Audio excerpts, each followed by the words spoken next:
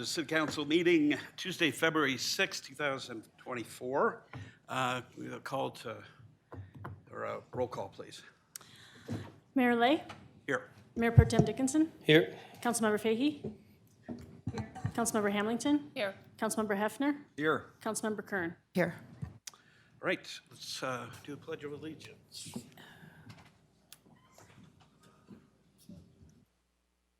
Pledge allegiance to the flag of the United States of America and to the republic for which it stands, one nation, under God, indivisible, with liberty and justice for all. Okay. Thank you all for being here. Can I get a motion to approve the agenda? So moved. Second. All in favor, say aye. Aye. All opposed? Okay.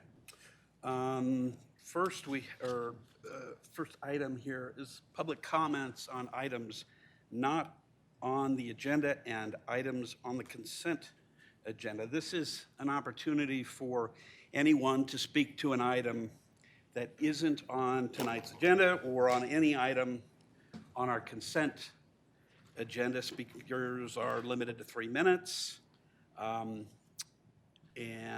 Please tell us your name and if you're a Louisville resident or not. I think we've got some cards for that. The first one I have is for Natasha Flyer.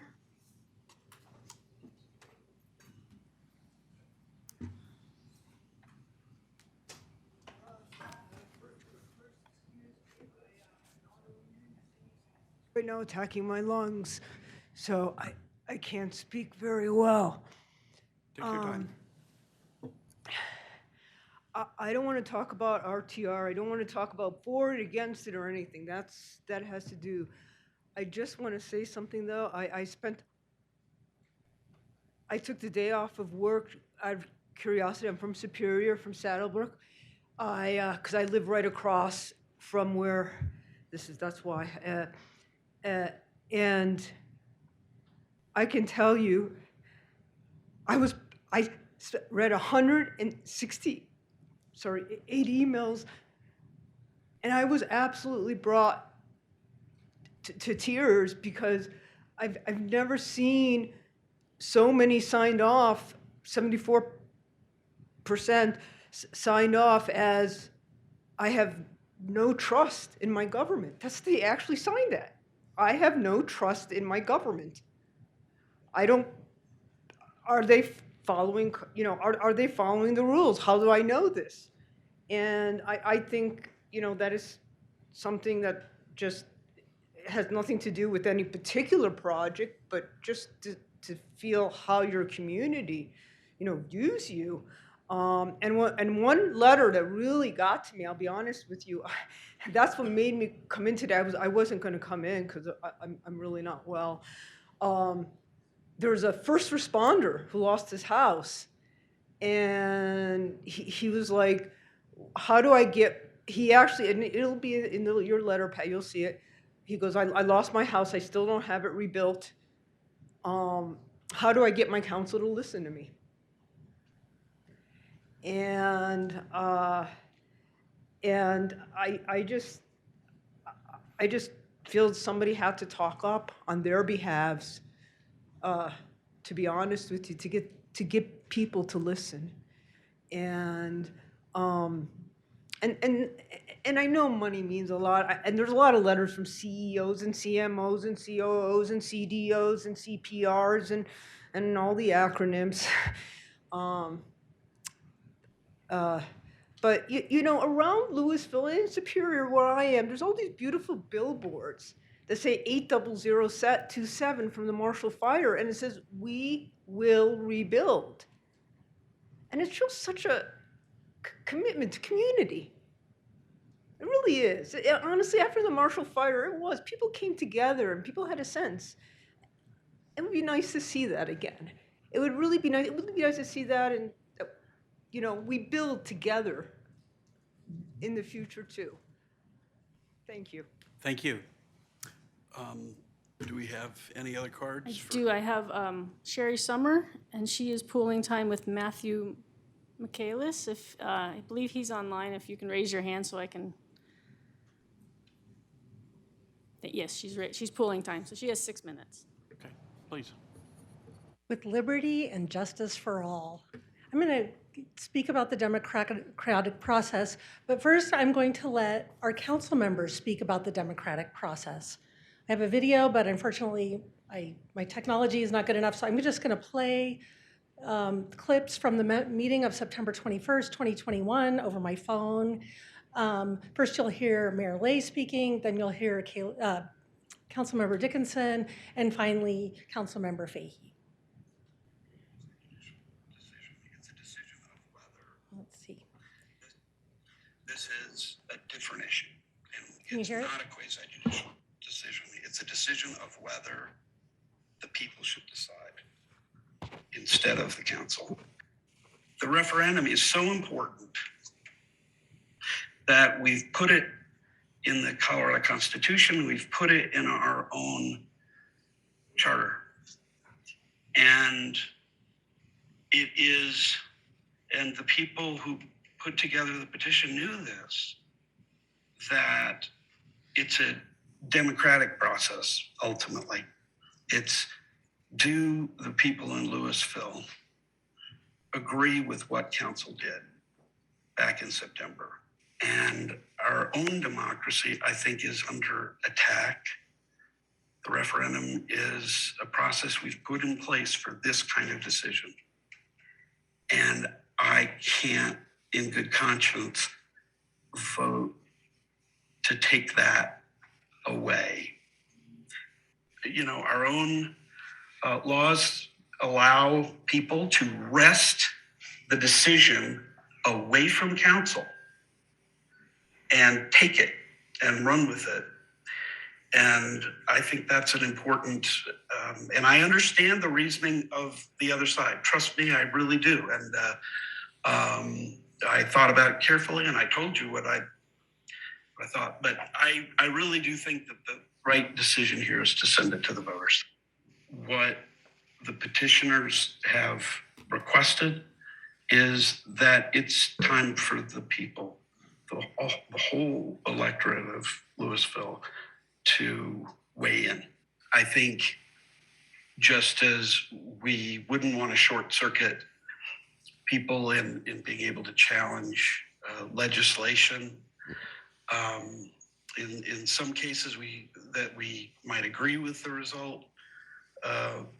You know, we shouldn't be changing our view of things just because it might put us on the other side of approval.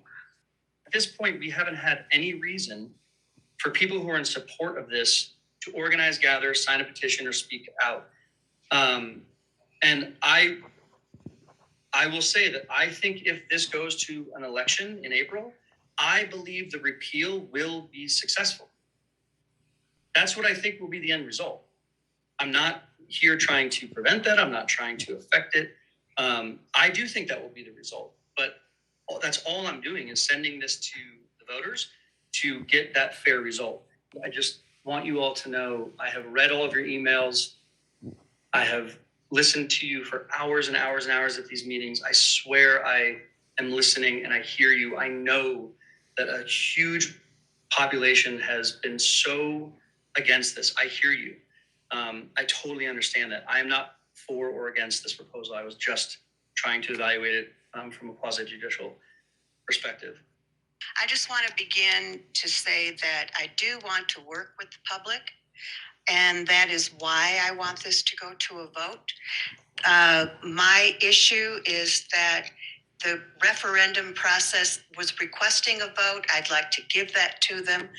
This referendum, if in reversing the ordinance, that isn't reconsidering council's decision, that's reversing it. And I think that's something that needs to be done by a vote of all of the registered voters. This is a different issue. This is the last bra you will ever buy. Sorry.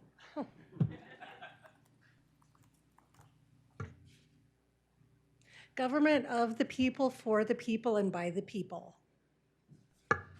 That was a lawyer I really respected, Abraham Lincoln, Gettysburg Address, in a time much more divided than ours.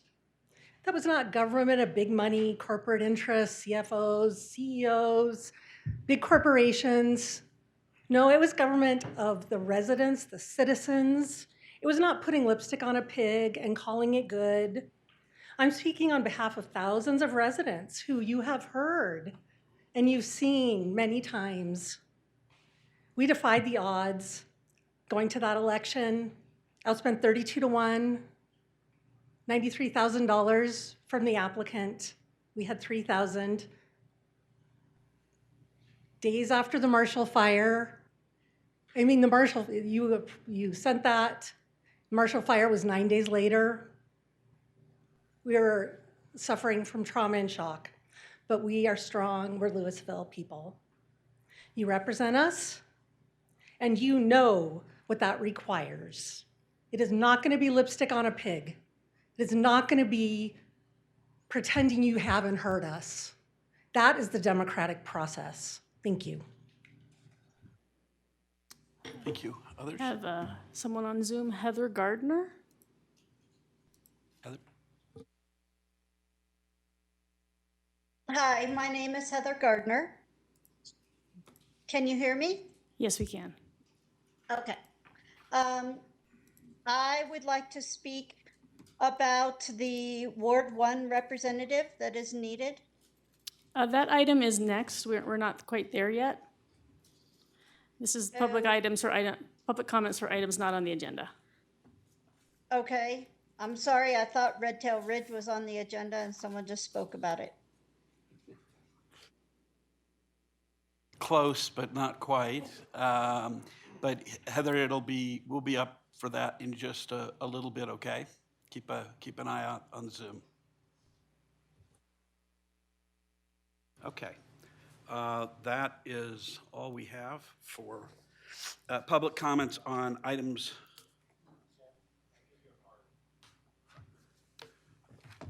Sure. Josh Cooperman.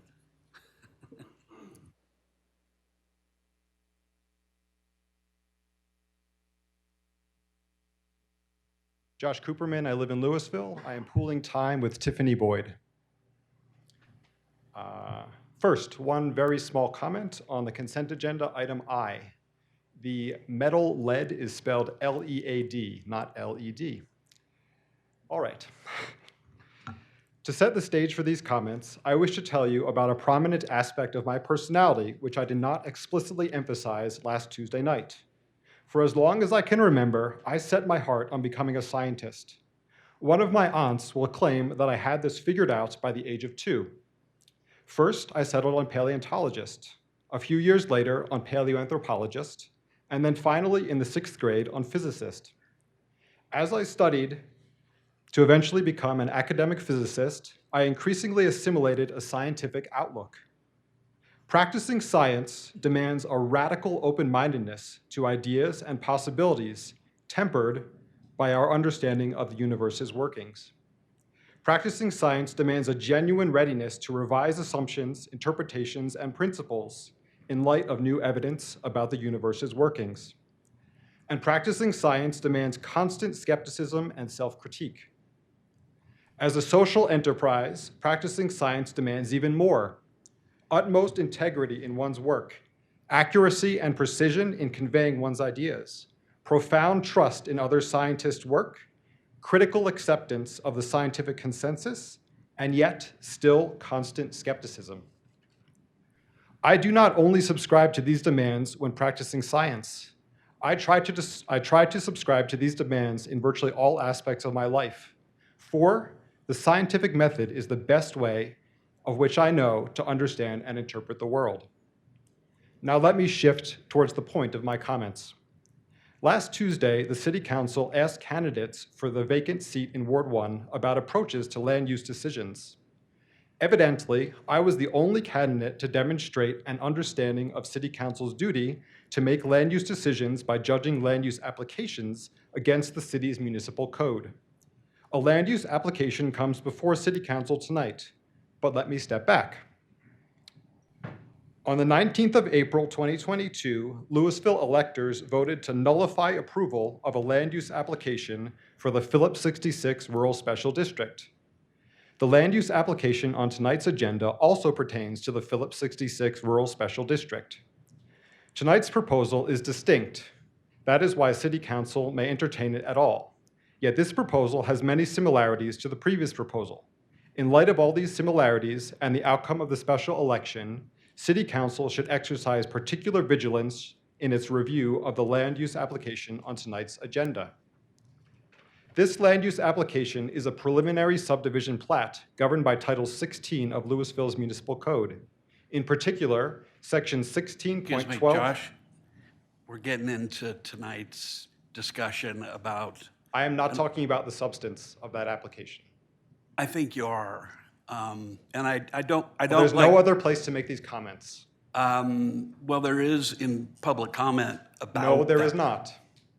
Not the comments I am making. I think there is. No, If you can, you need to take these comments before you start that consideration. if you can keep your comments separate and apart from what we're deciding tonight about the the preliminary plat, I think you can go forward. I'm not telling you to stop with that. I'm indicating we've got a quasi judicial proceeding, and I want your comments that pertain to that to actually get in the record, and they can't get in the record if you speak now as opposed to then. That's what I'm trying to do. I'm not trying to interrupt Yeah, you well, I'll just have to separate stop your comments flow. then if it comes to it. Okay, well, if you can keep them, I think I understand the distinction that you're drawing between the rural plan that you were talking about before and this plat, but be mindful of the distinction and end up on one side, if you would. I have tried. All right? I'm just talking about the code right now. In particular, section 16.12.050 specifies the contents of a preliminary plat, stating, the contents of the preliminary plat shall be as follows, then listing items A through AA. Note that, as stated in section 16.08.010B, the word shall is always mandatory and not directory. In other words, a preliminary plat must contain items A through AA. If you have done your homework as I have, and here I excuse Councilor Huffner, then you should know that the preliminary plat in tonight's meeting packet fails to contain all items A through AA. Specifically, item S is completely absent, items G, N, P, and Q are partially absent, and items M and Y may not be sufficiently present. These incomplete items are essential to interpretation of the application. I appreciate that the staff report states that all relevant information for the preliminary plat review has been provided. I'm sorry, I'm going to stop you because we're talking about the proposal, you're talking about the requirements of the application for the plat, and that's not germane to this. This is going to be on the. Yes, it's but gonna how be am on I the- supposed to comment on whether or not you should consider the plat before you actually do consider it? You can do that in your discussion in public comments when we get to that. But that is after you start to consider it. Well, that's the way it's done, and the remedy for that, I suppose, if there's some reason why we shouldn't be considering it all, then we'll make a determination whether we should reach a decision. But we're not going to do that right now. I think I understand what you're saying. This is kind of a door-closing issue, but it's the kind of issue that you raise in comments on the item itself. You'll have a chance to do that. I understand that.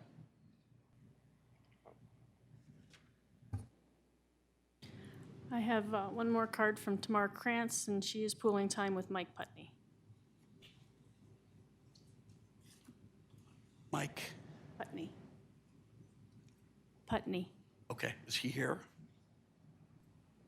Yeah, outside. Actually, on this one, I'm not pulling time because I wanted to make comments on items not on the agenda.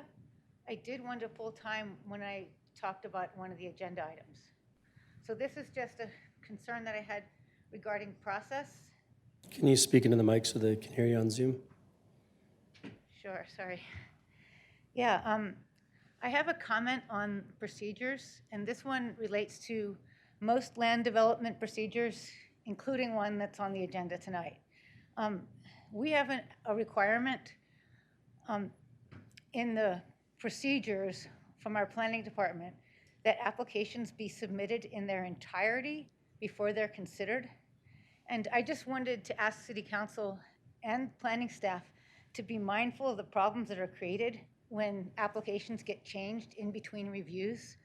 For example, if something goes before OSAB and then PPLAB, and then it comes to Planning Commission in a different form, it's difficult for Planning Commission to review that. And just likewise, if Planning Commission reviews something that is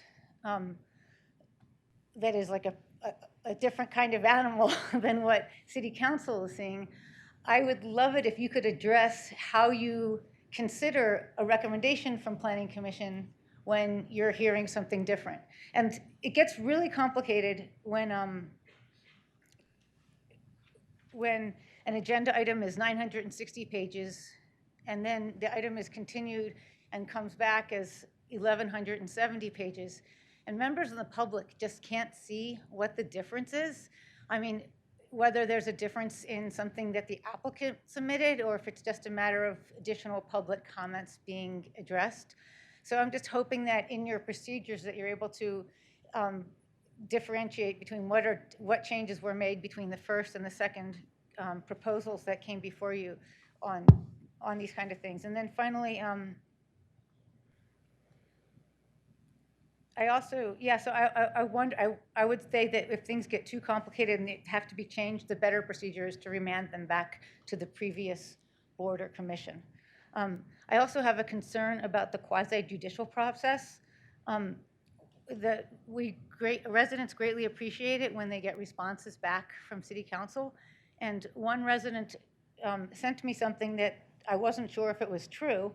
A City Council member said in an email to a resident today, and now this might pertain to one of our things, but I could read the comment if that's okay. I think I'd prefer to do that during the. Okay, so let me just move on. So a City Council member made a comment to a resident today that I felt is very subjective and constitutes a prejudice. And if you read, it's in contrast to what was said in the denial by the Planning Commission. We're talking about the proposal. Okay, I'm just saying that if it would be okay if City Council members who made comments regarding this proposal to residents in response to emails that sounded very definitive, if they could walk that back or disclose that as part of their disclosures, that they have already made a decision on certain items that you don't want me to say right now, but that they said to certain items that were said regarding subdivision plats and GDPs to members of the public before this hearing. I would like to see that disclosed, and I'd also appreciate it if council members. The time has run out. Okay. Finish, if you can finish in a please sentence. disclose just really finally, please disclose conversations you've had with Avista, with the developer, with Monarch High School, and other people outside of the quasi-judicial process. It would be just nice for us to hear, and donations that were received, even if they were returned by your campaigns. Thank you. Thanks. Any others? I'm going to go over this in a little bit, but let's see. Are there any more comments? I'm going to talk a little bit about the quasi-judicial process in just a little while, but and address some of these kinds of issues. Anything more? All right. So consent agenda. Does anybody have a motion concerning the consent agenda? I'll move to approve the consent agenda. Second. Does anyone have any comments on the consent agenda? Hearing none. All in favor? Aye. Aye. All opposed? Consent agenda is adopted. Council informational comments on pertinent items not on the agenda. Do council members have any pertinent items not on the agenda on which they would like to report? Yes.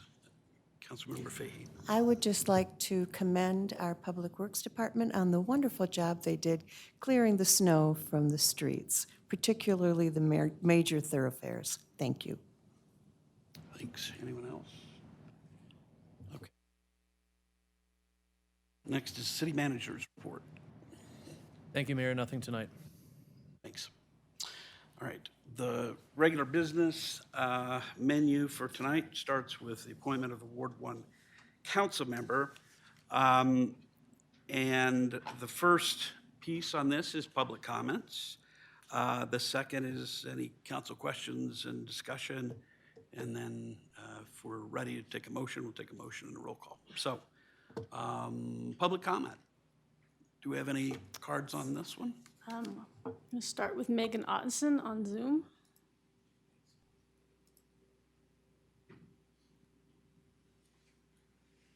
Hi, my name is Megan Otteson. I will keep my comments short. I live at 638 Columbine Court, Louisville, and I continue to support Josh Cooperman's candidacy for this role. I think he has been very passionate and involved when it comes to city affairs. He has been a great leader and contributor to the Louisville Sustainability Board, and his knowledge of city affairs will greatly benefit this position. Thank you. Thank you. Other comments? Next is Heather Gardner. Heather, are you still there? Or there again? Yes, I'm here. I'm here. Can you hear me? Yes, we can. All right. My name's Heather Gardner, and I live at 1158 Lafarge Avenue in Ward 1. I would also like to voice my continued support for Josh Cooperman. I love his passion, and I know that he cares deeply about the issues facing Louisville, including issues of climate change and sustainability, open space, and wildfire mitigation. I really appreciate his thoughtfulness, and when he has come to my door to speak about issues, he's willing to speak in depth about the issues. He's just a very thoughtful, deep thinker. Also, as a scientist, I believe that he has a unique perspective. I don't know that there are any other scientists currently on city council, but I believe that that is an important perspective, especially in this day and age in times of climate change. So please reconsider Josh Cooperman. Thank you. Thank you, Heather. Next is Tim Stalker.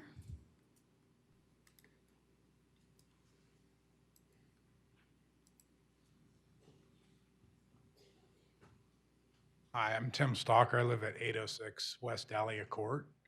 I'm here to just support Josh Cooperman in the best way I know how. I know him very well. He's very well thought out. As you've seen tonight, he's a scientist. You need him on your council, especially tonight. You don't want to make a mistake out of the gate. Seat Josh tonight. Thanks. Thank you, Tim. Next is Nancy Commons.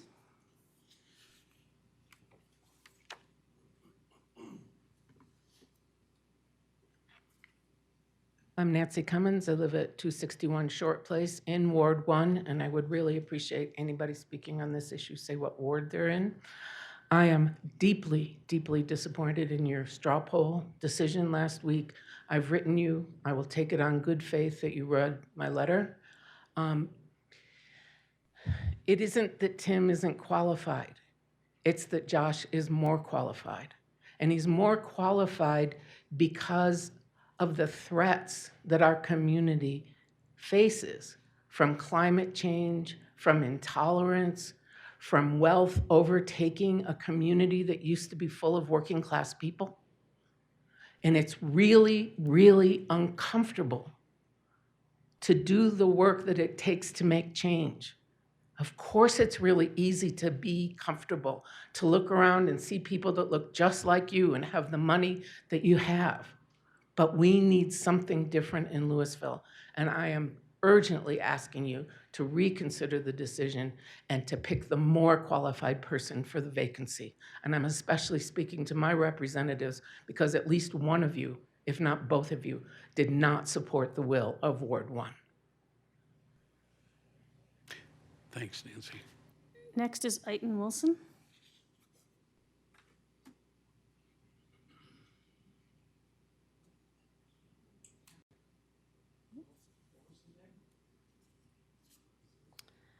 Ayton Wilson, I-T-E-N.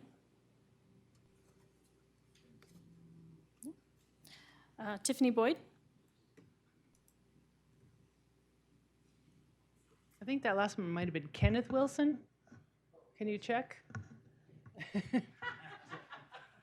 That's a whole different thank you. story. Thank you. Thanks. Couldn't read my writing. I'm sorry about that. Right. Yes, I'm Ken Wilson, 261 Short Place in Ward 1. I feel like I should preface my remarks by saying that I do think we have trustworthy representative government in Louisville.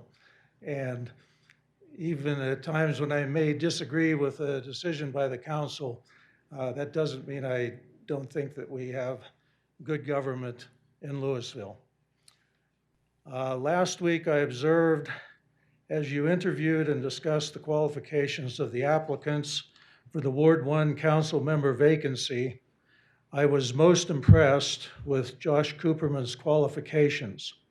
His scientific background, his service on the Louisville Sustainability Advisory Board, his regular attendance at and participation in city meetings, his recent experience campaigning door to door throughout our city, his collaboration with youth in our community on climate action, his support from the East County Housing Opportunity Coalition, and his detailed, knowledgeable answers to your questions. I was especially excited that two young citizens, a 21-year-old and a 17-year-old, were inspired to speak in support of Cooperman. I was then quite surprised that an informal straw vote caused you, in that vote, you decided to move forward a different candidate, certainly a qualified one, but less knowledgeable about our city and about Ward 1. From my standpoint, as a Ward 1 resident, I would feel best represented by Josh Cooperman. He would provide valuable and complementary expertise and perspective on the council. I'm pleased that we have legal and business knowledge on the council. Given the climate crisis and the role science and technology play in our community, I do think some additional scientific knowledge is needed to balance the council. I hope that after a week's reflection, you will recognize Josh Cooperman's exceptional qualifications to represent Ward 1 and vote to appoint him to City Council this evening. Thank you. Thank you, Ken. Now it's Tiffany Boyd. Good evening. My name is Tiffany Boyd. I live at 550 Grant Avenue. And thank you so much to all of you for the ongoing work that you're doing for our community. It's amazing. You've committed yourself to reading, to researching, to listening, to problem solving, engaging with diverse stakeholders, and attending hours of meetings and investing yourself in creating a Louisville where all of us can thrive for generations to come. These are very similar qualifications demonstrated by the commitment of Josh Cooperman. And none of my comments tonight are anti-Tim, they're just all pro-Josh. So first of all, council talks about creating spaces that include and value people from a variety of economic situations. Josh took it upon himself to help make sure that SNAP and other food assistance programs are accepted at our farmers market. The council talks about listening to youth voices and their absolutely real climate anxieties. Josh makes time to listen to their points of view and continuously incorporates their priorities into his civic engagement. This council talks about the pressing needs of taking action on our decades-long struggle in our community to create enough affordable housing so our citizens can live, work, and play in our town. Josh has attended several meetings of East County Housing Opportunity.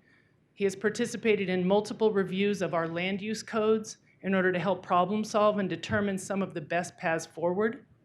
This council talks about economic vitality for our town and how important it is for McCaslin and downtown and all of our community.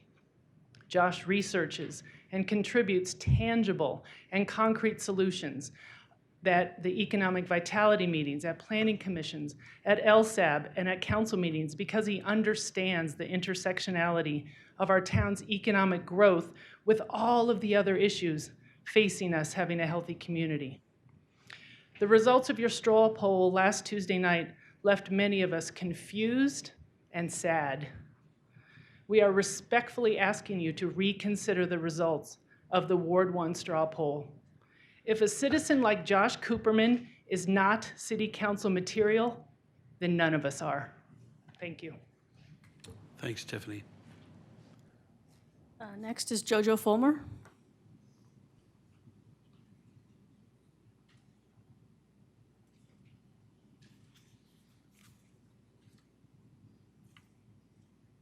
Hi, I'm Jojo Fulmar. I very recently moved to Lafayette, but I had lived in Louisville for basically my entire life up until then.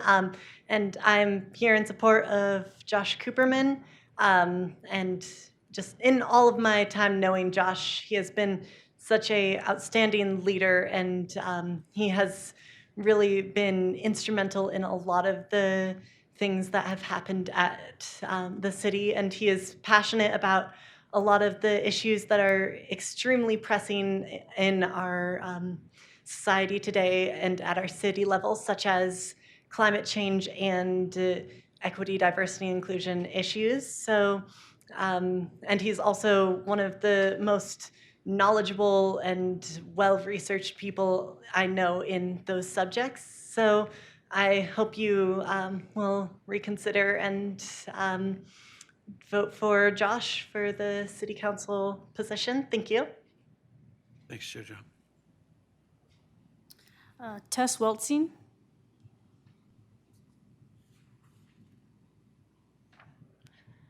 Okay, hi, I'm Tess Weltzine. First off, I wanted to say thank you for taking the time to hear from me today and for everything that you do for the community. I very much appreciate it. Okay, I'm here on behalf of the decision that has been made for the vacancy in Ward 1. I understand that Tim Bierman has been appointed for this position.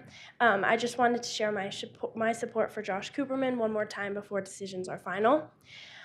So as a youth growing up in this changing world, my hope for future has been in leaders and politicians. I can't vote yet, and so for me, the only change I feel like I can really create is through working with and speaking with people in power. I've been doing this all since 8th grade. Through rain or shine, I show up to testify, I show up to meetings, and I do all of this so I can address the social and environmental issues of our time. And that's the thing. I do this because I care. I care so deeply for Louisville because localized change and success is where we have the biggest impact. Recently, I, along with other high school students, have met with Councilmember Diedrich and Councilmember Judy to address our hopes for climate action, affordable housing, and diversity and inclusion, which we are all very grateful for that. For my generation, these are our biggest concerns, and being able to voice that, to be listened to, and to be supported is such a powerful thing. Josh does precisely this. He listens. He listens to each individual in this town, whether that is constantly attending the city council meetings, joining the Sustainability Advisory Board, or conducting a listening tour for his bid for mayor. I've worked with him for more than 3 years now, and he has been both a role model and an inspiration for me. He truly cares. Josh prioritizes developing more affordable housing, revitalizing our business sector, safeguarding against wildfires, improving multimodal transportation, and creating a more diverse, equitable, and inclusive community. And that's really what I mean when I say that Josh listens. He hears my generation's call for help, while focusing on the already successful economical, social, and environmental endeavors of Louisville. Josh's education and his commitment to our town shows me that he cares. His actions tell me that he is fighting for a future of mine. And he is telling me that I will be able to live in Louisville when I'm older, that I can afford it, that the air will be clean for me to breathe, and the community will be as strong and united as ever. The youth in this town depend on leaders like Josh to advocate for our goals and hopes. I hope that you can see the incredible assets he brings to the Louisville government. Thank you. Thank you. Kevin Lombardo.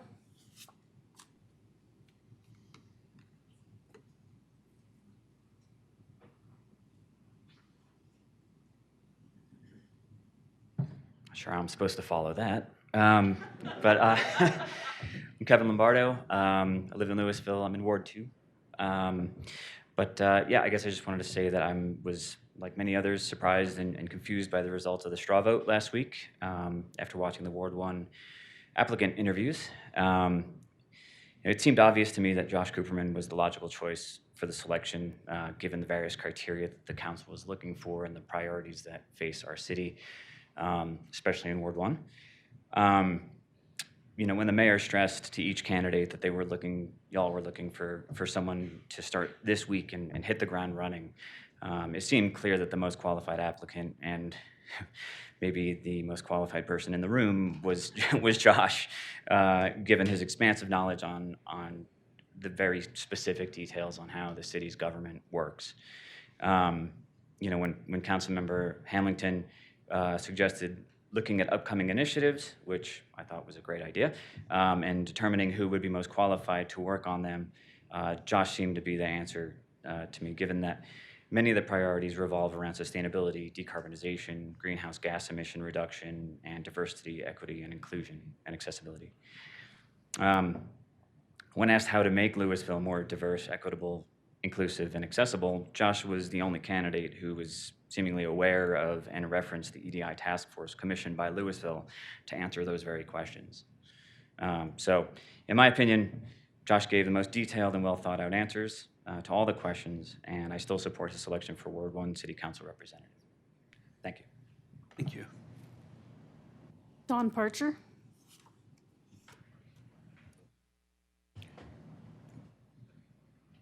You see we have one online too, right? Okay. Good evening.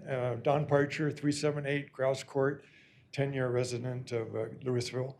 Thank you all, and thanks all who have stepped up to serve our community. Appreciate it. My main concern is climate change, and that's why I ask you to please appoint Josh Cooperman to the City Council. I agree with Josh that climate change is our top concern. I also agree with former Mayor Ashley Stoltzman that we both lose sleep over climate change, if you think about it. I hate to say it, but I think we may be past the point of no return for saving life on Earth. So everything we do needs to be climate change needs to be top of mind. Please consider permafrost is thawing, releasing methane, which accelerates climate change faster than carbon dioxide. This is the permafrost carbon cycle. It's a vicious cycle, which seems impossible to reverse. More extensive wildfires like the Marshall Fire release carbon into the air, and that makes climate change worse and causes worse wildfires. So again, a vicious cycle, which again seems unlikely to be reversed.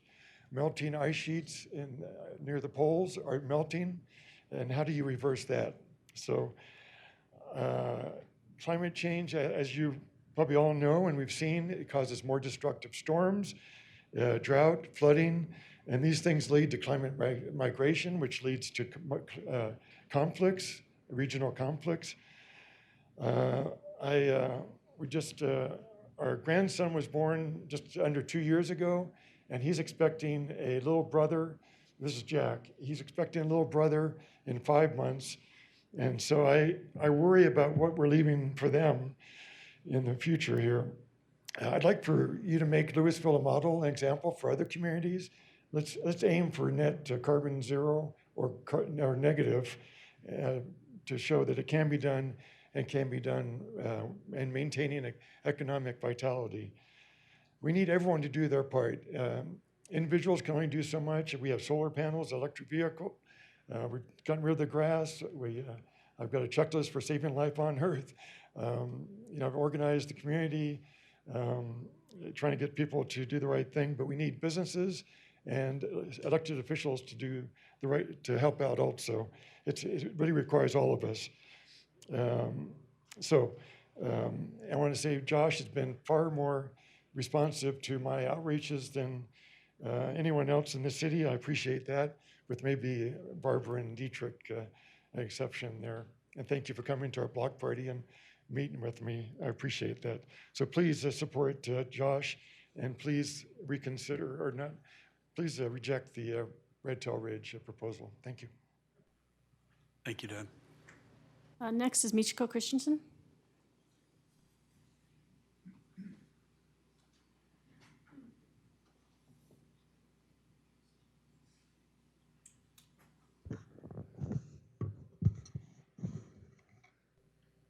All right, I think we have this worked out. All right, so I'm Michiko. I live in Ward 3. I read through all of the applications. It was very interesting. And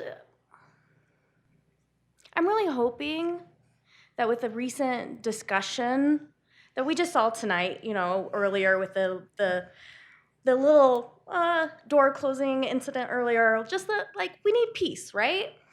And I really do support Josh because of his experiences. And I'm really hoping that the council members are really looking at qualifications and setting aside personal opinions, any biases they might have, and really just approaching at this from a very neutral position and having the best at heart for us. So thank you so much. Good night. Thanks. Josh Cooperman.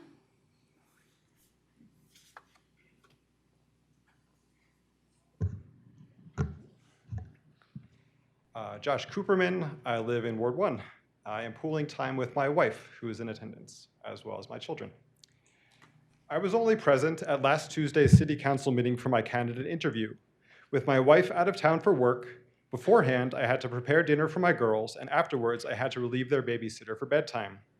Having realized that I was not on Zoom for City Council's discussion, Mayor Lay thoughtfully called me later that night to inform me of City Council's preliminary decision. Although I may not have indicated at that time, I was hugely disappointed. After mulling over the situation for a couple of days, I decided that I was not ready to concede. So I am here tonight to make my case once more, and a number of Louisville residents are here to support me. I am not one to readily advocate on my behalf. Indeed, I cannot recall having ever advocated for myself at a City Council meeting.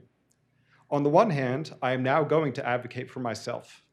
On the other hand, I am here to advocate for Louisville, its residents, businesses, and visitors, as I would also do from the dais. While I do not doubt that either Tim Bierman or Gordon Madonna could serve successfully, I still believe that I am the best candidate to represent Ward 1 at this time, and that I made such a demonstration through my application and interview. So let me, or rather us, attempt to convince you. I have now had a chance to review the recording of last Tuesday's City Council meeting. While successively voicing their thoughts on each candidate, City Council members provided balanced and thoughtful perspectives on the three of us. I especially appreciated what each council member shared about me. The discussion then took a turn as certain City Council members extolled, burnished, and inflated the qualifications of their preferred candidate while deflating the qualifications of other candidates. To do so was entirely their prerogative. While the application process was well-defined, the selection process was not. By submitting my application without further inquiry, I accepted such an undefined process. How should the selection process proceed? This question is not straightforward to answer, but I will offer one suggestion. City Council could treat the selection process like a quasi-judicial hearing, working solely from the evidence presented, application materials, interview responses, and public testimony. Still, City Council would need a rubric by which to judge this evidence. On which criteria might this rubric be based? This question is also not straightforward to answer, but I will again offer a few suggestions. First, since the process of appointing a council member replaces a popular vote, perhaps City Council should attempt to determine which candidate enjoys the most support, say, based on the number of supporting comments. Prior to last Tuesday night, I received 48 letters of support and Tim received 52 letters of support. At last Tuesday night's meeting, I received 12 comments in support and Tim received 3 comments in support. Of course, this measure of popularity is probably not very robust. Next, City Council should consider the quality and content of applications and interviews. I contend that my responses to the application supplemental questions and to the interview questions were uniformly the most informed, detailed, and thoughtful. While the quality and content of applications and interviews are clearly important, there are further factors to consider, some of which City Council took up last Tuesday.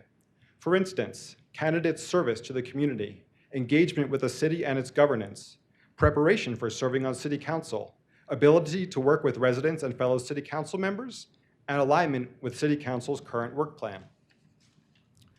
While neither Tim nor I can compete with Gordon's lifetime of service to Louisville, I contend that my service over the past 4 years is admirable.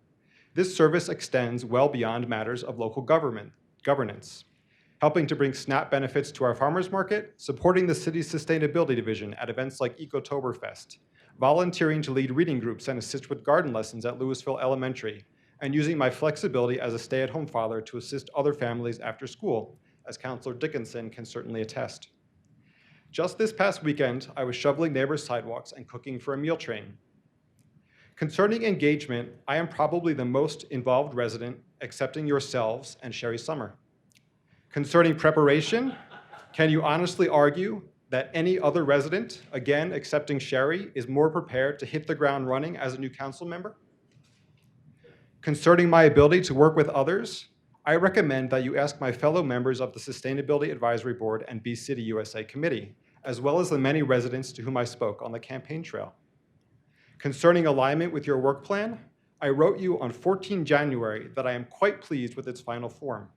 More specifically, not only am I fully invested in updating our comprehensive plan, but I fully agree with City Council's sentiments that sustainability and diversity, equity, and inclusion should be overarching guidelines. I have engaged extensively on issues of open space management, especially climate adaptation and resilience.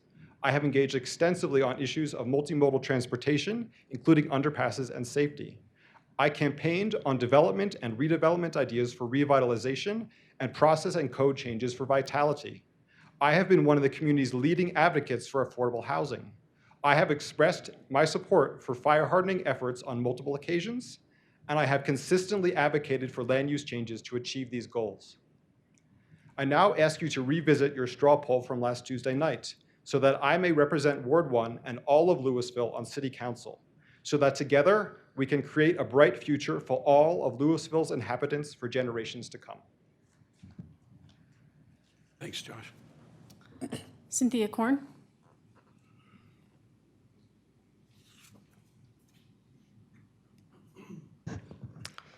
Good evening, Mayor Lay, council members. It's tricky. I'm Cynthia Korn. I live in Louisville. To the prior point, I live in Ward 3. I also own a property in Ward 1 where we've gotten to know our neighbors, where we have a storage unit and a rental unit right there together. So we've gotten to know our neighbors in Ward 1 over the last 10 years. Especially through the fires and recovery during that time. So, community. What does community mean? I think what we need community to mean, based on comments of the current council holds our trust, the current council doesn't hold our trust. Community needs to include people and businesses. Right? The residents and businesses. It shouldn't be community or economic vitality. We need to think of community again. We need to think of solutions. And here's where speaking on behalf of Josh Cooperman is easy. You know, think global, act local. And I implore my Ward 3 representatives to vote for Josh. Ward 3 is off the charts supportive of open space, parks, sustainability. Probably of all the wards, we are the most proactive on those measures. So if you're voting for somebody other than Josh, you're not representing Ward 3 who trusted you by not running it against you. Same thing with Mayor Pro Tem Dickinson. Josh could have run for your seat. He didn't. That deserves respect. He will bring solutions. So the criteria to look at, if we don't look at prior municipal government experience as the criteria, how about skills? How about what skills and expertise he brings versus the other candidates?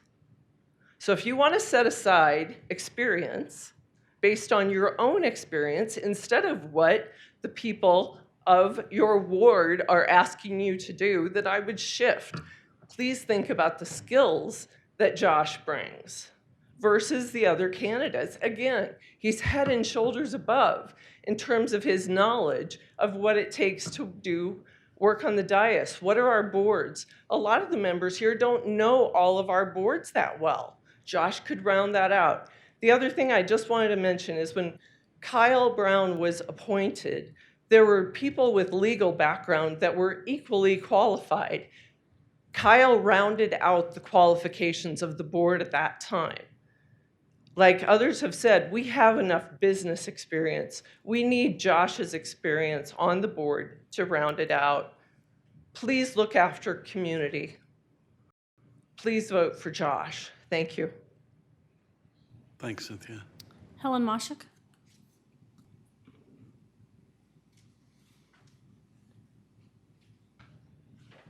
Hi, everybody. My name is Helen Moshak, and I'm a Louisville resident. And I'm asking you to please listen to your constituents and propose an alternative motion to appoint Josh Cooperman to the new next Louisville as the new city council member. Josh is already an outstanding community leader. He should be on our city council, responsible for budgets, planning, and policies for Louisville. He has demonstrated a tremendous set of relevant skills, knowledge, ability, and passion to engage with the community and advocate for a comprehensive vision for Louisville, including supporting a vital business community, protecting the environment, and integrating sustainability, equity, and inclusion into how we live, work, play, and govern in Louisville. Josh has talked with and listened to thousands of neighbors across town, volunteered for boards, committees, and community events, campaigned for the overwhelmingly successful approval of ballot measure 2C, and championed initiatives that do and will make Louisville an even better place to live. I conferred with some legal colleagues who are city attorneys throughout the region, and they really urged us to ask you to create an alternative motion so that you can consider Josh as a candidate for the open position. So it would take one of you to make that motion for that to happen. Please create that alternative motion and vote to select Josh Cooperman to be our next City of Louisville Council member. Thank you. Thanks, Helen. Catherine Smith?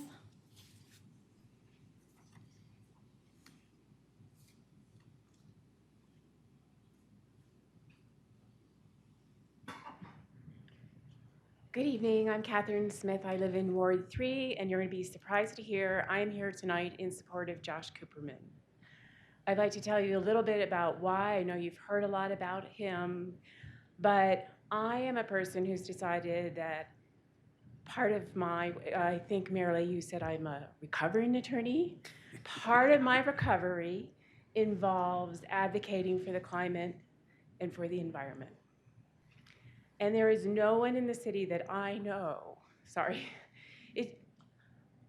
I am not brought to tears publicly much, but Josh is someone who has really devoted himself to what I see as one of the primary issues of our time, and that is activating the community at the local level to address the environmental issues that we face.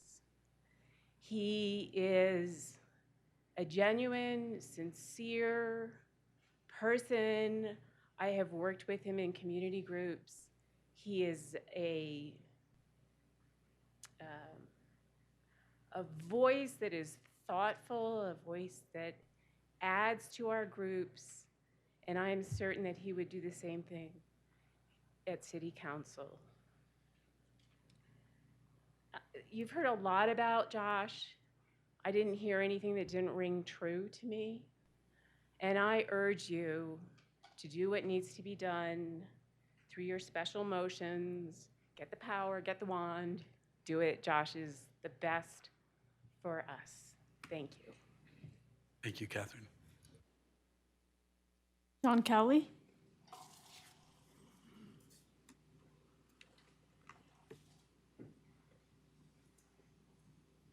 Hello, thanks for this opportunity to speak. Once again, I want to speak on behalf of Josh. I'm John Cowley at 303 Fairfield Lane, that's Ward 3, so I'm partly speaking to my representatives. I'd like City Council to take a fresh look at the kind of person it needs to get the most benefit for the Louisville City Council. You've been entrusted with managing the future of our city. We need a problem solver with practical, forward-thinking ideas. We need someone who can drill down into the many complexities associated with development such as CU at Cinnabar and Red Tail Ridge. Your top criterion shouldn't be who you think you'd be the most comfortable with. That's how fraternities choose their members. Your top criterion should be who would best represent Ward 1. And as many people have said, Josh has talked with hundreds of residents, walked into all the neighborhoods. He spent years learning how our city functions. He didn't just become interested in the last few months. You know that Josh could hold a ward meeting tomorrow and speak knowledgeably about all relevant city activities. Josh knows the importance of successful businesses to the well-being of Louisville. Our business community has major influence with the city, and in many ways it should. However, Josh also understands that the City Council is not an agent of the business community. It must keep the business community at arm's length because the City Council must sometimes restrict the desires of businesses in order to accomplish many objectives we residents have entrusted to you. This understanding prevents the risk of regulatory capture of the City Council by businesses or other groups.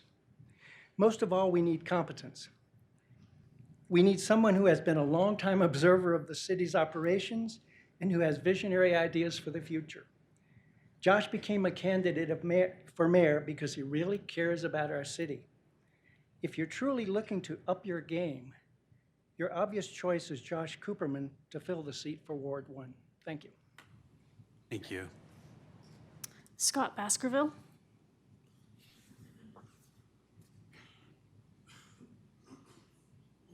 Hi, my name's Scott Baskerville. I'm a Louisville resident. Please consider an alternative motion to appoint Josh Cooperman to be the next new Louisville City Council member. He's already made such a tremendous difference for Louisville with his volunteering, campaigning, participating in council and board meetings, knowledge and hard work. We need him on council to make decisions about budgets and policies in support of sustainability, affordable housing, and a vibrant community for all of Louisville. Thank you. Thanks. Cindy Bedell?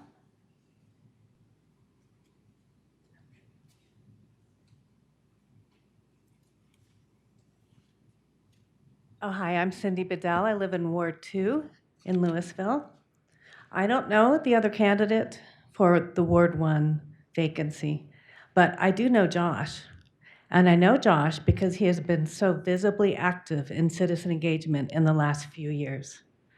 I would support him for our city council. Josh is intelligent. He has exceptional critical thinking skills. He brings research skills to the council. He gets things done, and he is courageous to speak up. Even when things are complicated or contentious, he will speak up for what he believes is right. and he has had incredible track record with knowledge and advocacy for sustainability. So in summary, I would like you to consider Josh for the Ward 1 appointee. On a separate topic, I wondered if we might possibly be able to move the Red Tail Ridge preliminary plat up on the agenda when I look at all the people that are here tonight for that. Thank you. Thanks. Who's next? Susan McEachern.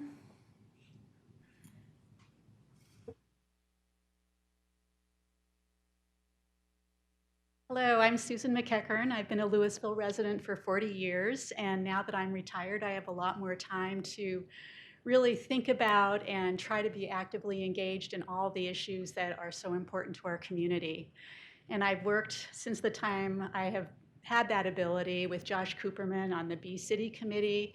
I've seen his work on the Sustainability Advisory Board, and I just have so much respect for his ability to think through issues, to research issues, to work collaboratively.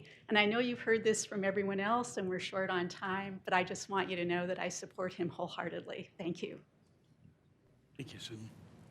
Tamar Krantz.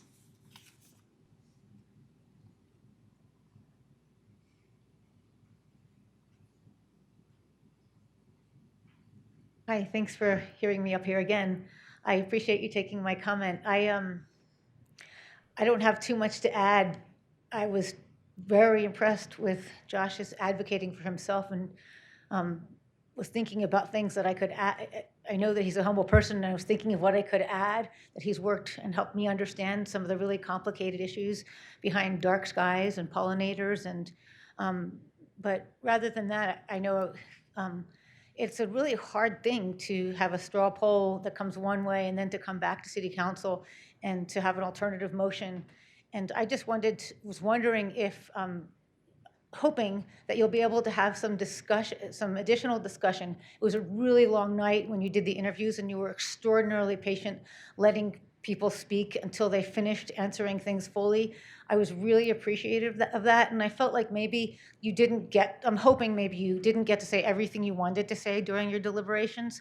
So in addition to making an alternative motion so you can have two motions to consider, I'm wondering if you'd be willing to just do like your own straw poll and rank each candidate on the 5 questions that you chose were the most important to ask your council members, because I feel like that wouldn't make anybody feel like, you know, oh, we asked for a do-over and we got a different thing, so we should do another do-over. I just feel like it might be a really good way to fairly consider all the aspects of each application, from EDI to experience to viewpoints of the comprehensive plan, et cetera. Thanks for considering that. Thank you, Tamar. Ted Battriel.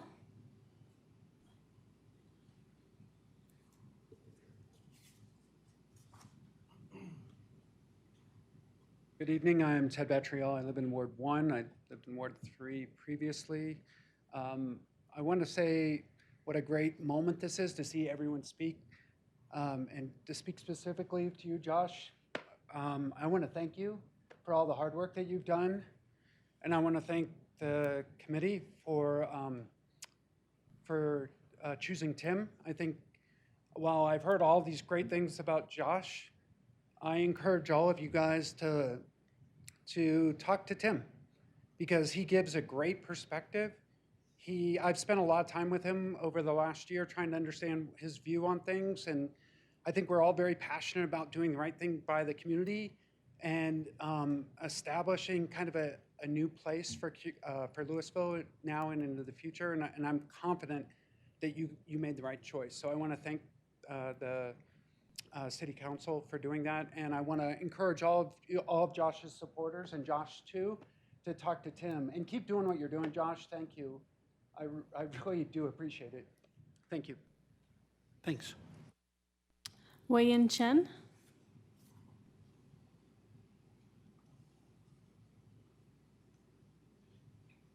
Hi, I'm Wei-Yin. I live in the Ward 2, and I'm here to support Josh for the Ward 1 council member. I didn't grow up like you, all of you, in a democratic environment. This is new for me to learn this process but after living in this country 30 years, sometimes I feel a little bit disappointed for the variety of the government members, like you, mayor or council member. Majority of you are lawyers or businessmen, and I don't really know Josh, but just looking his background, he's a scientist. We need a scientist, a doctor, some other variety backgrounds to be part of our government body. And in the recent history in Europe, there are two great leaders. One is Mrs. Churchill from England. Her background is physicist, scientist. Recently, Angela Merkel from Germany, she's a scientist. We need more variety of background to be our government body. Thank you. Thank you. Matt Bliss.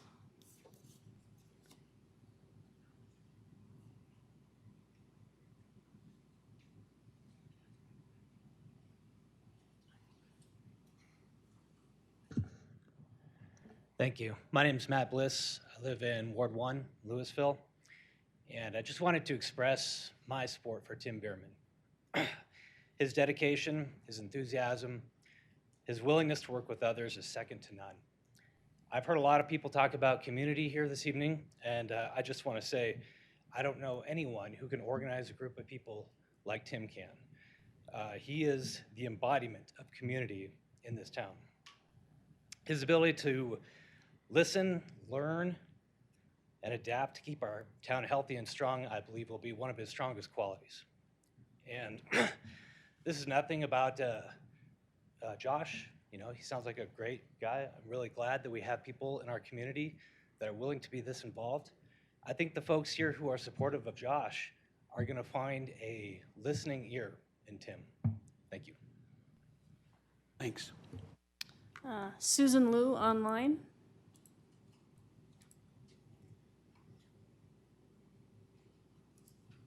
Hi, my name is Susan Liu, and I live in Ward 2, and I'm a Marshall Fire survivor, and have lived in Louisville for over 34 years.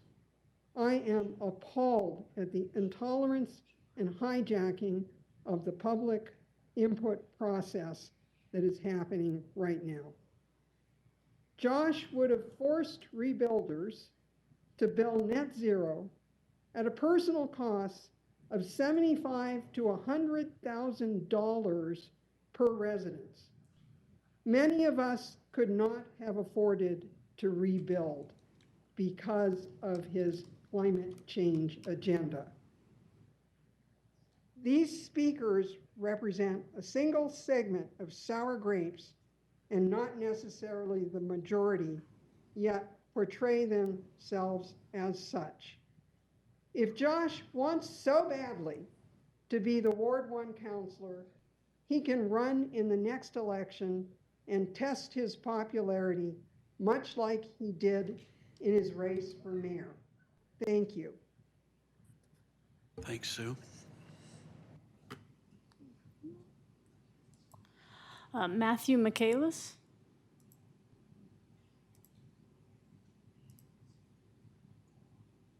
Hi. My family lives in Ward 2. My name is Matthew Michaelis, 1918 Quail Circle. So this issue, though, is systemic. It's not just Ward 2. It's not just Louisville. It's not just to Colorado. The transient abandonment of democratic order never just affects a singular issue. Democracy only functions so long as faith in democracy exists. That faith and trust is not manifest from birth and eternally renewing. It is earned and it can be lost. We are currently the hardest hit generation in history in terms of propaganda exposure. I'm a researcher who studies the effects of social media on the human mind and how this all manifests into a societal ripple that changes the world around us. This process has made us numb to issues that will inevitably kill us, that will cause our trees to burn and our minds to rot. Democracy in this country at the highest level is no longer ideological, it is sycophantic. It is my opinion that we can only cure this from the bottom up, from grassroots efforts to bring forward our best and brightest to help solve the problems that they lose sleep over every night as we do. By and large, the people of the city want Josh to be part of that solution and for environmentalism to be the first and foremost concern. I have seen Josh speak, I have seen his confidence and intellect, I have also heard how he speaks, and I see myself in him. I'm not diagnosing Josh, but how he speaks with precision and clarity resonates with my experience as an autistic individual. Discrimination is very common among people who speak as we speak. Our credentials are ignored simply because of the manner in which we speak. When I see his clear love for the city alongside his astounding credentials, I cannot help but see this as an issue of a perceived personality incompatibility from the other members of the council. We cannot see into each other's souls, but the way that we act reflects what cannot be seen. And I can see that Josh is a wonderful and passionate individual from his words and his actions. I can see the community support for him. I know that you all can see this as well. He deserves a genuine chance, and I implore you not to throw away the faith of those who are there in person tonight in support of this man. When you ignore them, the sick, the young, the old, the differently abled, their faith in the democratic process is lost, even just a little. And I'll remind you, it is not an eternal wellspring. I'll yield the rest of my time. Thank you. Thank you. Maxine Most.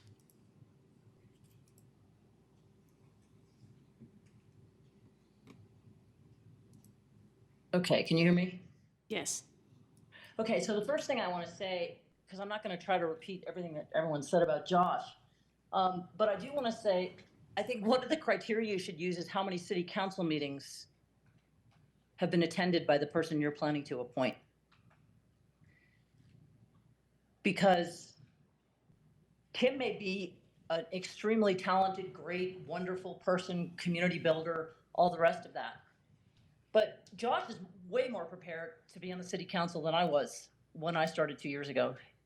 He's one of the smartest guys in the room, no matter what room he's in. And I think that's something that we really have to think about. But again, you know, to have someone who has never participated in local government, when you have someone else who has demonstrated massive participation in local government, there really shouldn't be a choice.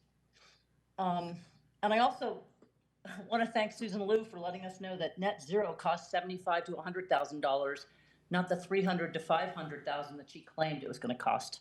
Thank you. Larry Donner. My name's Larry Donner. I live at 1020 Willow Place. As a Marshall Fire victim, I remember Josh Cooperman advocating for a ban on mowing and maintenance on all public properties. The smell of smoke was still in the air, and my home was burnt to the ground. If this is Josh's idea of science and a visionary approach to the city, I am at a total loss. I simply do not think Josh Cooperman should be considered for city council. He does not seem to have any common sense. Thank you. Thanks. Mark Cathcart.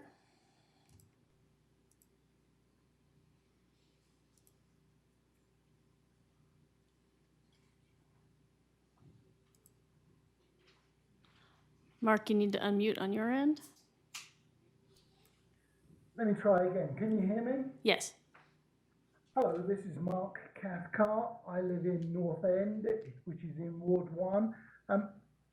I suspect most of you didn't see it, but if you read Boulder Weekly online, you would have seen that when I was asked by the editor of Boulder Weekly about what I thought would change, I said back almost a month ago that the Marshall Fire victims would and are continuing to suck all the air out of Louisville in the room.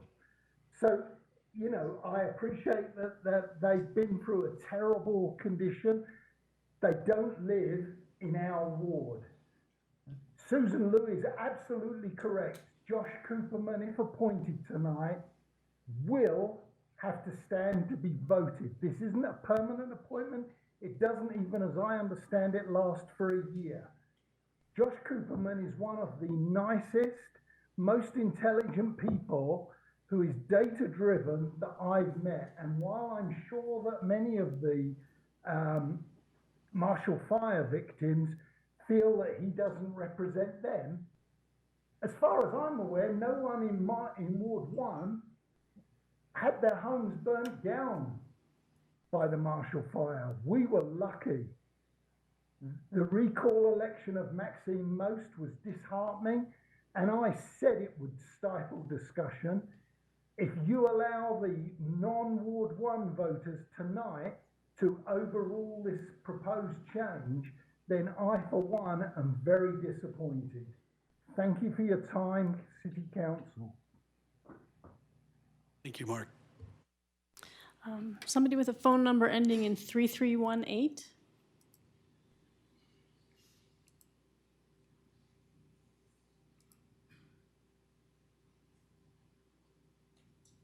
You'll need to unmute on your end.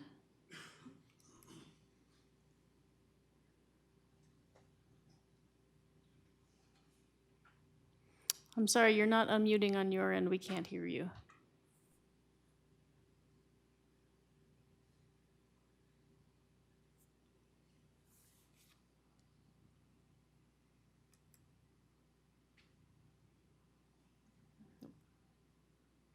Nope, we took your hand down. One more from Keith Reese. Hi, Keith Rice. I live over in the north end as well. And I just learned from Mark Cathcart, who's a sort of neighbor, that I guess I'm in Ward 1. That's my naivete about how this whole process works. And I'm here to speak on support of Tim Bierman. I think that you will find an honest advocate for the city of Louisville, very dedicated, and most importantly after tonight, non-entrenched. He really is here to do the best for Louisville and to listen to all parties. And I hope, you know, being naive to how this all works, I'm actually rather surprised that this is even happening and that there's people asking for it to a do-over, essentially. I guess that's for you all to figure out tonight, what you're gonna do there. But I think we see an entrenched position rallying the troops, using the system to try to dissuade you from a decision that's already been made.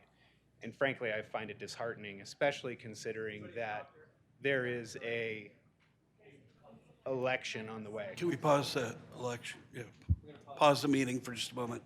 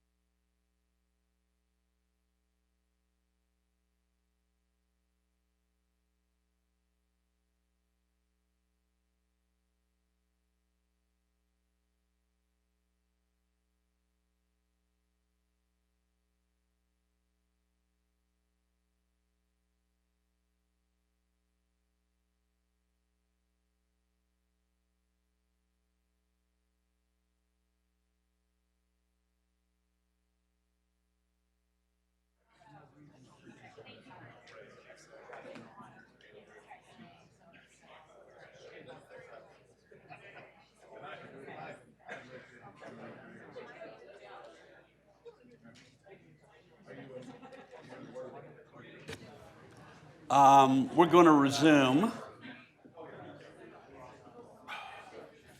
We've got one tough resident who's getting treated right now.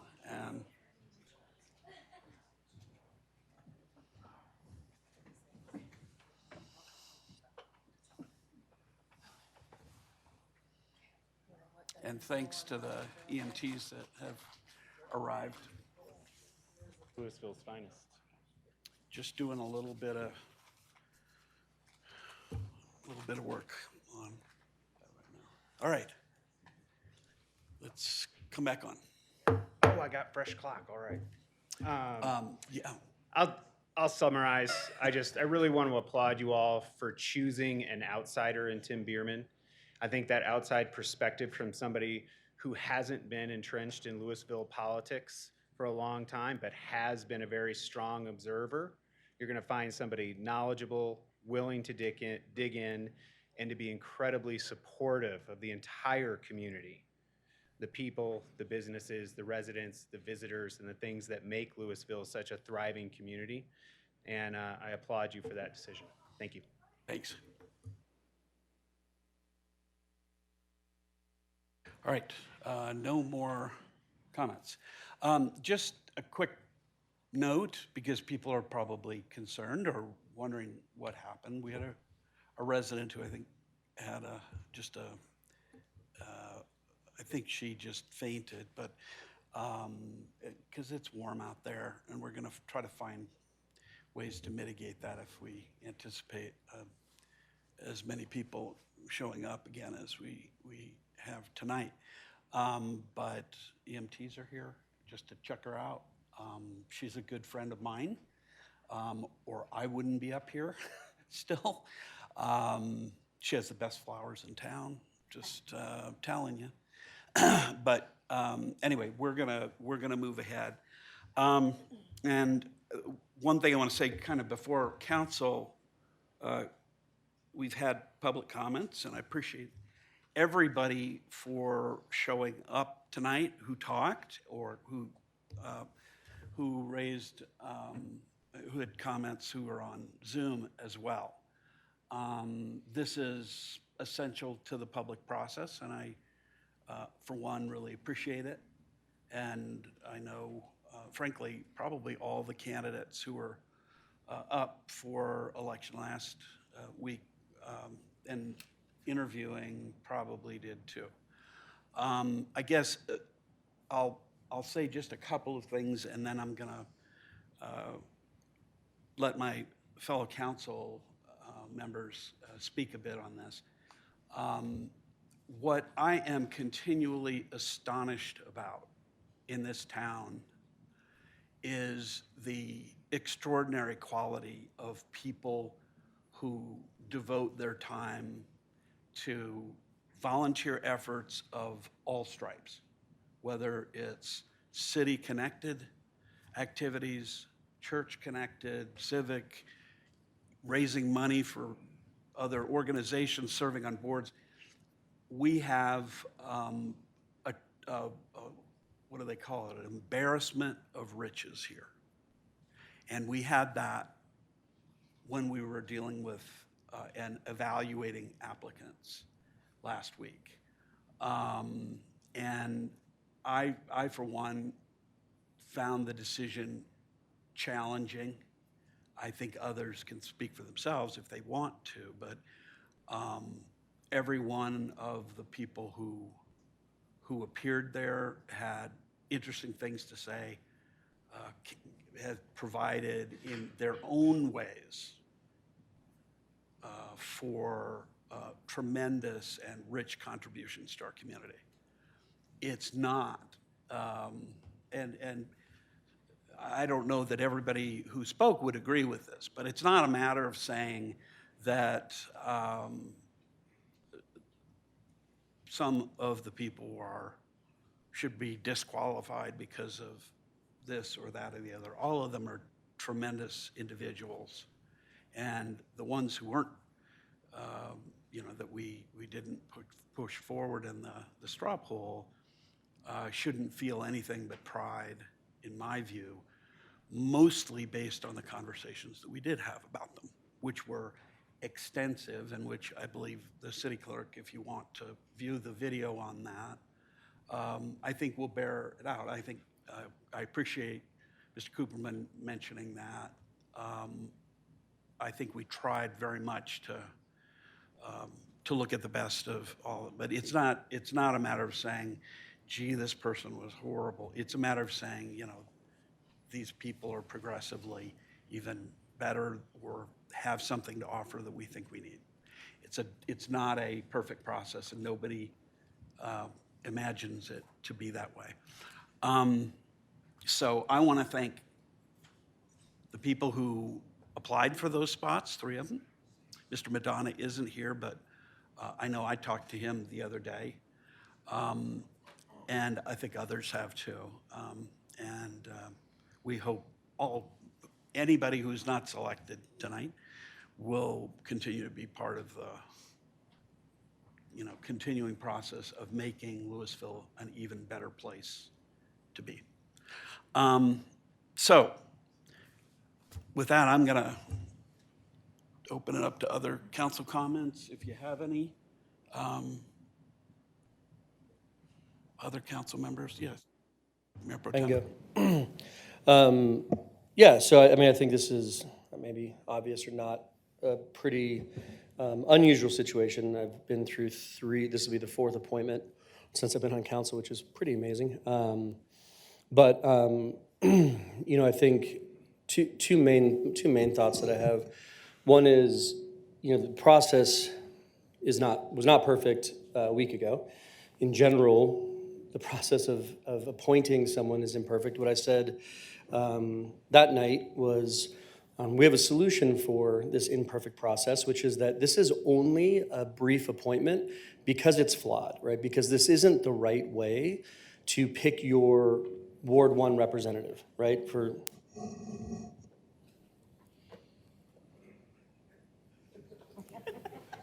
My apology. Yeah, the night just got more awkward. I know, it's loud. Can you just turn it down? Okay. Anyway, so there's a remedy built into the system, right? Which is, this isn't the way in which we're supposed to appoint or have council members serve, right? We have elections, and that's the way it should happen. And so in November there will be an election, and unfortunately, as pointed out, Mayor Lay, gave up his last 2 years. So this is an appointment for 9 months, and then an election for 1 year to finish that appointment or that term, and then another election for 4 years. And so even the special election is not meant to be like the end all be all. It just finishes Mayor Lay's term. So that's one piece, right? Is that if you're upset about this process, that is built into the cake here. Like, we are supposed to go to the voters in November and let Ward 1 only, by the way, Ward 1 residents pick their representative. So that's one thing I just want to remind everybody about with the process, is that it's not supposed to be perfect. Maybe one more comment about the process, then I'll make comments about the applicants. But my second comment about the process is that tonight feels kind of like an unfair fight, in the sense of there was like a known, application, letters, interview, deliberation, public comment, deliberation, and straw poll selection. Mr. Bierman did not gather his supporters tonight to speak on his behalf. And so I don't disagree with anything I heard about Josh. I'm still talking about process. It was a little bit hard for me just to know that, like, all these wonderful things are being said about Josh, which I agree with pretty much every one of them. But there wasn't the same notice. I mean, anyone can say anything they want, but the preparation to have Tim say, hey, everyone come speak for me, because I don't think he thought his appointment would be contested.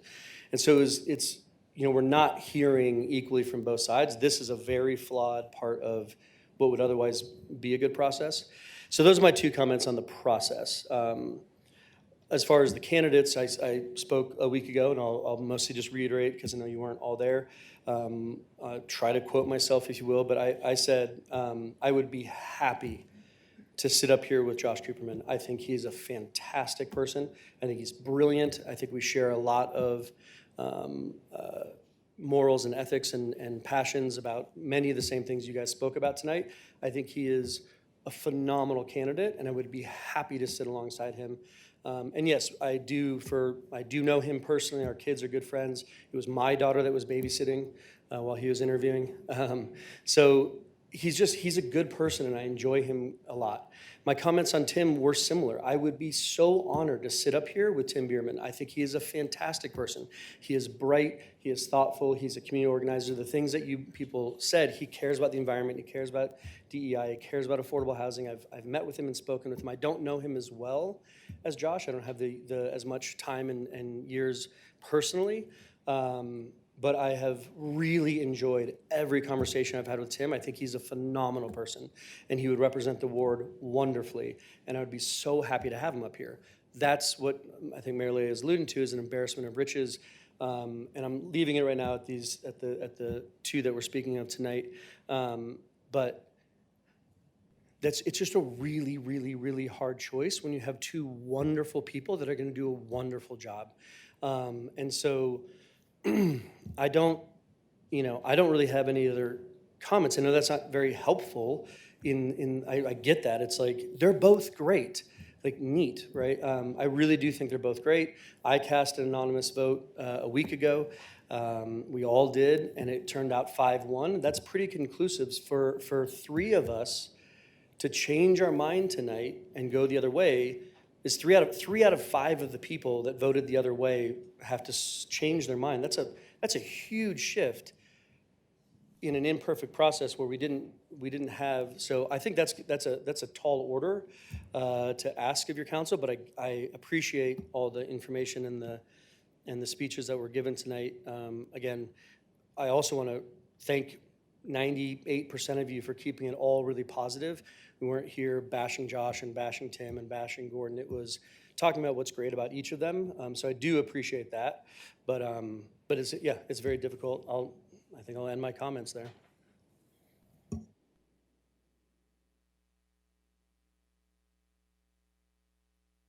Other council members?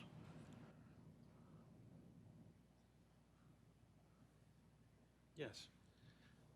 I'll just say it. I think that was a fantastic summary of the both the difficulty of the decision as well as the embarrassment of riches theory and sort of the how wonderful it is that we have outstanding people who want to come and serve the city. I appreciate everyone who came out to speak tonight. It's great to see so many people in the room.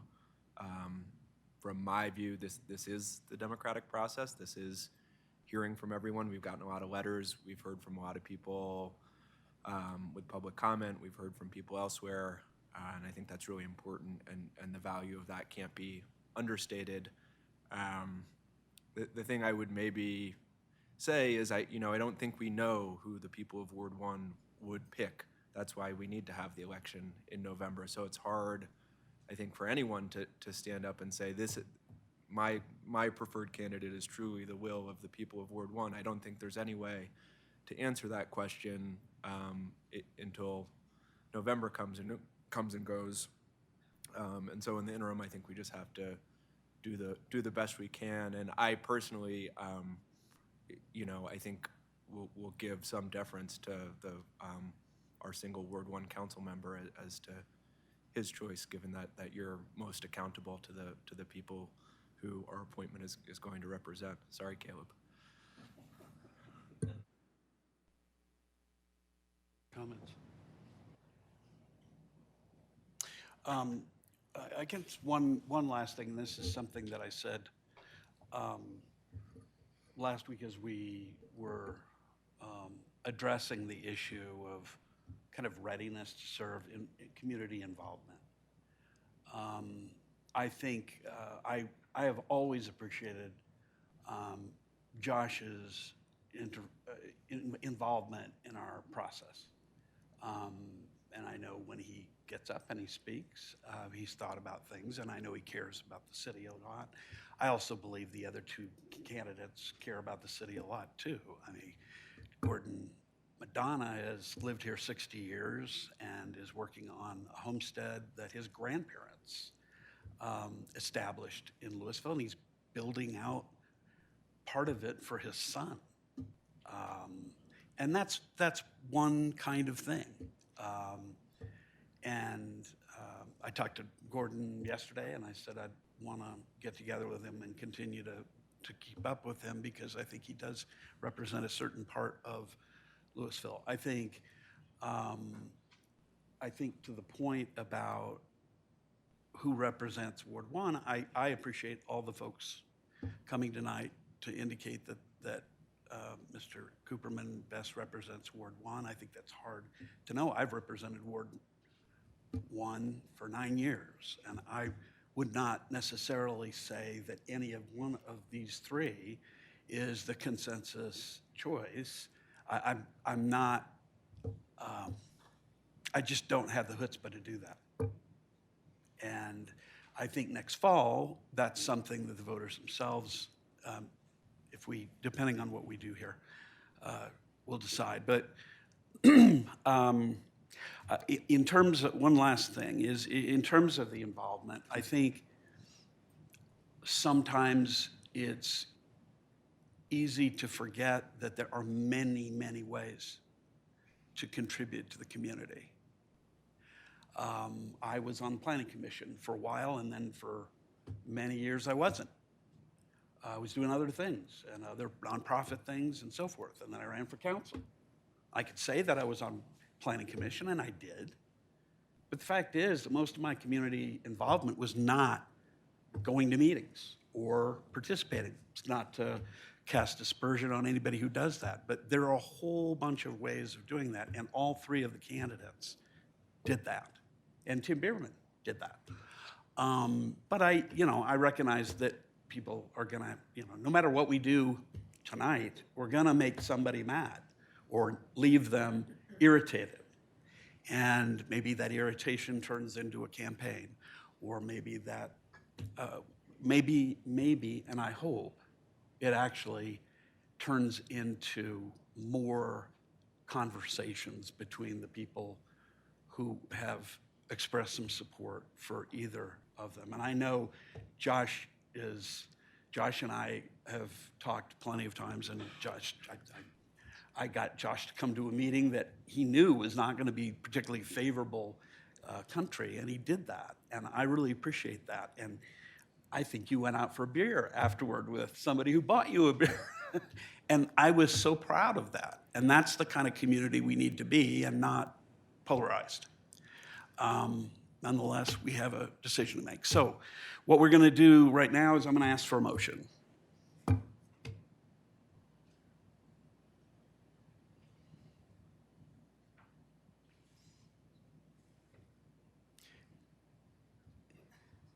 Well, I'll move. I will move the appointment of Tim Bierman to be our next Ward 1 council member. Is there a second? I'll second. Okay. Any further discussion of the candidates? Okay. Can we take a roll call vote, please? Mayor Lay? Yes. Councilmember Kern? Yes. Mayor Pro Tem Dickinson? Yes. Councilmember Hamilton? Yes. Councilmember Hefner? Yes. Councilmember Fahey? Yes. The appointment stands 6-0, and it is just about 8 o'clock, which is the time we usually take a break, but we are... Mayor, can we swear him in while the judge is still here? Yeah, that would be a good idea. Judge Thrower, would you care to do the honors? I think...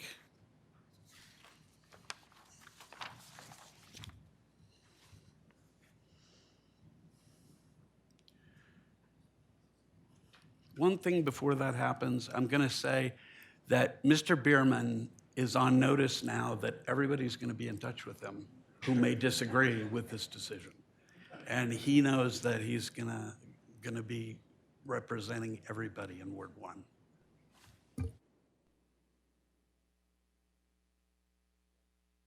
After me. I, Timothy Bierman, I, Timothy Bierman, do solemnly swear do solemnly swear that I will support the Constitution of the United States of America, that I will support the Constitution of the United States of America, the Constitution of the State of Colorado, the Constitution of the State of Colorado, the ordinances and home rule charter of the City of Louisville, Colorado, the ordinances and the Home Rule Charter of the City of Louisville, Colorado, and faithfully perform the duties and faithfully perform the duties of the office of City Council Ward 1, of the office of City Council Ward 1, upon which I am about to enter. on which I am about to enter. Congratulations. Thank you.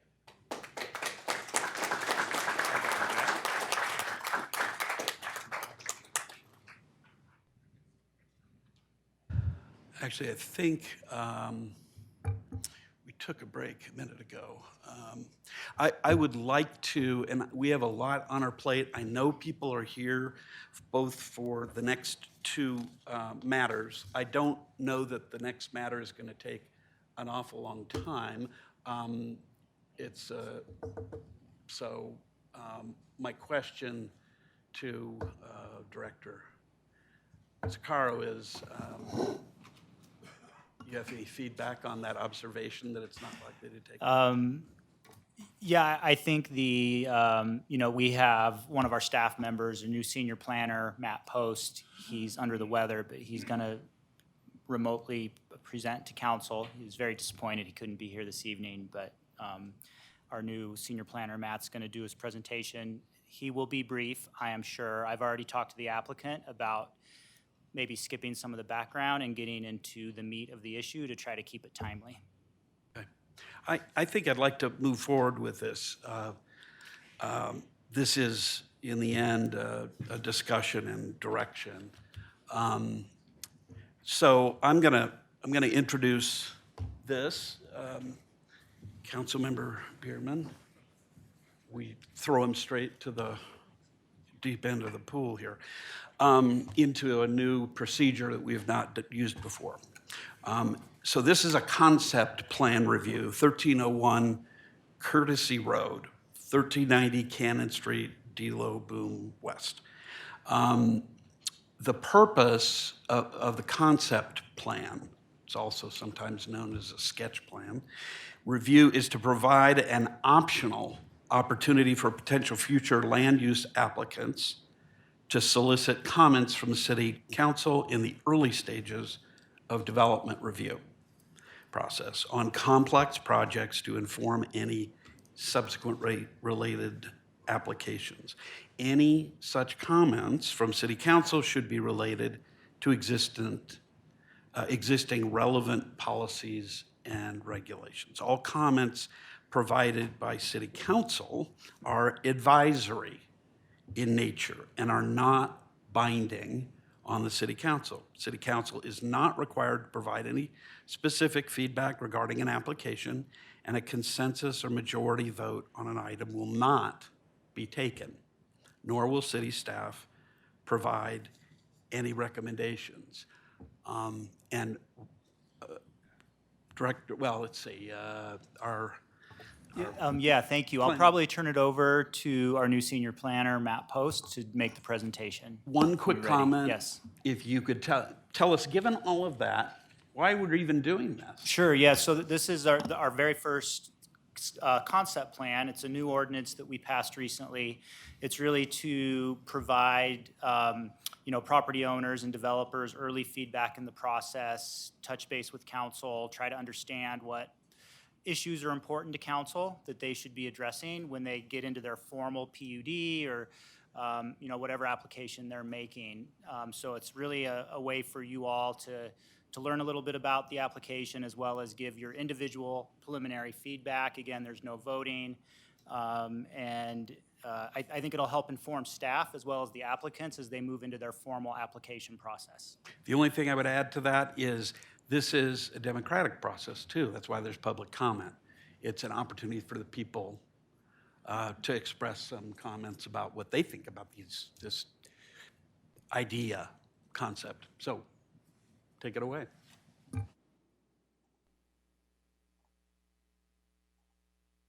Great, thank you, Mayor and councilors. My name is Matt Post. I'm a new senior planner on staff on the community development team here. As Rob indicated, I'm under the weather this evening, so I spared council chambers of my presence. We'll be considering tonight a concept plan for Delo Boom, otherwise known as Delo West, in the area generally located at 1301 Courtesy Road and 1390 Cannon Street. As the mayor and Rob mentioned, this is the first ever concept plan review presented to City Council. Quick refresher on that. That was adopted by City Council in late October of last year. And it is just an optional process that the applicant can choose to undertake. And again, the purpose of that is to solicit feedback from the City Council and the public prior to developing a formal land use application, which would be the subsequent process following this concept plan review. As the mayor mentioned, the City Council is not required to provide specific feedback, and a consensus or majority vote will not be taken. All comments provided by the City Council are not binding on the City Council and are advisory in nature, and no other boards or commissions have commented or reviewed this proposal, commented on or reviewed this proposal, and additionally, staff have not provided a recommendation on this proposal. The collection of sites that we're considering today is a 4.39 acre property located in the mixed use residential zone district, seen here on the graphic highlighted in yellow. The properties were rezoned from industrial and commercial community mixed use to mixed use residential in 2015 and 2023. So again, the properties are zoned mixed use residential. Current conditions on the site, the property is improved with multiple structures supporting industrial, warehouse, and office uses. The subject site is located in the Highway 42 urban renewal area and is subject to the urban renewal plan. The urban renewal plan is intended to reduce, eliminate, and prevent the spread of light, stimulate growth and reinvestment, and promote local objectives in regard to land uses. The city created a mixed-use overlay district in 2007 to implement the adopted Highway 42 revitalization plan. And essentially what that created was a mandatory rezone area. And the way that works is anytime a new use or development is proposed in the mandatory rezone area or the Highway 42 revitalization area, the applicant shall first apply for a rezone to rezone to either MUR or CCMU, both mixed use zone districts. And so in 2015, the property was rezoned from industrial to CCMU and MUR, displayed here in the graphic on the right. In 2016, the city approved a final plat and planned unit development for 41 townhouses. Permits were never pulled for that approval, and subsequently the PUD expired. Continuing on with site history, in 2022, a planned unit development was submitted for 66 dwelling units in 2 multifamily buildings and 1 commercial building. That application was denied by City Council. Then in 2023, the eastern 2.47 acres of the property was rezoned from CCMU, commercial community mixed use, to mixed use residential, again seen in the highlighted yellow graphic on the right of the screen. The concept plan itself, which was presented to staff and is being presented to City Council now, includes 135 total dwelling units dispersed amongst 36 townhouses and the rest in a 3-story apartment building directly adjacent to Highway 42. The current density calculation on the property is 25 dwelling units per acre. You may reference the 4.39 acre site reference that was made earlier and wonder how that happened. Or the 25 dwelling units per acre comes around. The density is calculated in accordance with a specific section of the Louisville Municipal Code that allows for the area of the property to incorporate up to half of the right-of-way directly adjacent to the property. So when we utilize the code to find that density calculation, that's where we come up with the 25 dwelling units per acre. The site has 193 parking spaces and is parked appropriately and per code, and also includes a 4,000 square foot retail space in the apartment building for a mixed use building. Assuming the applicant moves forward following the concept plan review, they will be subject to a number of regulations and policies as related to land use and development design. First is the mixed use development design standards and guidelines, which are a comprehensive set of standards and dimensional requirements, including architectural design guidelines that development will have to meet. Title 17 of the Louisville Municipal Code will be applied. It's our zoning code. Title 16 of the Louisville Municipal Code will also apply. That is our subdivision ordinance or our subdivision code. This property will require further subdivision based on the existing property layout and the proposed buildings. In addition to those three ordinances or provisions, we will review any proposal in accordance with our citywide plans, and that would include our comprehensive plan, transportation master plan, Future 42, the Highway 42 revitalization area framework plan, and then our parks, recreation, open space and trails comprehensive master plan. So staff and the applicant have identified a few key issues to consider this evening, again, for the benefit of the applicant to receive that advisory feedback from City Council. The first would be density.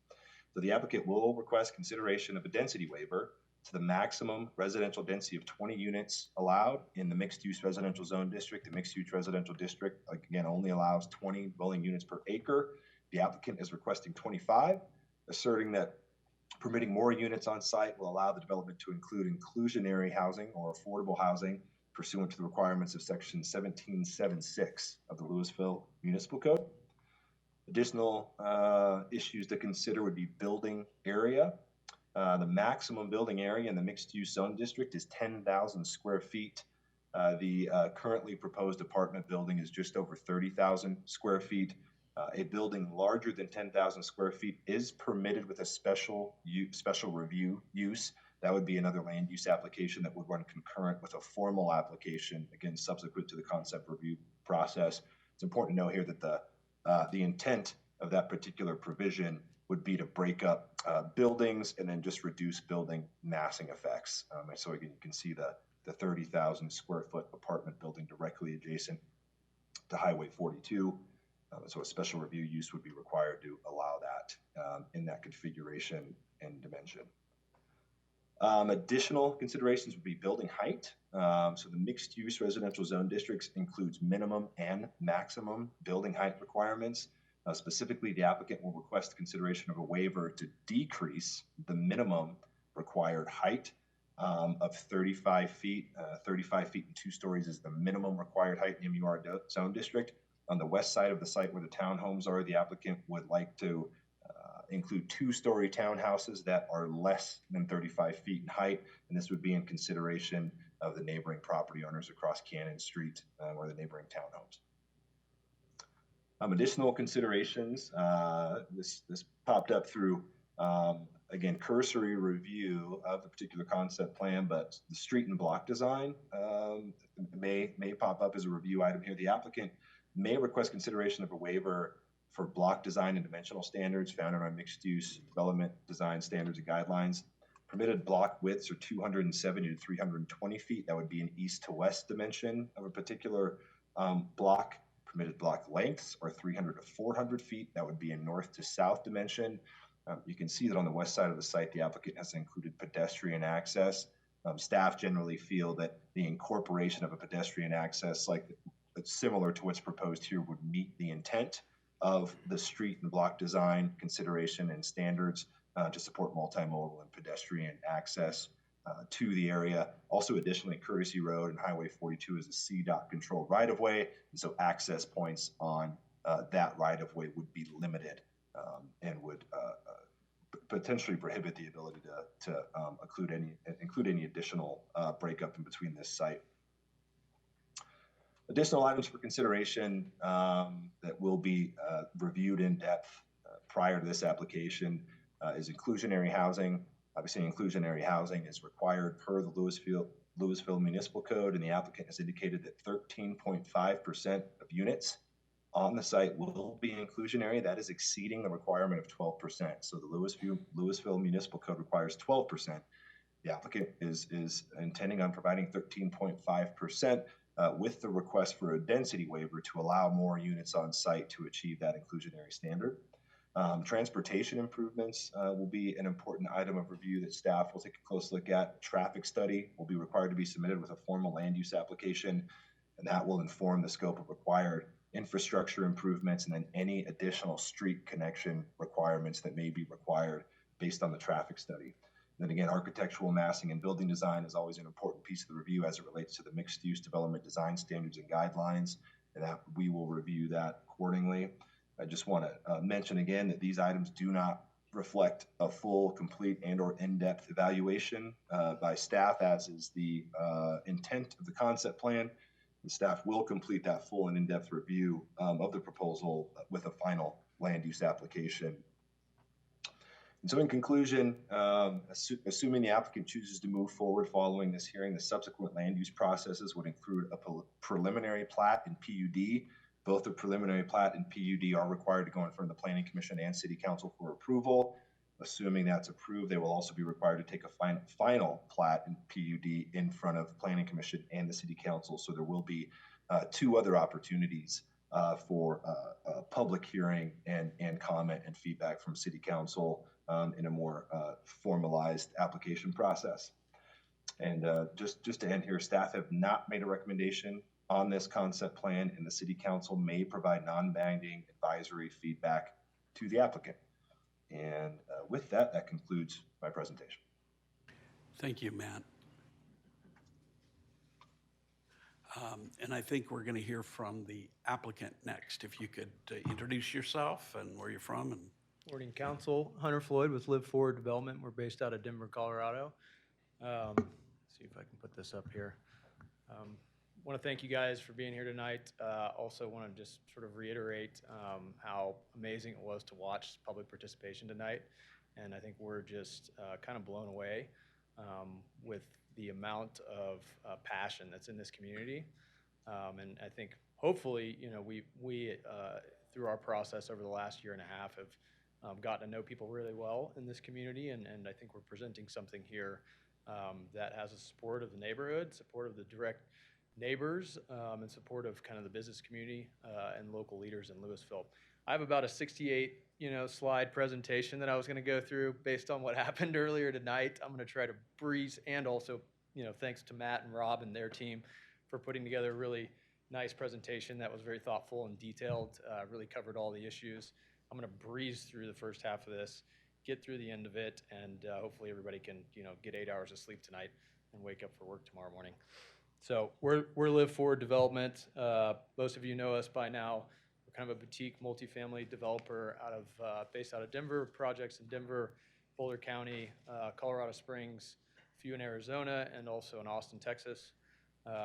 This is our primary team. And then we have a design team now pushing forward this project, a really talented group of designers, Kephart as our architect, Norris Design as a landscape architect, Energetics is our energy and sustainability consultant, and then Raptors, our civil engineer. I will breeze through this. You've kind of seen this already, but we build high-impact, low-intensity housing on infill sites primarily. This is kind of what we do. We get into communities. We try to come up with thoughtful solutions on infill sites that kind of meet the needs of the community and the overall goals of the leadership in that community. These are just some projects and some examples of the projects we've done. Try to go through this quickly. Matt really kind of touched on all of this: site history, site location, the fact that we're within the Highway 42 framework plan, which is as envisioned, a primarily residential mixed-use area in the city. I think we're meeting that plan. Matt maybe touched on this slightly too. There's some work in progress along Highway 42 that I think we're going to have some collaboration with CDOT and the civil teams there that is important to note. That Highway 42 is changing to a multimodal transportation network. Over the years we'll have bike lanes, a median in front of us on 42 at the boulevard, and a much more pedestrian and bike-friendly transit corridor. Already touched on, we went through a rezone last year. We were unanimous in our approval of that rezone last October. We have done a lot of community engagement.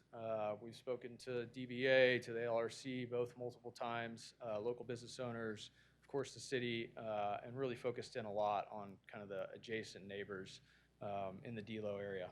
A few of the things that came out of some visioning sessions, just as a reminder, kind of for our, that sort of drove some of the decisions that we made in the early design process of what we wanted to do here. Concerns about lack of green space and space for dogs. There was a concern about high-density, sort of three-story apartments along Cannon Street, immediately across the street from the townhomes. There was a lot of concern about retail, commercial viability on the site. A lot of this was pre our rezone, and at that point, the site was zoned for commercial use. Traffic and safety, always a concern with any development, any city, don't care where it is, but certainly we were made aware of that. Connectivity, I think street connectivity, pedestrian connectivity in the area, and then some requests were affordable housing, amenities, making sure that it's amenity rich, outdoor space for dogs, very, very important thing to the residents in this area, a lot of dog owners anywhere in Colorado, and then kind of a more compatible use of the site, which currently is a steel fabricator and kind of warehousing. And then we came up with some goals out of it. Number one being sustainability, local sense of place and walkability, and then a connected community and street connectivity. We had a lot of letters of support. All right, on to the plan. Matt's already shown this to some degree. Just wanted to kind of give a quick, brief overview of what we're trying to do here. I think we're blending scale and density and different product types across the site where we have townhouses along Cannon Street that sort of match the density of the townhouses on the other side of Cannon Street. We think that is an appropriate scale there. We believe the neighborhood is certainly in support of that. And we also think that those townhouses provide a rental option in Louisville that doesn't exist, particularly with a sort of professionally managed property. That will be great for families that, frankly, we'll get into this later, but can't afford a $830,000 home, which is the average home price in Louisville. As you go across the site, on the eastern side, we've kind of upped the density a little bit and shown three-story apartment building on that side. We feel like we've come up with a really interesting solution here that prioritizes the outdoor space and sort of social green spaces in the site. So you can see green space in between the townhouses where we envision families and kids and residents sort of interacting out there, as well as in some sort of outdoor areas that are interspersed with pedestrian connectivity. A kind of pocket park on the south side of the site that opens up to Cannon and kind of extends Nowotny Park, which is on the other side of the site. And then Caledonia, I think, which is really important on the south end, a new thoroughfare, a new street that will connect Cannon Street to Highway 42 and provide another option for traffic in the area. Some of the project benefits, highlights, sustainable, compact infill development, smart development that supports the businesses on Main Street, supports pedestrian activity, supports walkability, supports, I think, the protection of open space on the outskirts of the city in an infill site that's already developed with a lot of impervious cover and frankly at one point was an explosive testing facility. So we think we're providing a much more compatible use here and at the same time kind of protecting open space. Adding green space to the area, extending kind of some pocket parks, adding more kind of liveliness to the local neighborhood. I can kind of skip through this, but I think you guys are plenty well aware of sustainable development and kind of what we're talking about here. Just as a reminder, transportation is the biggest greenhouse gas contributor at 29%. I think projects like this increase or decrease the use of cars. Ultimately, these residents can walk from the Delo area through the infrastructure investment that you all made with the railroad underpass directly to Main Street, to the retailers in the area too. And frankly, you can actually walk to it. This is one of the few sites where you could live and walk to a grocery store down the street, King Soopers. All right, so bulk of it, hopefully I've tried to go through that as quickly as possible. Matt brought up a lot of these, but the sort of the 6 things that we really want to talk about that we think are the most important discussion topics. Really, it's kind of the last 3 or 4. The first 2 being building area and height, he went through. the site, kind of what right-sizing the commercial space and the retail space here. The IECC Appendix RC, which is the net zero appendix, that was adopted in the city of Louisville, and then of course affordable housing. So this expands on what Matt talked about earlier and just kind of puts some numbers to it. On the west side of the site with the townhomes, we're currently at 28 feet. That's under your 35 feet. We're doing that because we think it fits with the community and it's sort of reflecting the conversations we've had with residents along Cannon Street. And then the density sort of, or the height actually, expands and increases as you go across towards the bigger thoroughfare Highway 42. So we're asking for potentially a waiver for the minimum height to be met, and we're really close on the apartment side, mostly because this site has a lot of grade to it, and we have to calculate the building height based on the four corners of the building. And so even though we're only 3 stories, we're getting really close to that 45-foot height. We don't know if we're going to need that waiver, but wanted to kind of bring it up and get it into the discussion. Building area, the building, the apartment building, we're showing about a 30,000 square foot floor plate. I think the intent of the code to reduce the floor plates is really to make sure that you don't have long blank walls along city streets that sort of decrease pedestrian friendliness and just kind of the aesthetic value of the city. So what we're intending to do is definitely provide a lot of animation in that elevation, provide setbacks in the elevation to, I think, meet the intent of that code without actually decreasing the size of the building. If we decrease the size of the building, we're actually building to a lesser sort of piece of the building code with less fire ratings.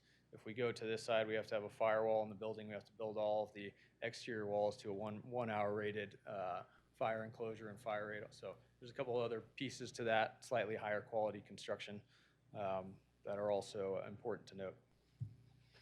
Density, of course, this is a big topic of discussion with any kind of, I think, compact development. We're asking for what we think is a pretty light increase in density. And we think we really from the get-go, and I'll flip to the next slide, this was kind of some of the early imagery we showed the neighborhood and received a lot of support kind of diagramming this out and showing, we would be 20 units an acre on the west side and call it 30 on the east side. And so blended, we end up at about 25.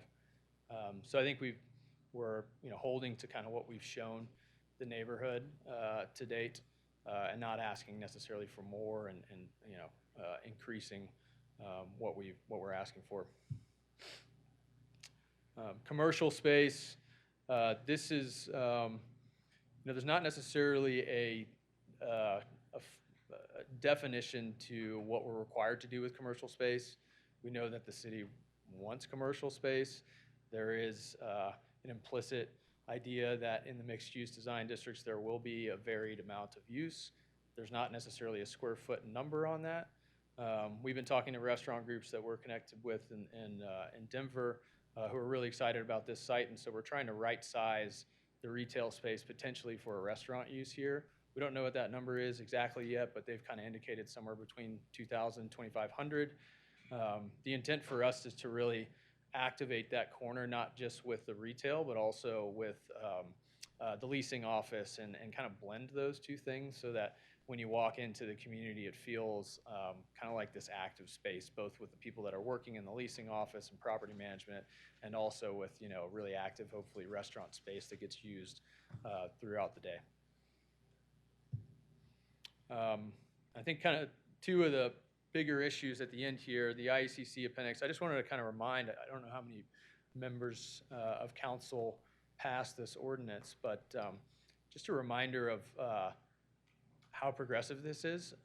We certainly would love to build everything we can to a net zero requirement, but there are 0 multifamily communities in the entire country that are LEED 0. There are very, very few that are net zero, and Louisville is the only municipality in the entire country that has adopted the net zero appendix, which is great, and I applaud you guys for it, but it also makes it very challenging in what is currently a really difficult time to finance projects. This adds a lot of cost, $25,000 to $40,000 a unit, which if you're $30,000 a unit in added cost, that adds about $230 a month to each tenant, to each unit. So, you know, when we get in, the next topic of discussion is affordability. Unfortunately, these two things are opposing forces. One costs a lot more and the other one sort of takes out revenue. So just wanted to, I think we're asking kind of for help into what's more important to the city. You know, we're going to build a really sustainable project that's built to a very tight energy code regardless. Can we build it to net zero and provide affordable housing? Very, very challenging. So wanted to kind of get your help and feedback on these two items as we go forward. It's just a little data on the amount of net zero buildings are in the country. In multifamily, there are currently 5, according to the New Buildings Institute, nationwide. In Colorado, there are 3 in all building types, and there are 0 in multifamily. There are 3 emerging projects in multifamily. I'm not sure exactly what stage they're at, but they're not approved yet in terms of their certification. And then lastly, you know, the topic about affordable housing. We've offered up an increase beyond what the city has required us at 12%. And, you know, we're ultimately providing 18 units between 60% AMI and 80% AMI. Those units, you know, well, let me talk about this first, and then I'll get into that. In Louisville, as I think you're all aware, housing costs have skyrocketed. The average home price is $830,000. That equates to about $7,800 a month in mortgage and PMI, and that's with a 5%, $40,000 down payment. So all 3 of those things are very difficult for most people to attain, certainly those that work in Louisville. And average multifamily rent in comparison is just under $2,000 a month, $1,961. In comparison, even just market rate multifamily, clearly a much more attainable housing typology for people in the community. These are from the housing study that you guys completed last year. Just kind of as a reminder, the mix in Louisville is pretty low in terms of multifamily and what they call plex housing, duplexes, fourplexes, kind of townhouses like we're mixing in, and very heavy on single family. And your workforce in the area in the Front Range is the lowest amount of people live and work in Louisville. So only 7% of workers can live in the jurisdiction. Median household income, you know, has gone up significantly in Louisville over the years, really kind of changed the community to some extent, with your median household income at $125,000 currently. And average age has gone up. So this is just, I think, kind of a really good way to depict what we're talking about here. Average Boulder County firefighter salary is about $85,000 a year. Typically, the metric used to determine where rent should be is 30% of your gross income. 30% of your income on a monthly basis is about $2,125 a month for a firefighter. Certainly, we'll have quite a few units that are under that requirement or in or around that requirement, both within the affordable units and some within the just market rate units as well. And then, you know, as another comparison, a teacher makes about $61,000 a year, and their 30% rent number is about $1,500, $1,525. A 1-bedroom in this community would go for about $1,600, and a studio would go for about $1,500. So, you know, these units are attainable pricing for kind of middle class working people in Boulder County and Louisville, and people that work on Main Street and people that work in public service, whereas currently there are not a lot of options for them to live within the city. And that's it. I tried to go as quickly as I could in respect to everybody here and kind of what we've been through tonight. But wanted to get feedback and we're excited to continue this process with you guys. Thank you very much. This is a brand new flavor of process for us. So I will put it open for questions. Would council members like to have clarifying questions either for the applicant or for Matt? Yep. Councilmember Kern. Thank you very much. I'll say it again, like I said it a couple of months ago.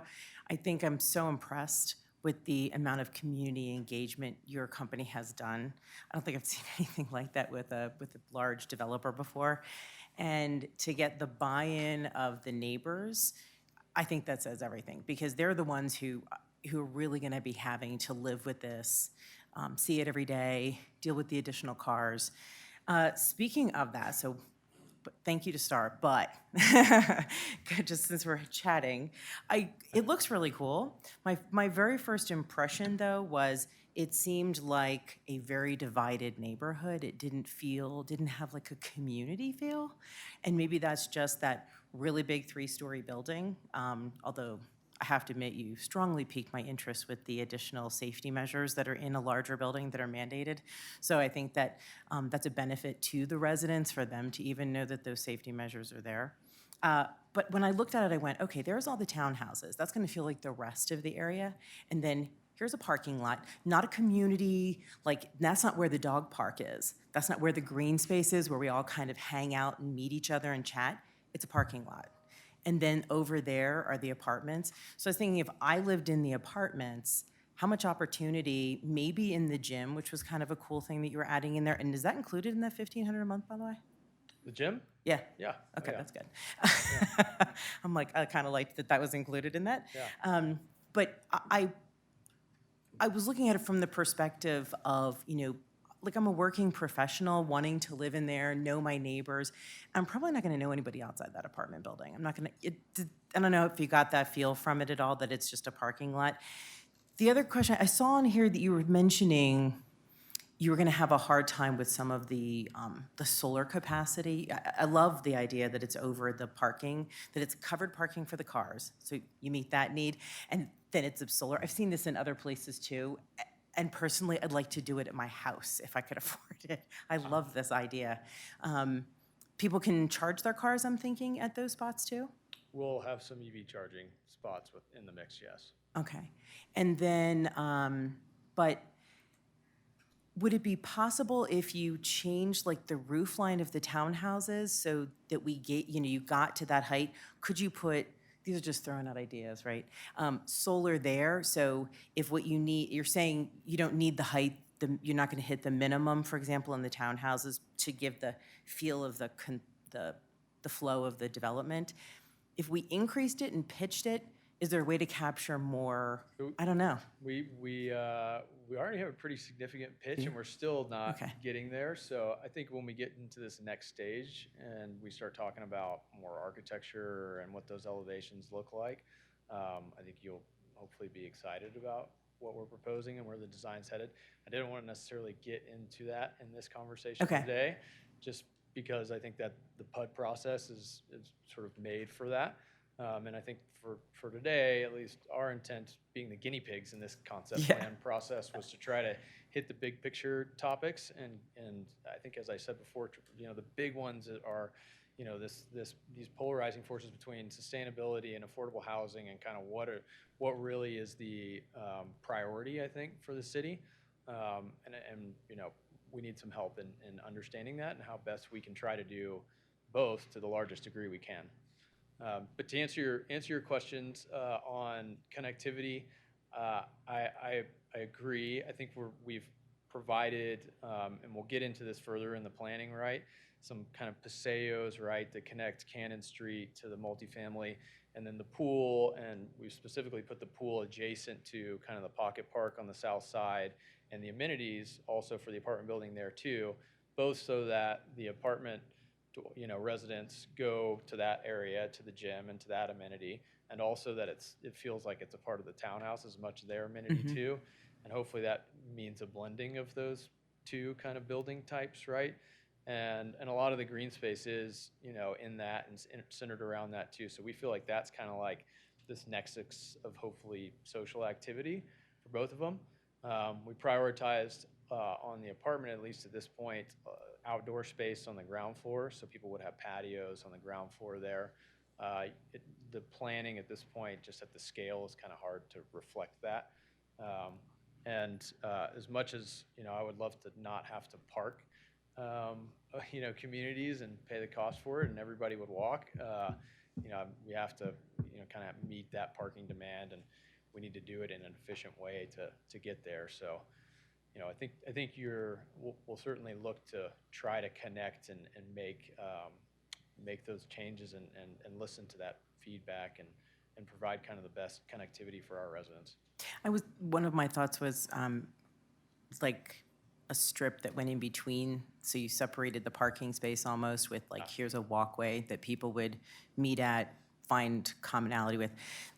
Speaking of the parking, do you think we're a little shy? Is there really enough parking for residents and then visitors that would come? So we're at, I think Matt and I had a little bit of a discrepancy. We're at, I think, 206 parking spaces, so we're right at the parking requirement right now. And that does not include any of the on-street parking along Cannon Street. And that on-street parking along Cannon Street is provided for guests, visitors. So we're currently meeting it. I think Louisville's parking requirement, although you guys are really progressive in sort of sustainability and other manners, the parking requirement is not necessarily the most progressive. It's essentially one per bedroom currently. I think generally our intent is to provide about 1.5 spaces per units. They happen to be pretty close in this instance, so I think market and the requirement are pretty similar. But there could be a discussion at some point that the neighborhood wants a little bit more, or we feel like we need a little bit less, or you guys are okay with a little bit less parking. We're really close to the number right now. Okay.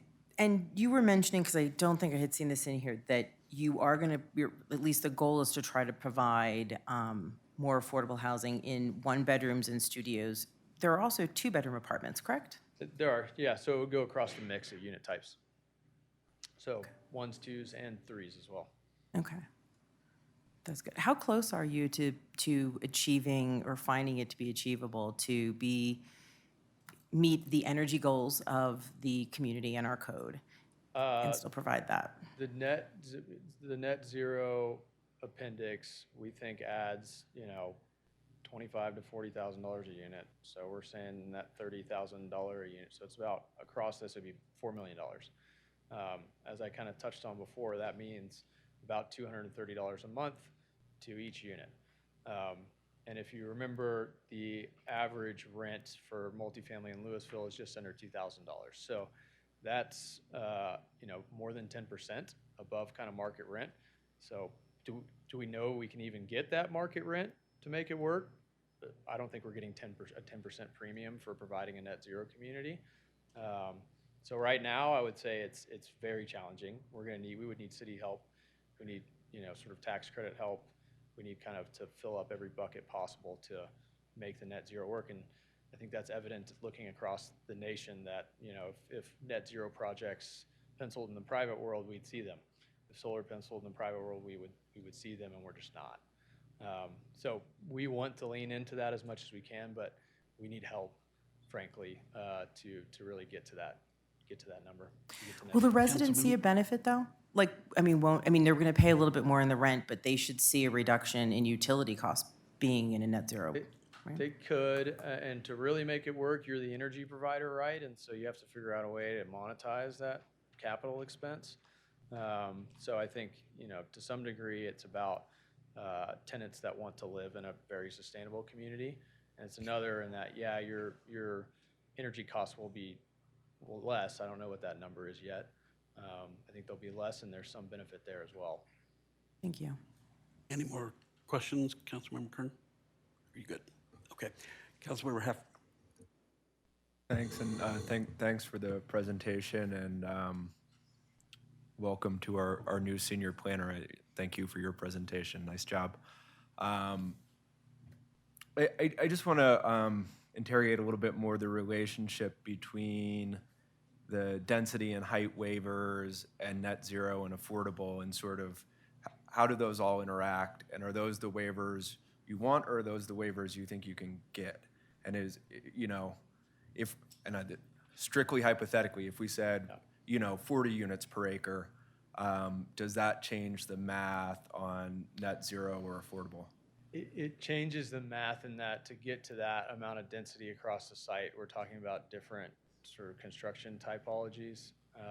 So we're building structured parking, that adds cost as well. We get, you know, potentially significantly more units, but I don't think it's enough to get us to, you know, I think we would need a 300 unit deal here to really get us to something close that meets the market for net zero. And I don't think that's what we've sold the community or had conversations with in the community. You know, if we looked at it at a completely blank slate, that's how we would look at it, right? We'd say this is a structured parking wrap construction project. But, you know, in the history of the site and sort of the failure of the previous developer and then our conversations with the community, you know, we feel like we've come up with the right solution there. So, you know, adding density doesn't, over that 25 or maybe 30 units an acre, doesn't necessarily help us that much. The one thing that it could help with is maybe smaller units. And then in tandem to do that, we would need a parking reduction. Otherwise, like I said, then you have to go into building structured parking, and that cost gets passed on as well. Sure.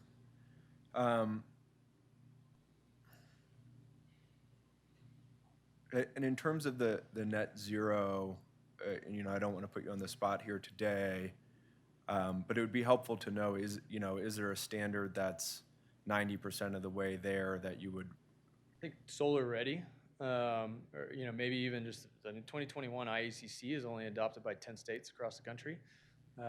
It's a very progressive energy code as it is. We have to build to a really high standard as it is, which is just great.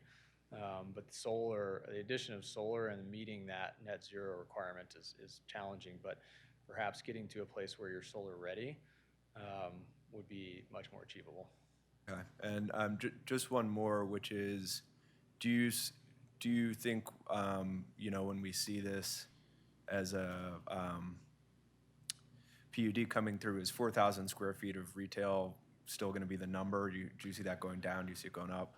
I think, you know, it's going to be about right sizing with this particular tenant, and we want to make sure that we're meeting that. So I think right now we're showing 3,100 square feet in the current plan. Okay. That's just kind of how it ended up working out in the building. I think the tenant that we're talking to wants less than that. I do feel like we have support of the community and that they've been very concerned about, number one, competing with Main Street with additional restaurants and retail. And places like Empire have, you know, gone out of business, and other places on Main Street are maybe struggling a little bit. So I think, you know, the viability of retail in that location without a signalized intersection and only right in, right out access ultimately, when Highway 42 is built out with a median in the middle, I think limits the amount of retail that we could do there. What that number is, I can't necessarily speak to, but like I said, somewhere in the 2,500 to 3,500 square foot range, I think is probably where we would like to end up. Great. That's really helpful. Thank you. Actually, my questions have just been answered by the previous two. Yeah, thank you. Mayor Pro Tem. I think mine are probably more headed towards the comment now and less questions.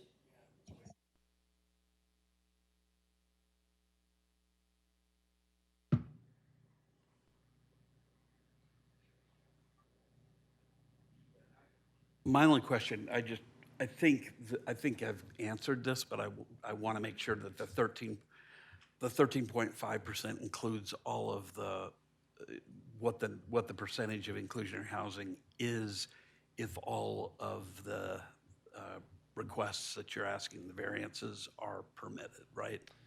Yes, Okay. and this is interesting, right? Because this is a kind of a little bit of a nebulous conversation in this concept plan. There's no teeth that comes out of it, and so from our perspective, we're thinking this is just a good opportunity, one, to be your guinea pig, and two, to have a little bit of a negotiation on where you think the numbers should be, and kind of have a push and pull as we go forward.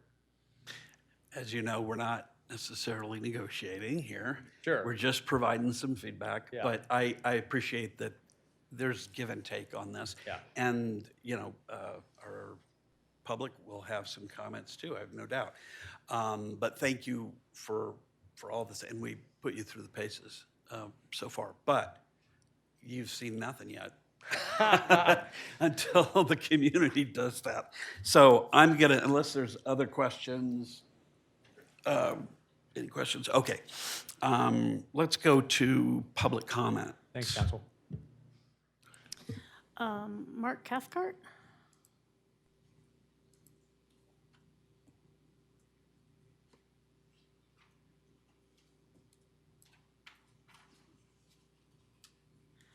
Mark, you need to unmute on your end?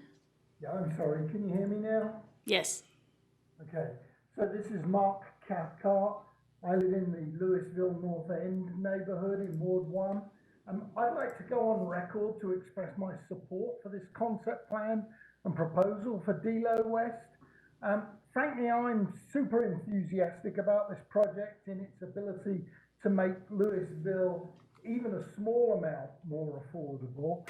And I'm surprised how much the developer has been able to cram into this plan. I have to say though, I remain astounded by how much parking space this concept plan has included. Frankly, electric cars won't save us.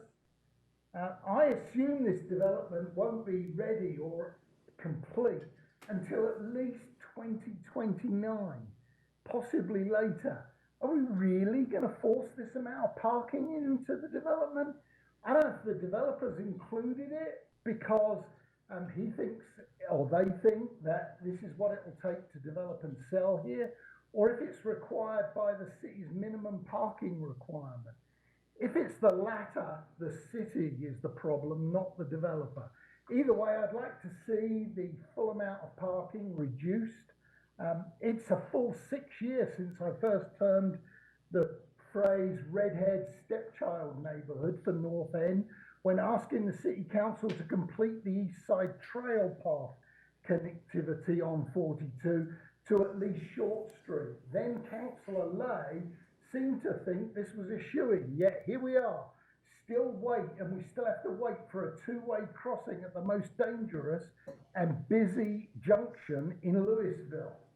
And the developer's telling us that this development is within walking distance of a grocery store.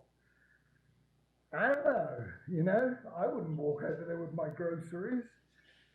Please consider what you can and should do for this developer to endorse the development, but reduce the amount of parking and make it walkable to King Soopers. Thank you, Mark. Next. Sherry Summer?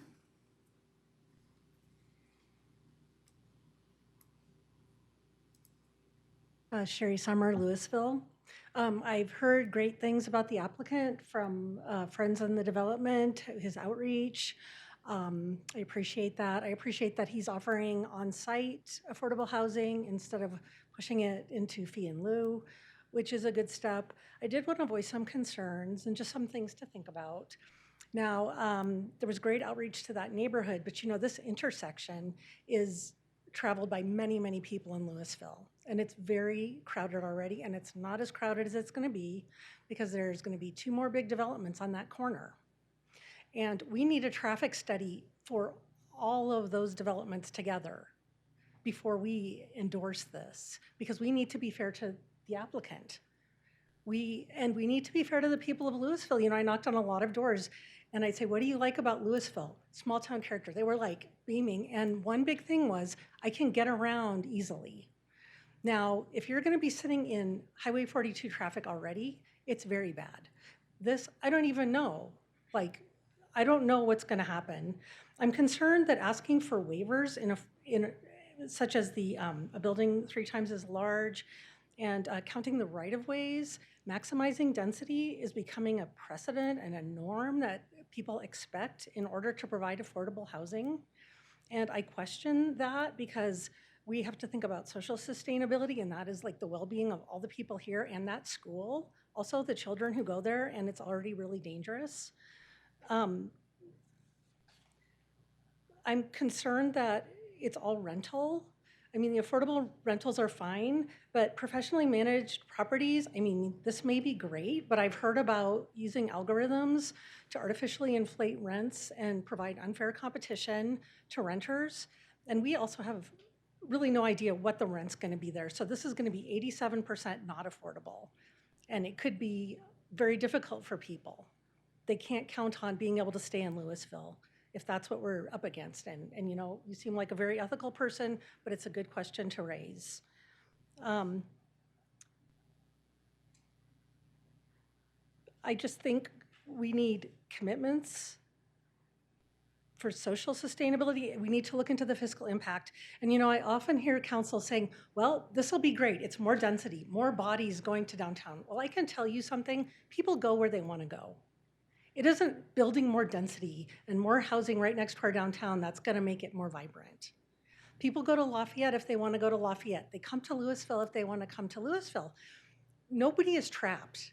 And so think about that, because we need to preserve our quality of life. We need to look at the fiscal impact, and we can't count on more density automatically increasing vibrancy downtown. Thank you. Thanks. Tamar Krantz.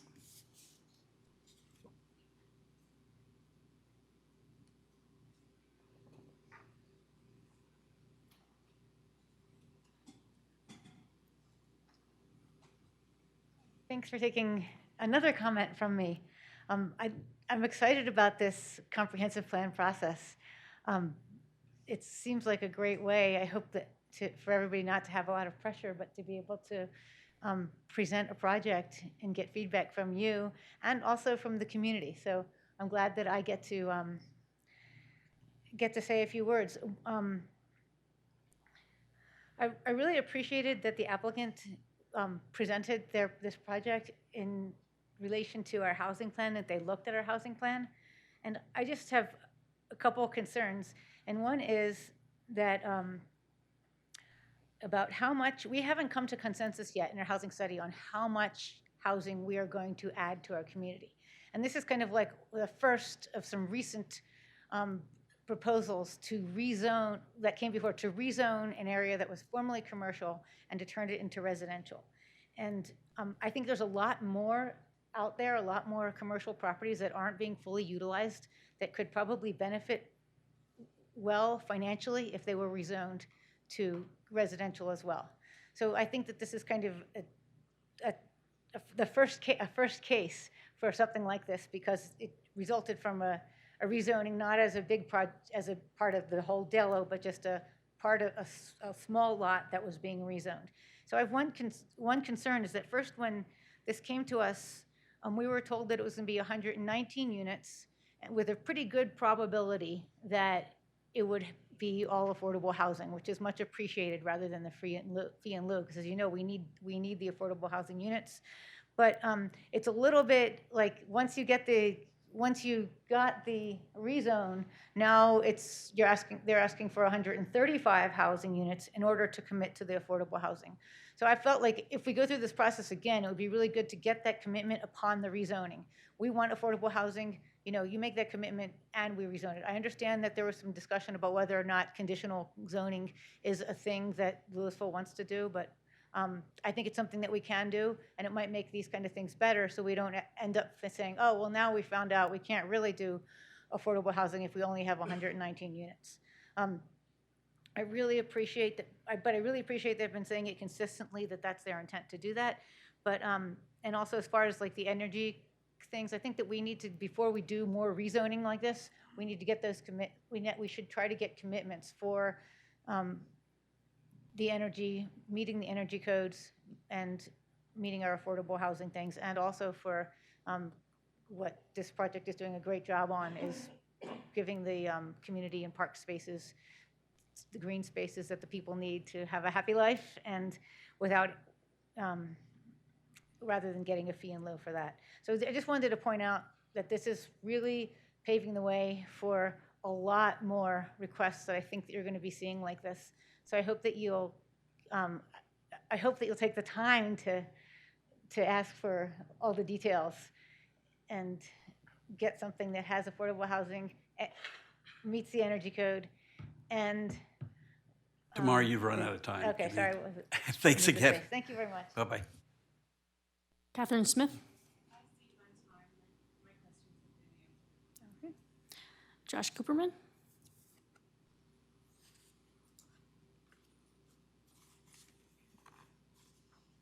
Josh Cooperman, I live in Louisville.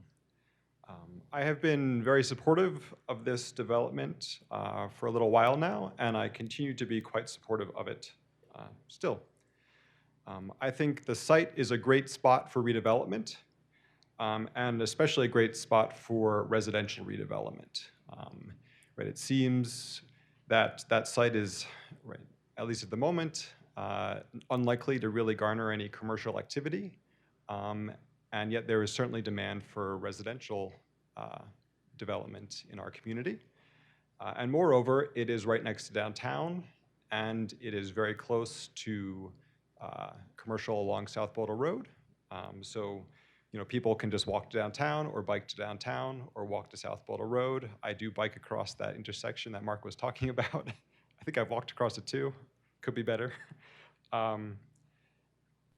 I've also been very supportive because it seems very likely that this development will bring some inclusionary housing to our community, which we very much need.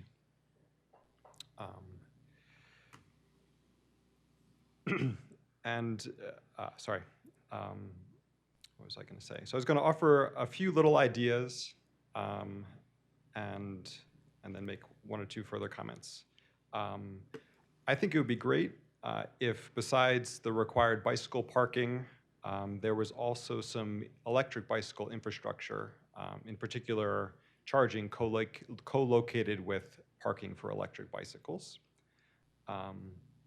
Another thing which might be nice to consider is a playground at the park. As far as I know, on the east side of the railroad tracks, there are no playgrounds in parks. I'd have to double check that, but I think that's true, or at least in that part of the city. Then one other thought, which came up a little bit, I don't know if it's really worthwhile considering, but you know, would it make any sense to consider underground structured parking to not only possibly allow for more living spaces, but also possibly for more green spaces? I understand that, you know, structured parking is very expensive, but maybe it's a thought to consider. And then two more comments. One is that I am very supportive of the city offering incentives so that we get possibly more inclusionary housing. And so one incentive that I would consider is allowing them to build fewer parking spots. I very much agree with Mark Cathcart on that point. You could consider other incentives as well. And finally, I would just like to point this out as a shining example of a developer engaging the public on their proposal. I think we should hope that every developer who comes before us does such a good job on that point. Thank you. Thanks, Josh.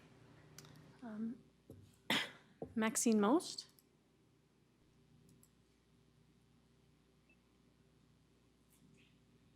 Yeah, I want to reiterate what Josh said on a couple of points. First of all, I'm so excited to see this process happening because we've been talking about it for a long time, and it's really a wonderful opportunity to have engagement with a developer that, as Josh mentioned, is, you know, very engaged with the community, and hopefully this is going to make it much easier for developers to do business with Louisville, which I think is going to be helpful because we do have areas that need redevelopment, and we do need more housing.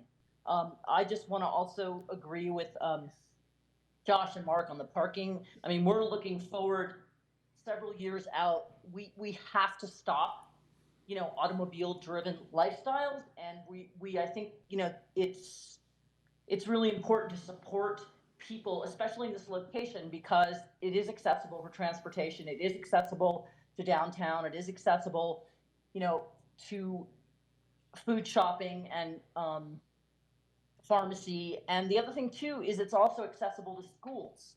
And that's another issue, particularly around inclusionary housing, because often inclusionary housing is not in locations where they have access to all those things. So I think that's really positive, but I would like to see us really rethink the kind of parking density we need. And I agree with Josh, if there's a way we can do underground parking, and I know that's a lot more expensive, but again, I think that's an opportunity for the community to offer incentives because it reduces the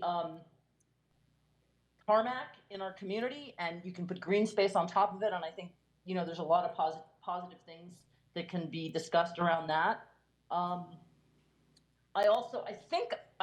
actually working on my computer tonight, so I think I heard you say something about, you know, some kind of small commercial in that area. And I've been saying this for years and years, which is, I think one of the mistakes we get into when we start thinking about should we have commercial with residential is people think about like a lot of space. They think if we have a lot of commercial space, that's going to generate a lot of revenue. And I am very committed, and I believe very strongly in areas like this, what we really need is small retail.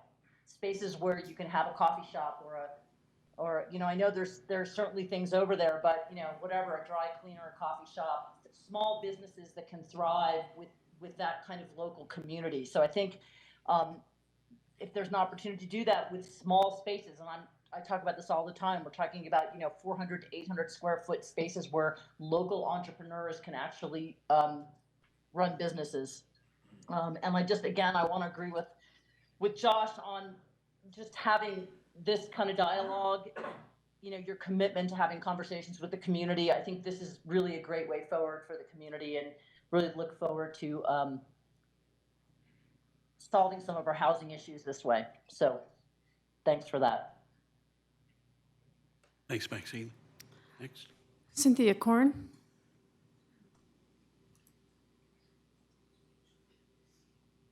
Hello, can you hear me? Yes, we can. Yes. Okay, hello everyone. I am Cynthia Korn. I co-own 1440 Cannon Street with my husband, just a block from this development. So first of all, I'm very supportive of the concept and the location.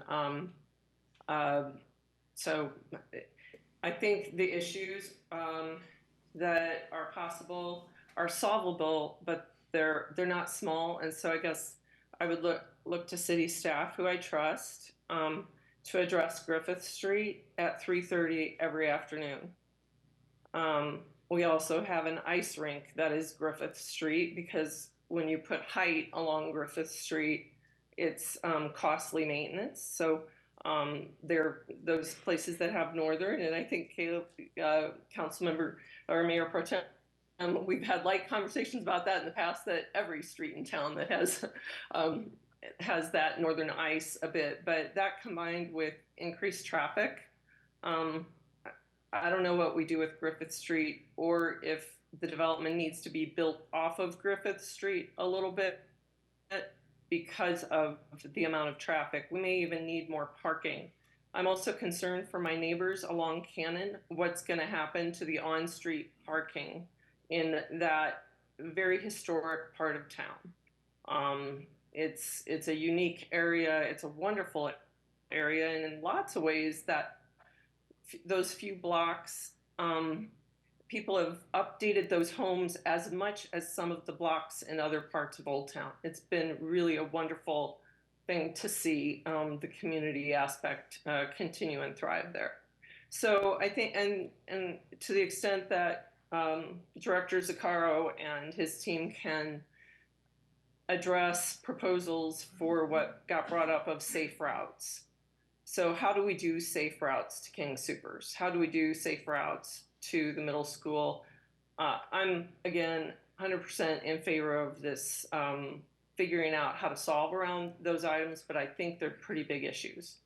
The safe routes to school, really want to support this though. We need to have young families who send their kids to schools and keep our community vibrant. So thank you to the developer. Welcome to Louisville. Look forward to being a neighbor to this development. Just need to figure out how to coexist. Thank you. Thank you. Okay. What I'd like to do, I appreciate the, we have one who just, we about ran over you there, Mike. You just got in under the wire. Sorry, thank you. I got caught up in listening. So, Really? Mike Dvorsky, 601 Pine Street. I am the neighbor next door to this project, and I do appreciate very much the approach that Live Forward has taken. Hunter himself and his team, very candid, very honest, with a great deal of integrity, and it's just been a pleasure to talk with them and work with them. My needs, they've been paramount throughout the whole process, last developer and the one before. I think I wrote you a little letter about a tale of three developers, and I'd like to think the third shot's the best. I like the fact that, well, I'll back up a step. My needs, back to that, I've asked for some access to be involved in Caledonia Street, to be an actual throughway, which they've created Caledonia. Even though the slides tonight didn't depict the access points, it's in the works with Hunter, and I'm confident that it will come to fruition before it hits the planning stage. So I'm very comfortable with our working relationship so far and where it's headed. The project itself, I like it. And I think everybody should. It brings needed housing. I'm a big proponent of owned, but in this climate, it's not going to happen and probably won't for another 3 to 5 years with our interest rates and where we're headed economically. So I think it's our best option. Parking, and Rob can qualify this, but I think a good model or case in point is the Delo complex. It runs catty corner on Lafayette Street, or what used to be the vacated Lafayette Street right off of Cannon. It's overparked. I can drive by there any time of day. It has plenty of parking left over. So if they were held to the same standard, I think it's a good example of the fact that they could probably get away with less parking on this project. Moving forward, we'll see what we get, but I look forward to it. Thank you. Thank you. All right. Here's what I'd like to do. I'd like to hold council responsible for minimizing the number of comments as far as they can do in their own discussions. I may not have any luck on that because this is an important process, but I think we've heard a lot of comments about the public, and we've heard some questions already. I want to hit a couple of real quick points. There was a comment about, well, are we supposed to deal with future rules or current rules? The way we do our concept plan right now, we're dealing with current rules. There may be different rules, particularly in connection with the comp plan. Parking rules are, something that I'm sure we're all going to look at during that process. But we're looking tonight just at the current rules. That's what the applicant is doing and we're talking about. We're not, as we said before, this is advisory in nature. We're not setting any precedent. We're not endorsing any plan. There's a lot of information that's going to be provided to us before this gets to the next step, and we're simply providing some needed initial information and some great public feedback. So with that, other comments council members have? Go ahead, Councilmember Hamilton. Much of what I was going to mention has already been addressed tonight. The only thing I'll add is regarding the building codes for energy. I think it's worthwhile, to Councilmember Hefner's point, to investigate what could be achievable. I think sometimes we put these ordinances and codes in place with the best of intention, but then when we get out there in the real world and try to do them, it can maybe be a little bit challenging. So I'm open to those conversations. And the example I give is the inclusionary housing. We've seen multiple fee and lieu's because they're like, yeah, we got to reach a certain density before it's reasonable for us to do that. So that's the only thing I'll add is to be creative about the energy code and what we can do to get as far as we can. And still meet the inclusionary housing goal as well. I don't see them having to be one or the other. I think we can make progress on both. Councilmember Hefner. Yeah, I'll be brief, and I think we're using this time for sort of discussion and direction, right? And the direction I would give from where I sit is, I think we'll get comfortable with the SRU and the density waiver and the height waiver if the project shows up with the affordable and if it shows up with this level of community support, at least from where I sit, that those will be relatively easy decisions. Thank you. Mayor Pro Tem? Thanks. Yeah, it's fun new experience doing concept plan and what we can do tonight. But I think the 20 units per acre is an anti-affordable housing rule that we have on the books, right? It makes it difficult.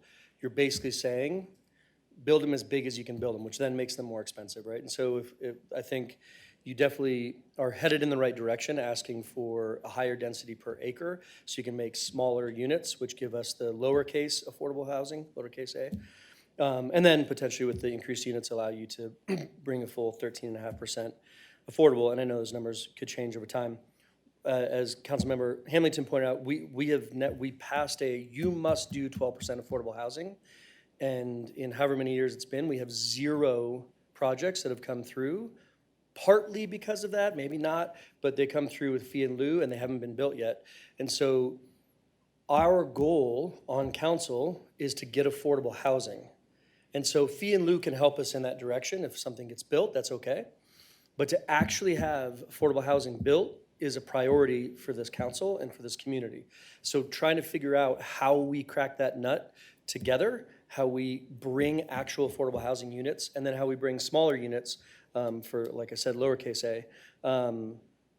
Those are the kind of future negotiations we're looking to get involved in. And I think I agree in general with the parking issue. We overpark. It's Rob, 20 years? How old is our parking rule? 30 years? Well, so this is the mixed-use design standards, which were adopted, I'm going to say around 2008, maybe. Okay, Yeah. so a little 16 years. But you are building in this one in particular, in a walkable area where you're trying to create a product that is, you don't need a vehicle. You literally can walk to a grocery store and walk to Main Street and walk to all those things and walk to parks. You're right across the street from trails forever. So I think coming with that negotiated, less parking and more, and what we have to be serious about as a city and as a community is budgetary and working with the LRC as well is how do we get these things done? How do we partner with these people to incentivize?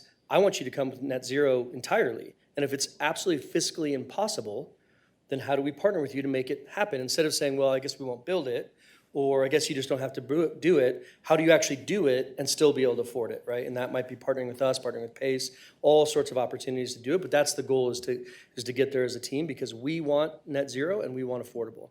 And so we want to work with builders that want to do that. So I appreciate you bringing that energy to this project. Thank you. Councilmember Fahey. Thank you. Yes, I will build on what was just said. I also think that affordable homes is a very high priority, as is sustainability.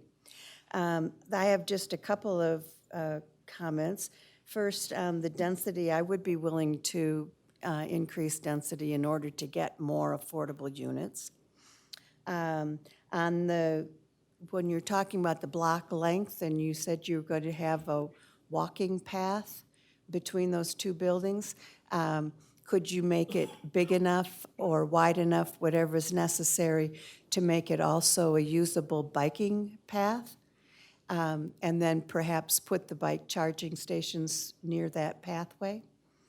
And then for sustainability, you say that you can't afford to do the solar panels, but could you make the roofs flat and make them green roofs?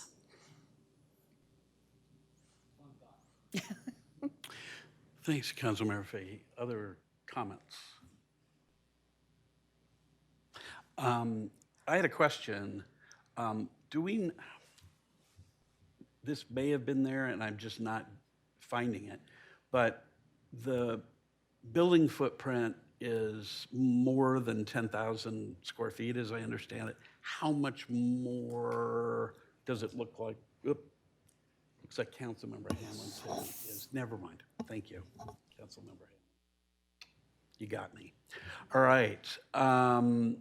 So I don't have a question. I think one of the things about this is the activation piece of it is something that's really important. I think the more you can do to help this area be activated for people to move, to go to downtown, I think the better.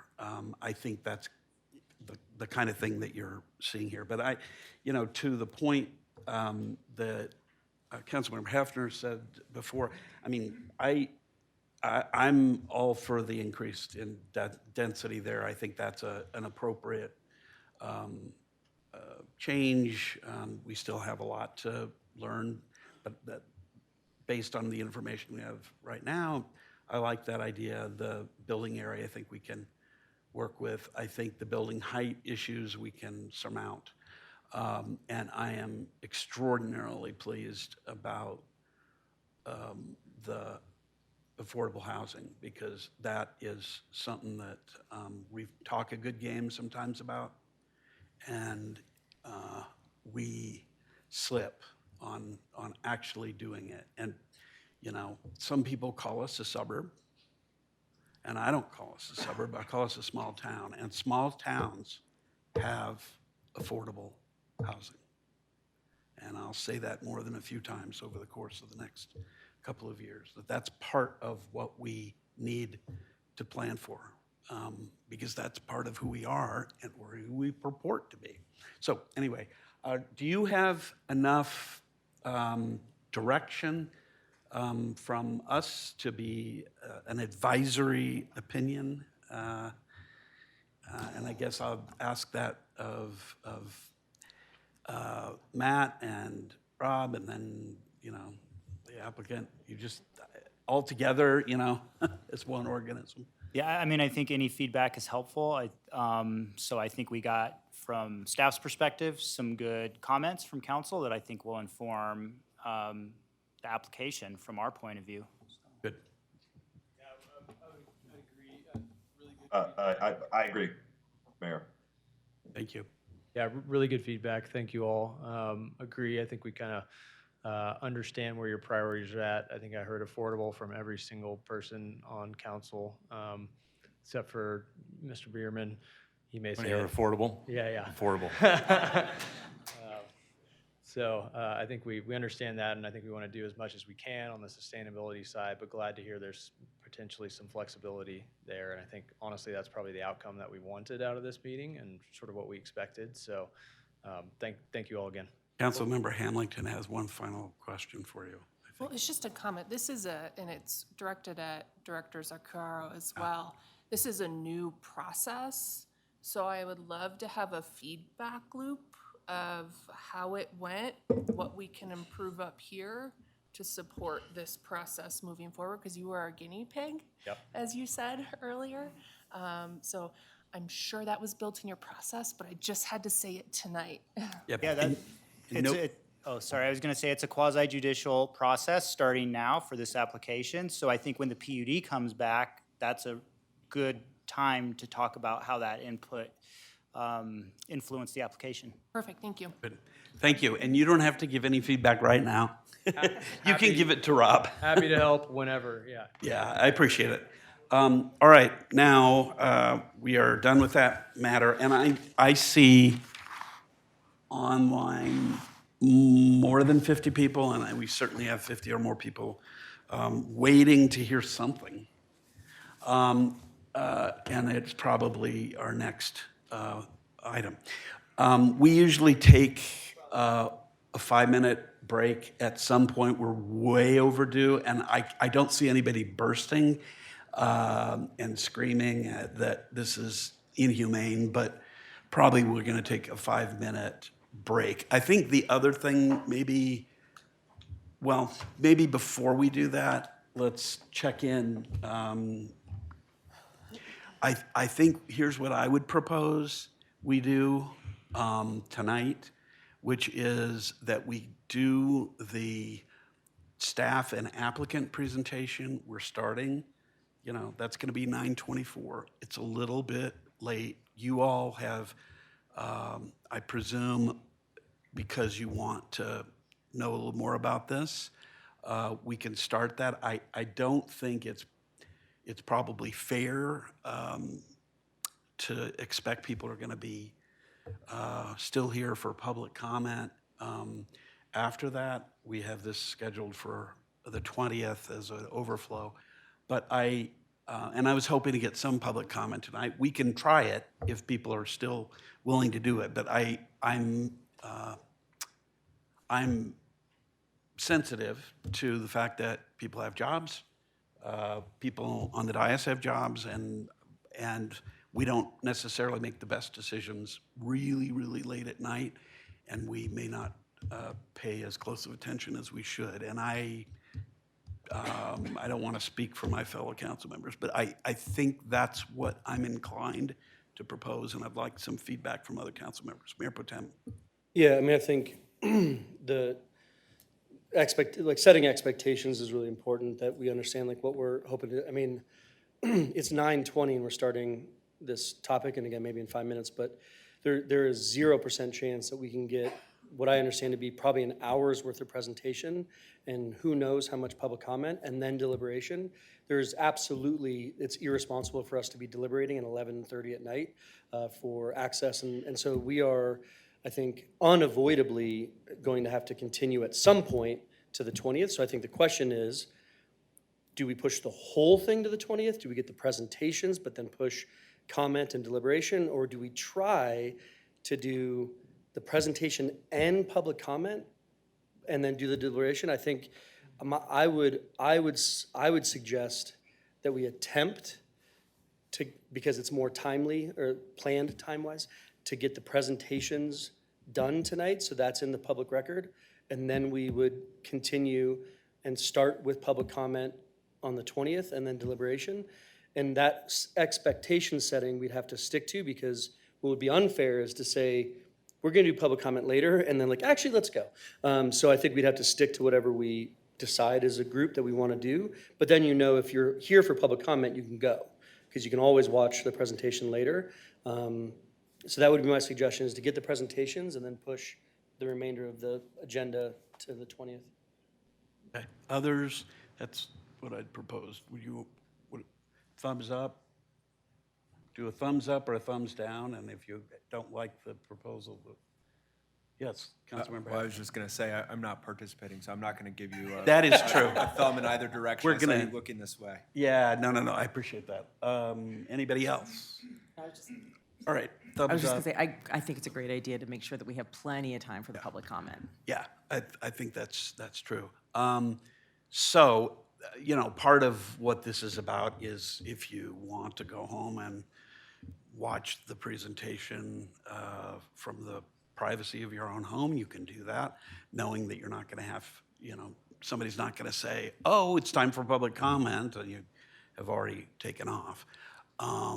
But I want to make sure the expectations are very clear. And after the break, I want to just lay the groundwork, and then staff presentation will come, and the applicant has a presentation too. So let's take 5 minutes. It is now 9:23. We'll come back at 9:28.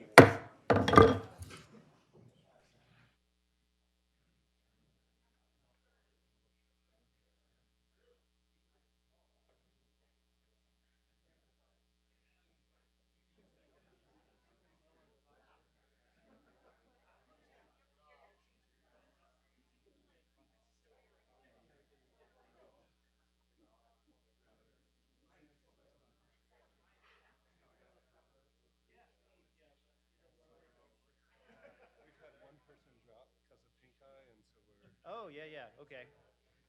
So Luke's gonna fill in, and I just want him to be. Okay. Let me turn it, Whoop, that was it, sorry.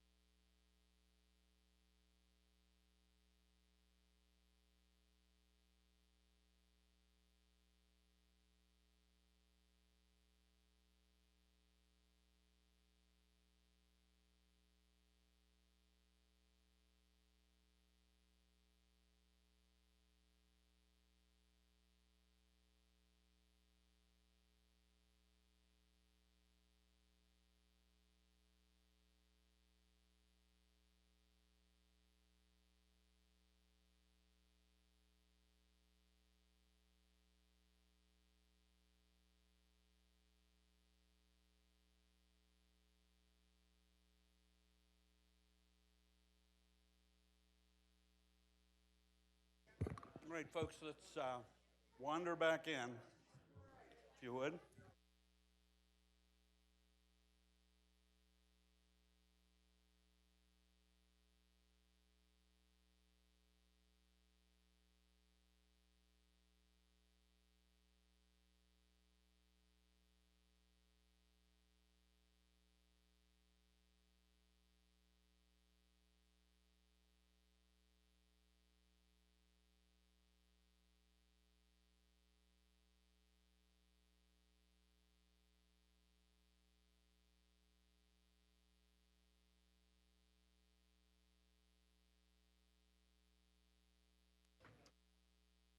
Caleb? Caleb? Caleb, it's time to stop talking and come up to the dais. Come up to the dais too. Judy? Yeah. I said 5. Yeah. They were cleaning it, which literally they should have done after I used it. She may be using the restroom.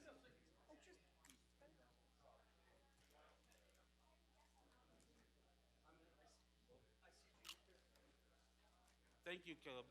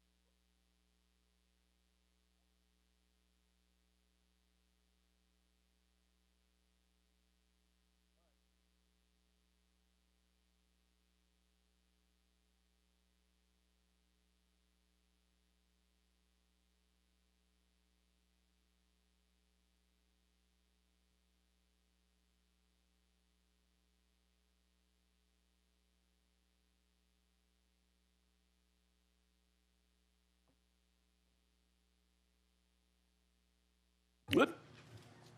We're back on. We are beginning the resolution or discussion of the resolution number 80, series 2023, a resolution approving the Red Tail Ridge filing number 1 preliminary subdivision plat. We are continued from December 5th, 2023. First of all, do I have any disclosures? Yeah, thank you. I am not going to participate in the discussion or decision-making on this agenda item because of a professional conflict of interest. And I'm going to leave the meeting now, and I'll see you all next week. Very good. Thank you.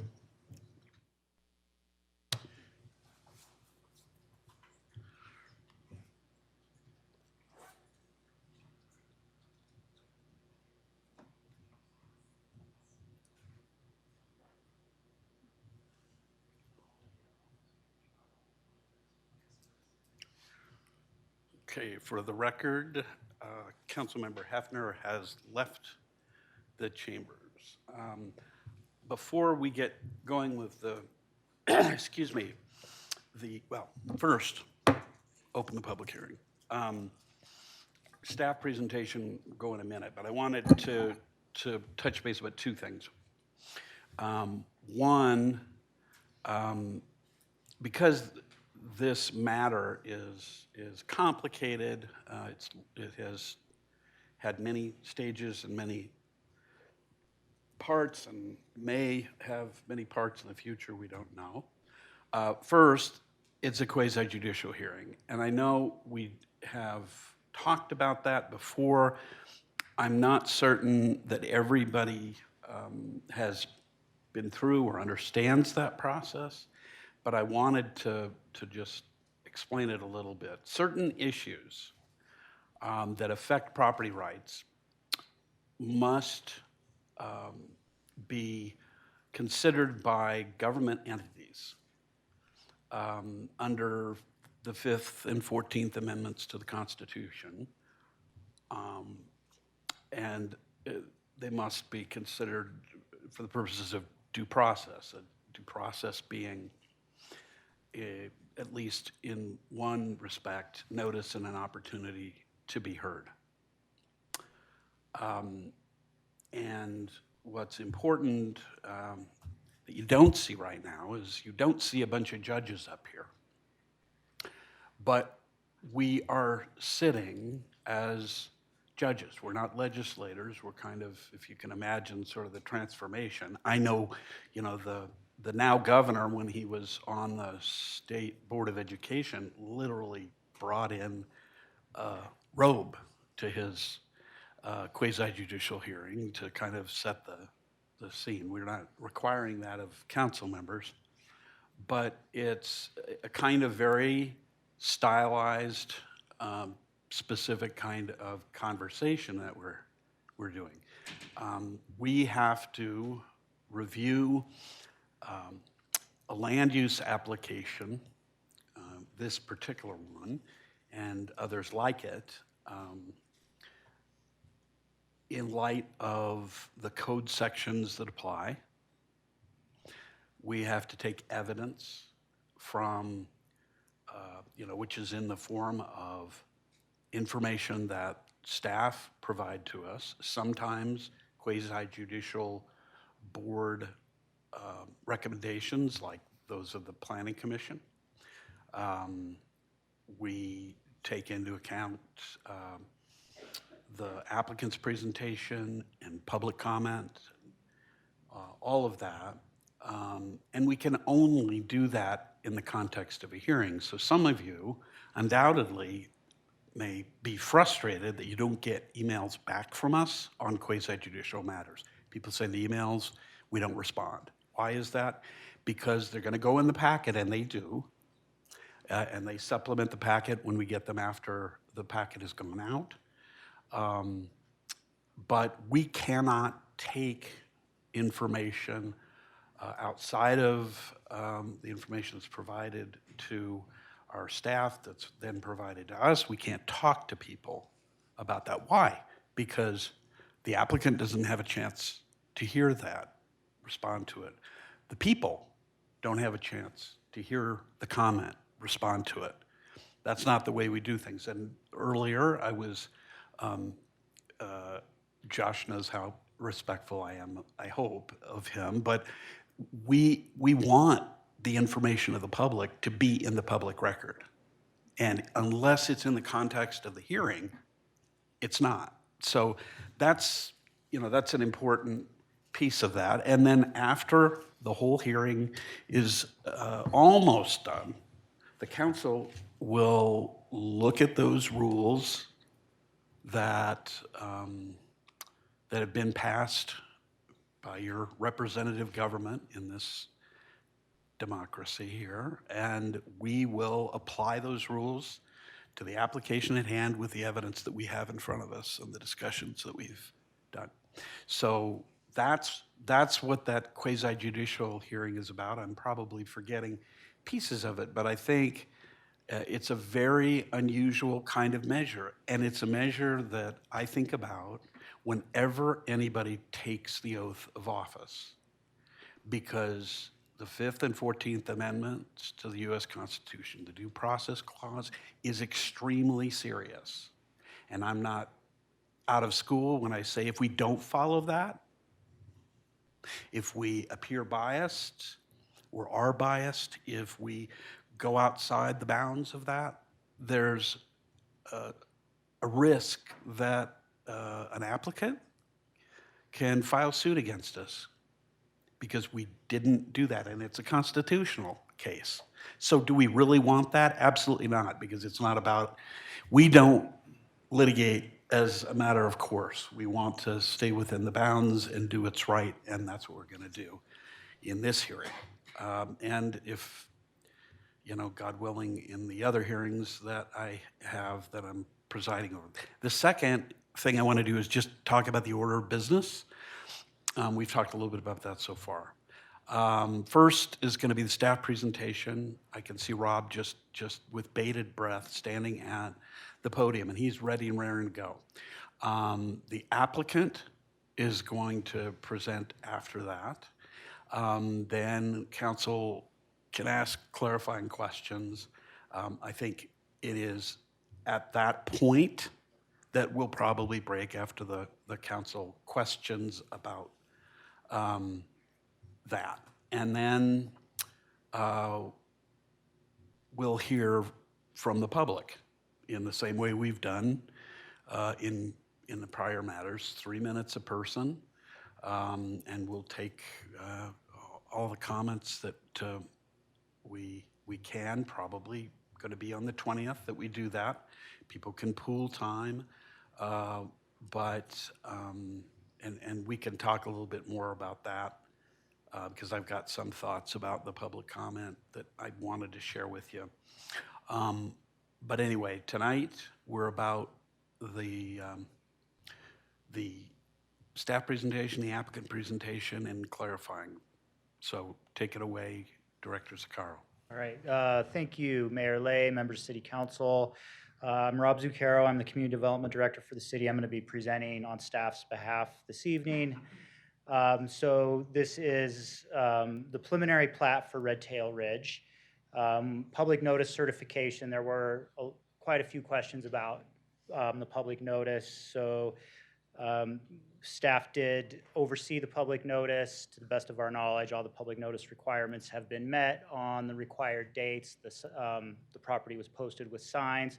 There were questions about mailings to people outside of the city. This property does sit on the edge, the southern edge of the city. It adjoins Superior and Broomfield. So there were, we don't just mail to Louisville addresses. If it's on the edge of the city, we mail to that same radius into the other jurisdictions. So it was well over 400 mailings that went out to Superior, Louisville, and Broomfield property owners for the notice. A couple of points of order. Staff did inadvertently put in the wrong one-page application form. There's an updated application form that was added to the packet. Ms. Summers brought to our attention late this afternoon that it does appear that we forgot to put some public comments that went to OSAB and PPLAB, the Public Parks and Landscaping Advisory Board, and the Open Space Advisory Board. There's another tranche of public comments. We'll get those to you for the 20th. We'll make sure those are clearly labeled as a supplement so you know which ones were missed, so you don't have to weed through them. So I apologize for that as well. So with that, I'm going to go into the background of the property. As most people know, the property at hand here, Red Tail Ridge, is on the southern part of the city. It's adjacent to Broomfield on the east and to the south, Superior kind of to the southwest, and then it adjoins some unincorporated Boulder County properties and city and county open spaces. It's also adjoining the Avista campus as well as the Monarch K-12 campus. US 36, Northwest Parkway are the main roads, the main highways.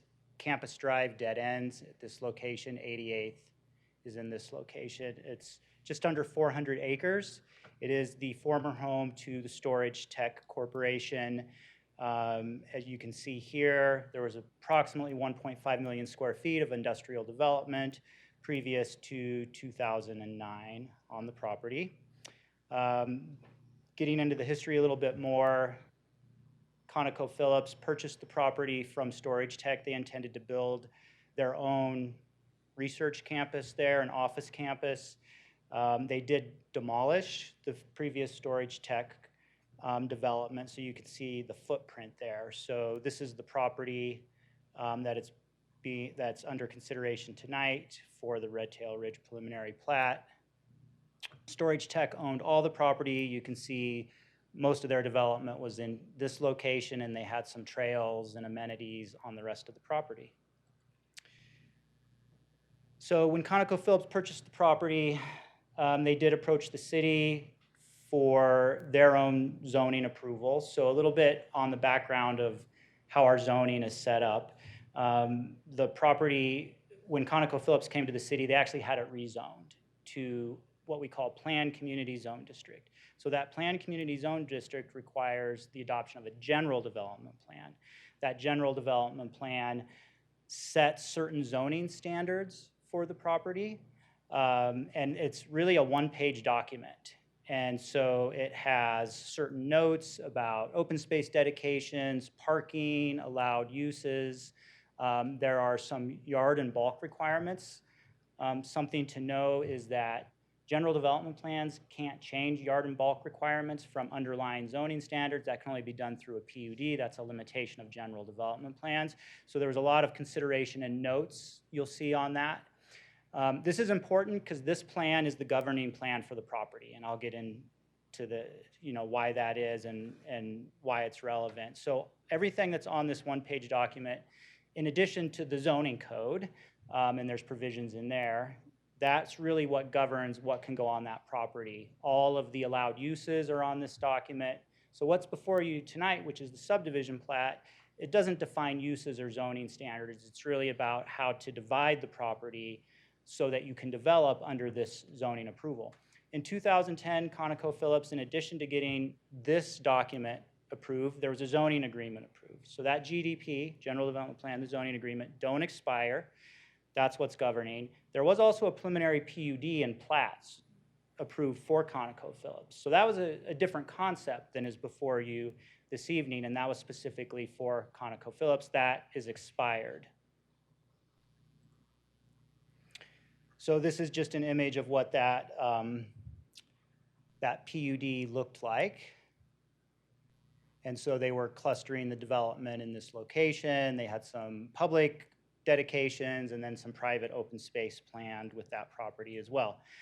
So moving closer to the present, there was a previous development proposal also named Red Tail Ridge, and there was a proposal to amend the general development plan. So this was to allow a different set of uses, a different density, so that ConocoPhillips general development plan allows 2.5 million square feet. There was a proposal to allow 3 million square feet and all kinds of other development standards. I won't get into the details. There was 93 acres of public land proposed. City Council approved that general development plan, but because these are zoning approvals and zoning documents, they're subject to referendum. There was a citizens referendum in 2022, which did overturn the City Council's approval of that new zoning document. So what that means is the 2010 ConocoPhillips zoning document never went away. It's the effective zoning for the property. Also in 2021, there was a Metro District Service Plan approval. I'll talk a little bit more about that as well. So what is a subdivision plat? So here we are, the applicant wants to develop under the 2010 zoning, and what the subdivision plat does is it establishes the lots and blocks, the roads, those can be public, they can be private. It establishes easements for utilities, any access easements that are needed. So the Public Works Department has they do a lot of the heavy lifting with this. They review all the utility plans and the easements and work with the applicant to make sure the infrastructure is sized appropriately. A big part of these proposals also are public purpose land dedications. So when a new development comes in, whether it's residential or commercial, there's a different percentage, but there is a minimum public land dedication, and it could be cash in lieu or it could be property that is actually given to the city or deeded to the city. And that could be for any public purpose, parks, open space, schools, public safety facilities. It could be really for anything. All subdivisions have a subdivision improvement agreement, so we get guarantees from the developer for building the infrastructure.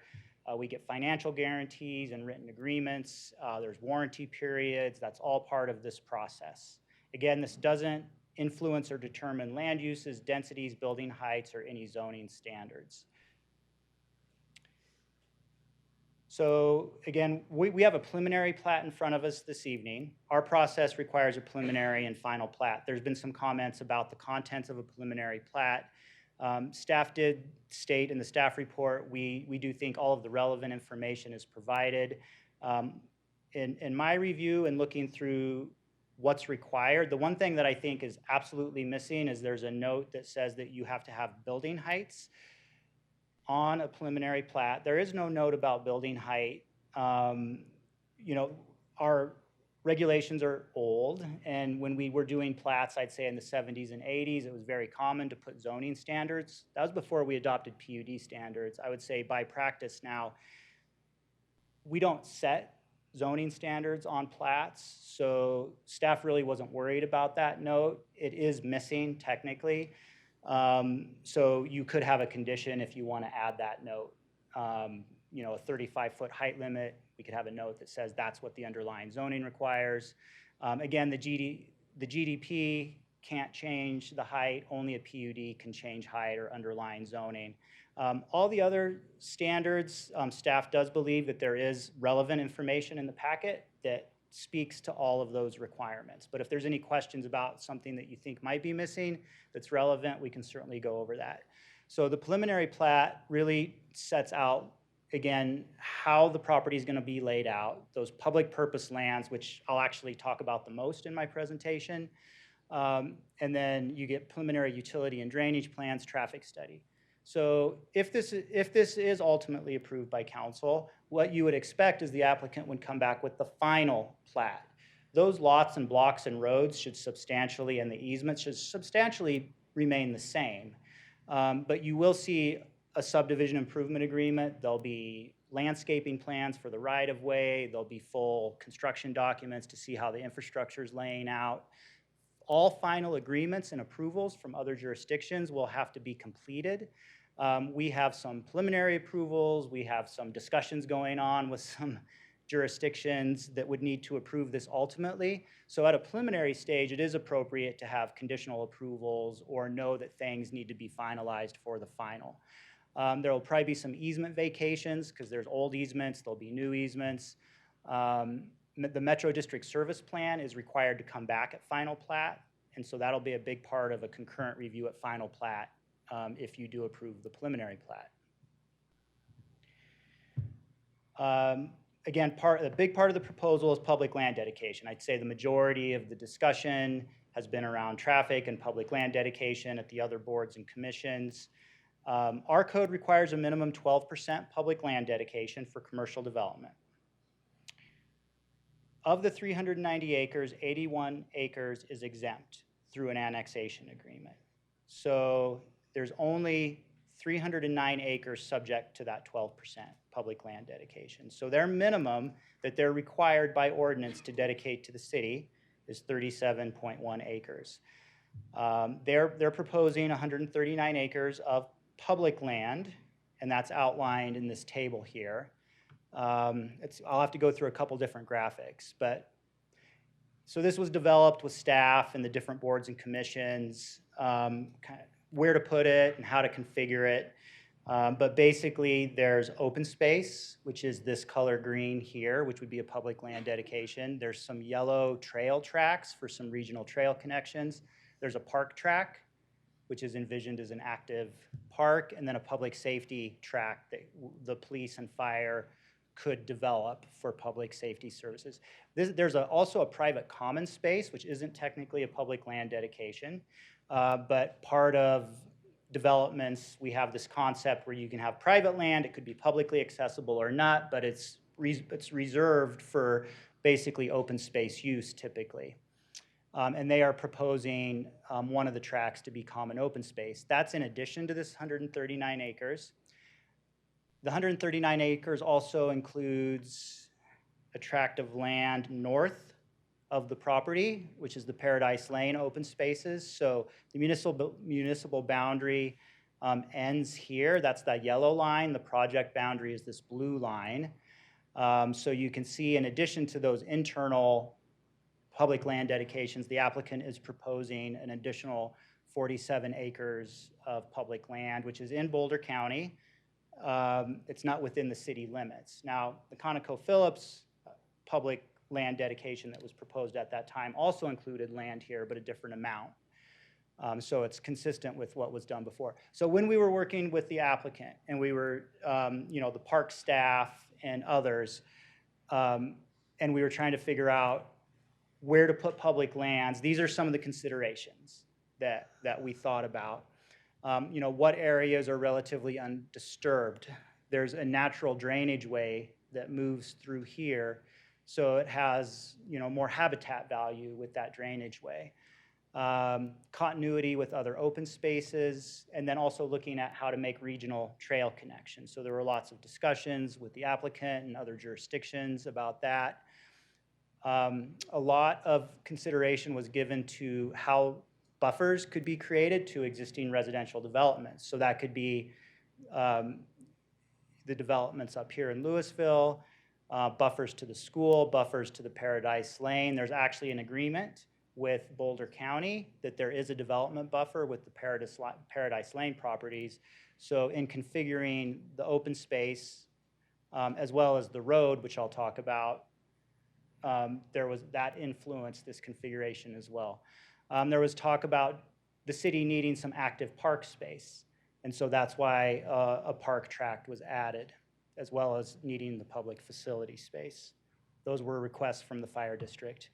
As far as the size, I put in a couple graphics just to, I thought this was an interesting comparison, because you can look at this and it's hard to tell what is this actually, how big is this and what does it look like? I actually this is roughly to scale, but this is Harper Lake and the Coyote Run open space. So from this point west to east is 1 mile.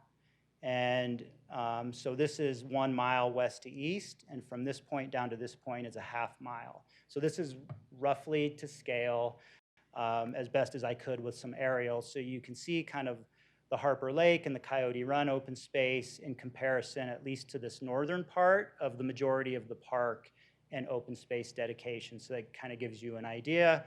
There are some underpasses proposed here to connect those open spaces as well. The Coyote Run open space does have a couple of roads bisecting it as well. I'll talk a little bit more about those underpasses. The road and trail plan. So the applicant has worked with staff on different road cross sections. So there's basically new public roads. So Rock Crest Drive is a new public road connecting 88th to Northwest Parkway. It's 4 lanes up to a roundabout and then 2 lanes here. There's a north-south Sorrel Avenue that's 2 lanes, and then Campus Drive. So a big goal of the city, and in the 2010 zoning agreement, is within their first phase of development, they have to extend Campus Drive. That's in the zoning agreement. Everybody has wanted it for school congestion and safety reasons. So they do extend Campus Drive. There's roundabout access to the school campus. It's 4 lanes connecting to 96th Street, and then it goes down to 2 lanes connecting to 88th. They do have a multimodal street network that they're proposing. There's on-street bike lanes, there's off-street sidewalks and trails throughout the development. There's internal trails connecting to regional trails through the development. We've also worked with Broomfield with some trail connections down through this area here. This area is in City and County of Broomfield. It's slated for conservation easement as well. The applicant owns that property. It's not part of this development proposal, but it is additional land that is slated to be to go into a conservation easement. Again, part of that trail plan is to have underpasses under the Campus Drive. As you can see, we're trying to create some regional trail connections to the US 36 trail in through this open space. We've tried to consider school routes into that as well. That's why we have, one of the reasons we have this north trail here. There's regional trails between the US 36 down to a potential Rock Creek trail connection. So Rock Creek is off into the distance here. There's no trail connection, but that was considered as well as potential north trail connections. So the whole point is to, including to the detail, we're trying to lay out how this could regionally connect into commuter routes as well as connect into downtown potentially in the future, there could be a trail connection that gets you into the Coal Creek Trail system. Part of this development is right-of-way requirements, off-site right-of-way. So certainly the property they own, they could dedicate the right-of-way. There were a few instances where in order to make the road connections that they need to make, they would have to acquire an easement or property from Northwest Parkway, North Metro Fire Rescue, and Boulder Valley School District to get right-of-way to make those road connections. There is correspondence in the packet from North Metro Fire Rescue and Boulder Valley School District. Again, that'll all have to be finalized and have final formal agreements. There's a lot of correspondence also in discussion about Northwest Parkway Authority. They have been working with the applicant on connecting Campus Drive to 96th Street. You may ask, that's 96th Street, it's not Northwest Parkway. That configuration goes through a portion of right-of-way that Northwest Parkway owns. So there is consideration for that. It does influence, the 96th and Northwest Parkway intersection is a very important intersection for Northwest Parkway if they develop in the future.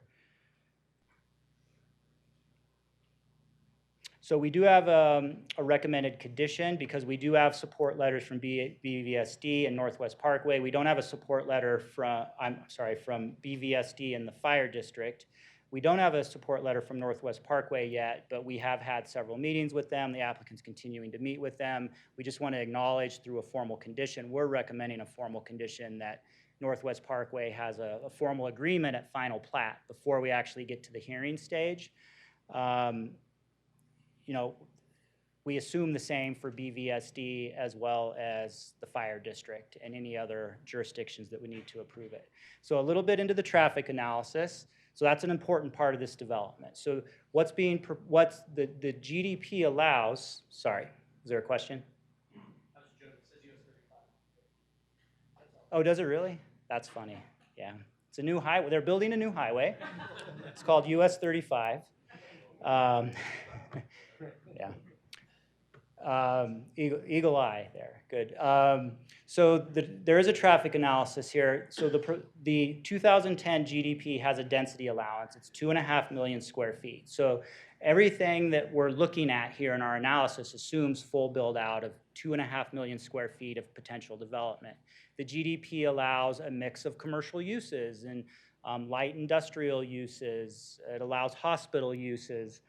So they're anticipating putting in all of those uses, about 2.5 million square feet of development. Just for size, the Colorado Tech Center, land size, when you take away the public land dedications especially, is much bigger. They have about 4 million square feet of development in the Colorado Tech Center between what they have and potential development. So this is about 2.5 million square feet. So the traffic study assumes certain uses. There's a 21,000, a little bit more average daily vehicle trips. The purpose of the traffic study is to look at the surrounding road network and intersections and see if mitigation is needed. Where do they need to expand intersections and roads in order to accommodate the development? We're working with the applicant. You'll see at final plat, certainly everything within the development they have to build. External roadways, they would be building the majority of that, and you'll see a formal agreement at final plat. The city also collects development impact fees for transportation, so that also helps pay for regional transportation infrastructure. But the traffic study does outline certain improvements. This shows, and this is in the traffic study, and we worked with the applicant's engineer on some assumptions about where's traffic, where's it coming from, where's it going to go. I think the important thing to note is about 75% of the anticipated traffic would be coming and going from Northwest Parkway and US 36.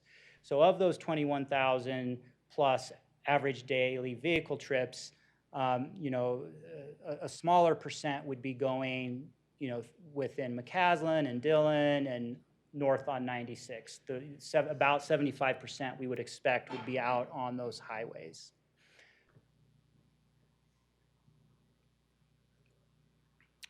There was a question that we were provided ahead by a council member asking, well, what is 21,000 vehicles per day like? So with the caveat that again, not all 21,000 would be on any particular road. We pulled some data from around the city. So this is South Boulder Road and Highway 42. Just to the north of that in 2021, traffic count showed 22,000 average daily trips in that location, going both north and south. Over on McCaslin, we have 28,000. That's a 2018 count. Up on Cherry, we've got about 9,000. On South Boulder Road in McCaslin, we've got about 26,000 daily trips here, and then 15,000 here on South Boulder Road once you get east of McCaslin, and then 14,000 to the south. So that's just an idea of kind of how much traffic you see on any one point on a daily basis, if that helps put some perspective into it. So again, the traffic study identifies needed improvements. The applicant will have to put in the majority of those within the close proximity and within the development. I do want to note that the US 36 interchange and portions of Northwest Parkway probably need some long-term improvements, but those need to be planned and designed with CDOT and Northwest Parkway. So we couldn't identify specific improvements that, you know, the applicant's engineer wouldn't be appropriate for them to redesign that interchange to get capacity, but we recognize that that's something that would need to be addressed in the future, both with background traffic, but with this development, the need for that would come sooner, certainly. So here's in the traffic study where you see all of those recommended improvements that we need to address with the development and some timeframes on when those would need to be done. So getting into grading, drainage, and utilities, there was a lot of questions about grading. And so within the packet, there is a grading plan that is both some of the gradings on the public parcels to accommodate drainage, to accommodate trails, to accommodate the roads. And then there's grading shown for the development parcels so that those could meet the roads properly and develop as well. There are 6 regional detention ponds proposed, new storm, sewer, water lines for the project. There would need to be a new sewer lift station that the applicant would actually build and then turn over to the city. That's in the far southeast part of the property. The sewer treatment plant would need to be expanded, so they're working with Public Works. If this comes back for final plat, there would be an agreement for them to make whatever expansions are necessary to accommodate their development from the sewer side. So a couple of items, just kind of going back to that 2010 development agreement. That 2010 zoning agreement required that when a development comes in, they have to do a transportation demand management plan. So the purpose of those is to create plans to try to get people out of their cars, to use more transit, to bike, to walk. So part of their proposal is a transportation demand management plan. We are working with them to have the Metro District probably fund implementation of that plan. So when the businesses go in, they would have to, and they come with their PUDs, we would expect they would come with plans on how they would try to reduce single occupancy vehicle trips for their employees and promote carpooling, van pooling. Potentially we could get shuttles or RTD service into the development. So it would be promoting all of those things. So that's a formal part of this proposal. The applicant is proposing a series of sustainability commitments. That document is in your packet as well. We are anticipating that we would structure some way to assure that those are implemented with the final plat subdivision improvement agreement. Okay, so to the approval criteria, so what you're looking at again is not the zoning document or is the zoning or the uses appropriate, but is this subdivision plat done according to our policies and our requirements? So this is what you're judging it against. Whether it conforms to Title 16, which is the subdivision title, so that kind of captures everything. Whether the approval will be consistent with the comprehensive plan, all the zoning requirements, other federal, state, city laws, whether the subdivision will promote the purposes set forth in this section 16420 of our code, And then if it complies with the design standards of section 1616. So the staff report, I'm not going to go into many of them, I'm just going to get into a couple of them, but staff did provide a recommended finding and some analysis for every single one of those purpose statements and each of the topics of design criteria.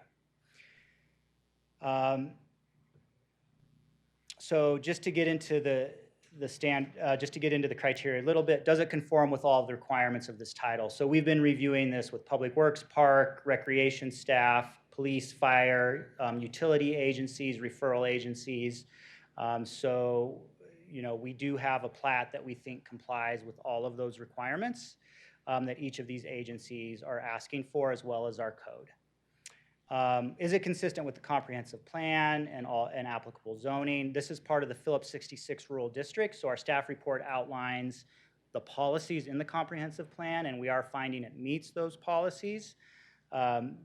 It does limit height to 3 stories, but it allows higher buildings. Again, that's not what we're talking about here, but it allows that. It does allow retail, office, industrial, and institutional uses. The comprehensive plan supports up to about 3 million square feet of development, so they're under the comprehensive plan policy for density. The general development plan does provide some standards, so you would need to find it's in compliance with the general development plan as well. The one thing I would note is the general development plan does call for private roads. They have a mix of private and public roads. I talked about those main public roads, but they are also showing some private roads in there to connect the different parcels. So so then it gets into the purpose statements. There's 19 purpose statements that staff has provided information in the staff report. And then that chapter 1616 gets into all these design standards. I'm really just going to focus on the public sites and dedications because that's had the most discussion with the boards and commissions. So for public sites and dedications, so that's all those open spaces, parks, trails that would be public. This is what council is supposed to be considering. This is what it says in the code.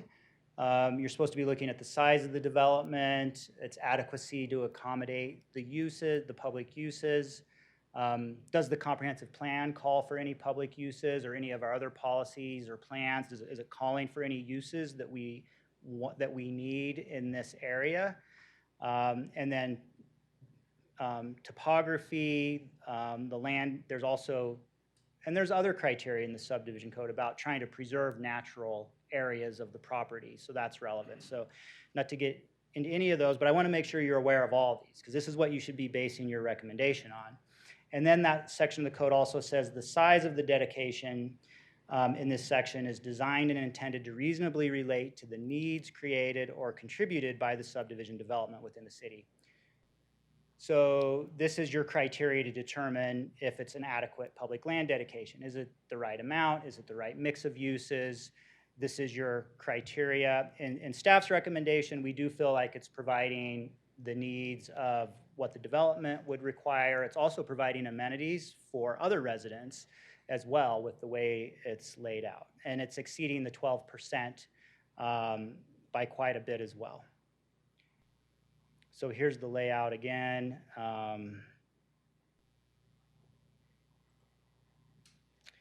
So just to get into Parks and Public Landscaping Advisory Board and Open Space Advisory Board. So we did take this to each of those boards, not for them to review the subdivision as a whole, but just to look at, is this the right mix of open space and parkland? Parks and Public Landscape Advisory Board also looked at street cross sections and landscaping to some extent. The Parks and Public Landscaping Board is recommending approval. Open Space Advisory Board had conditional approval, so that's laid out. The one thing that's relevant is they were asking for an additional underpass in this location. That isn't incorporated into this application, but they were asking for that in their recommendation. The Planning Commission reviewed this in 2022. They had several hearings. They actually voted 3-2 to recommend denial of the application, and so their resolution is in the application. These are the reasons that they cited for their recommendation of denial. So it has to do with natural preservation of natural features, traffic congestion, and some other things.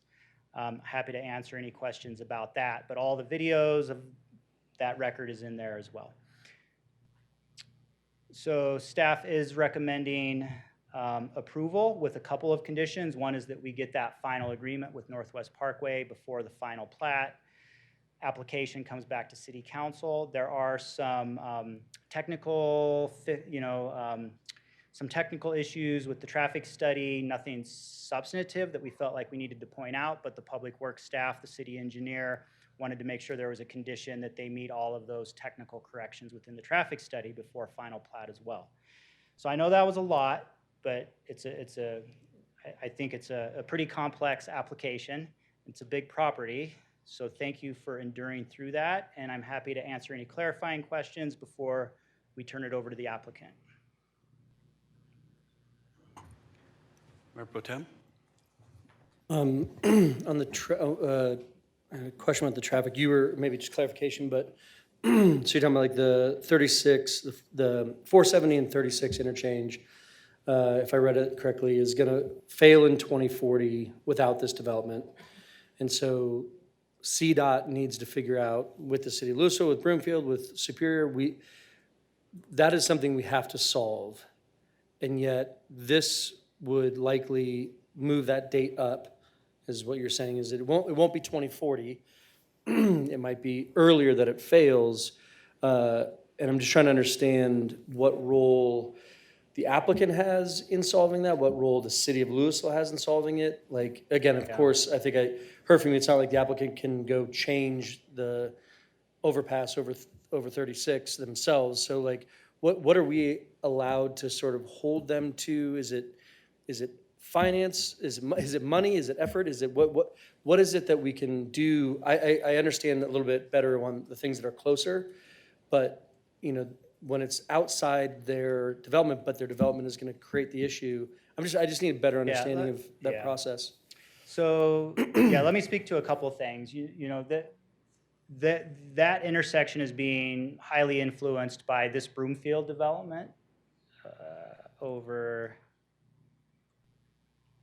here. That's a pretty high density mixed use development. So they're adding a lot of traffic.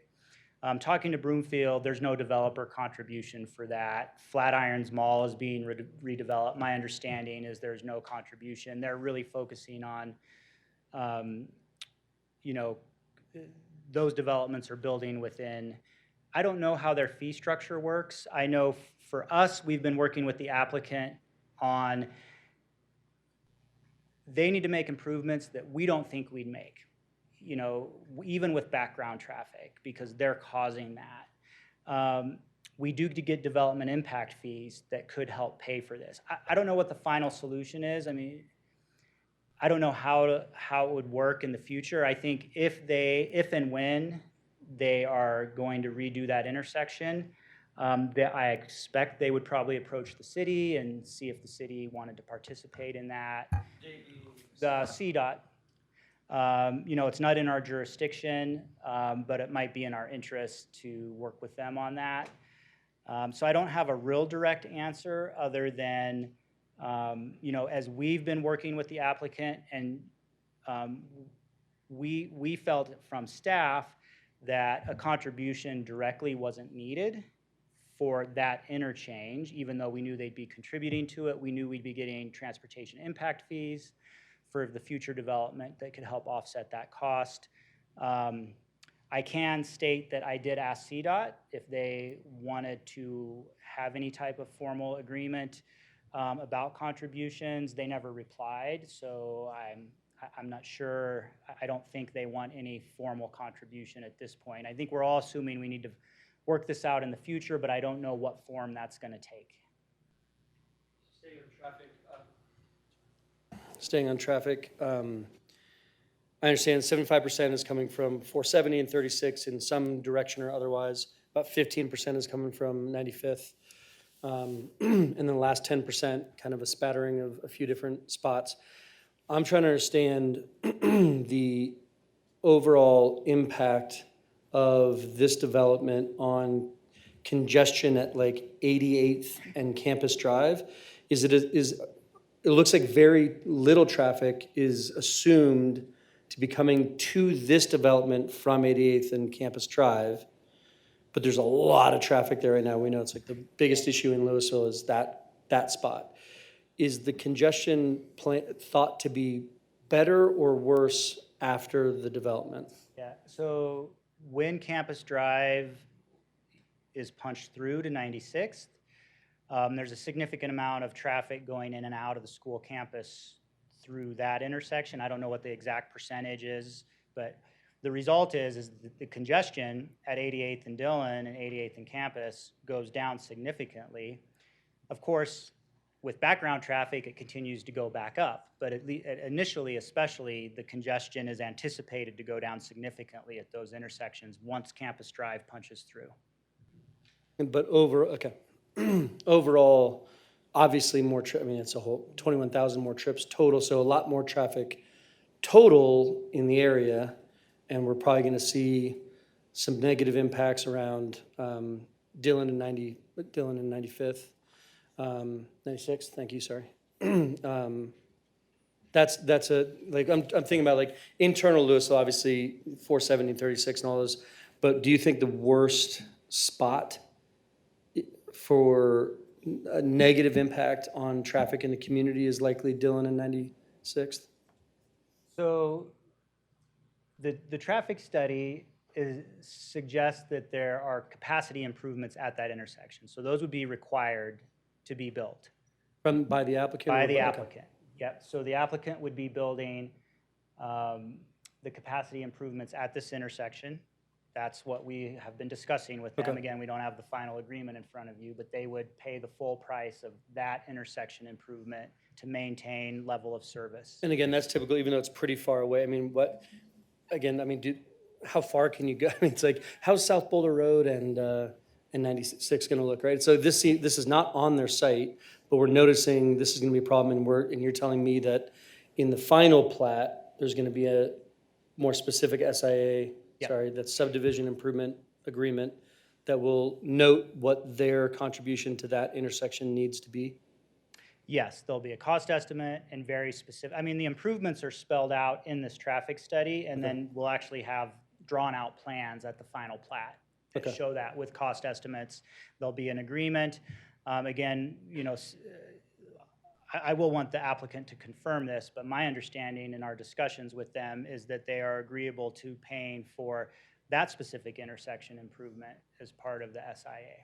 Okay, and I'm done, but I just want to understand that, like, in this preliminary plat discussion, we're getting this sort of agreement that is going to be dealt with in a more detailed way at the final. So in the preliminary, they don't have to have all the answers for that, but they have to have sort of a promise to work on it, and then it comes into its full form with that SIA in the final?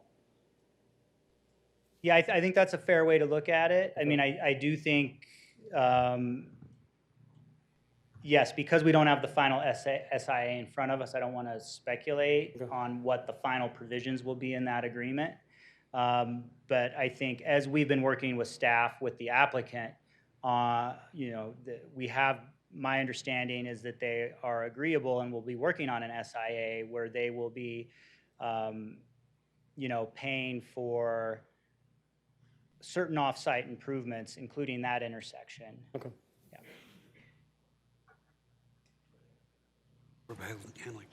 Thank you. There's certainly a lot to discuss, but I'm going to keep it to clarifying questions right now. I have two content clarification questions and one process question. So I'll start with the content. The first is, when I'm looking at the underpasses, help me to understand the location of the underpass on the west side. And the reason why I ask is because I'm not seeing any connection to the school, and there's a lot of roundabouts and traffic. There's a park right there, which I assume the kids would gravitate towards. So is there a reason it's there as opposed to move to connect to the school? Mm-hmm. Yeah, so yes, great question. So these underpasses are in this location, for that the connectivity between the open space tracks. And the reason they're in those locations, that's where the drainage goes through. And so there's already grade for that underpass to naturally go in those locations. When we were talking about school routes, a couple of things is we are anticipating on the north side of Campus Drive to actually have bigger off-street trails to facilitate school routes. But I think to your point is you see this trail here. We felt like this was actually for anybody coming from, let's say, the Superior side who was biking or walking, that the best route for them was to connect a trail at this location and have some type of enhanced crossing. So I'm not sure if that's going to be, some type of nicer crosswalk or raised crosswalk, or I'm not sure where it'll land exactly on design and have a surface crossing here rather than an underpass. One of the reasons is there's constrained right-of-way and the campus is over there. It'd be really hard, I think, to get an underpass down, and across on the other side. So we focused the underpasses where there was already drainage culverts that you could pair with an underpass, and felt like this surface crossing would still be a good, safe crossing right here at this location. You answered my question. I'll revisit it later. Okay. My other content question is regarding level of service. So in the Louisville Transportation Master Plan, there's talk about level of service for an urban suburban area. Do we have an actual goal level of service that we hold these developments accountable for? Yeah, so the level of service is, Kurt's going to correct me if I'm wrong, but it's your delay at the intersection. So there's an acceptable delay at the intersection, and once you get down, you grade it. Once you get down to an F, it's too much delay. There's tables in there. I mean, we don't have a city policy adopted minimum level of service. Really, anything above an F could be acceptable, potentially, to the city. Are we able to say what we would like that to be? I mean, we don't have a policy on it. We don't have an adopted policy. So I think if you see a intersection that you're particularly concerned about, I think it's worth getting our engineering staff and their engineering staff to dig into that intersection and try to understand what improvements are being made, and could more improvements be made to further improve service rather than maybe trying to adopt a policy. Okay. My last question, the policy or process question. So Planning Commission reviewed this as a preliminary and final, right? Yep. And made their decision. We peeled off preliminary. Why did this not go back to Planning Commission for review? Right. So, yes, thank you for the question. So Planning Commission did review it as a combined application, preliminary and final. So so we feel that they've already reviewed both application types. They actually had more of that final information in front of them.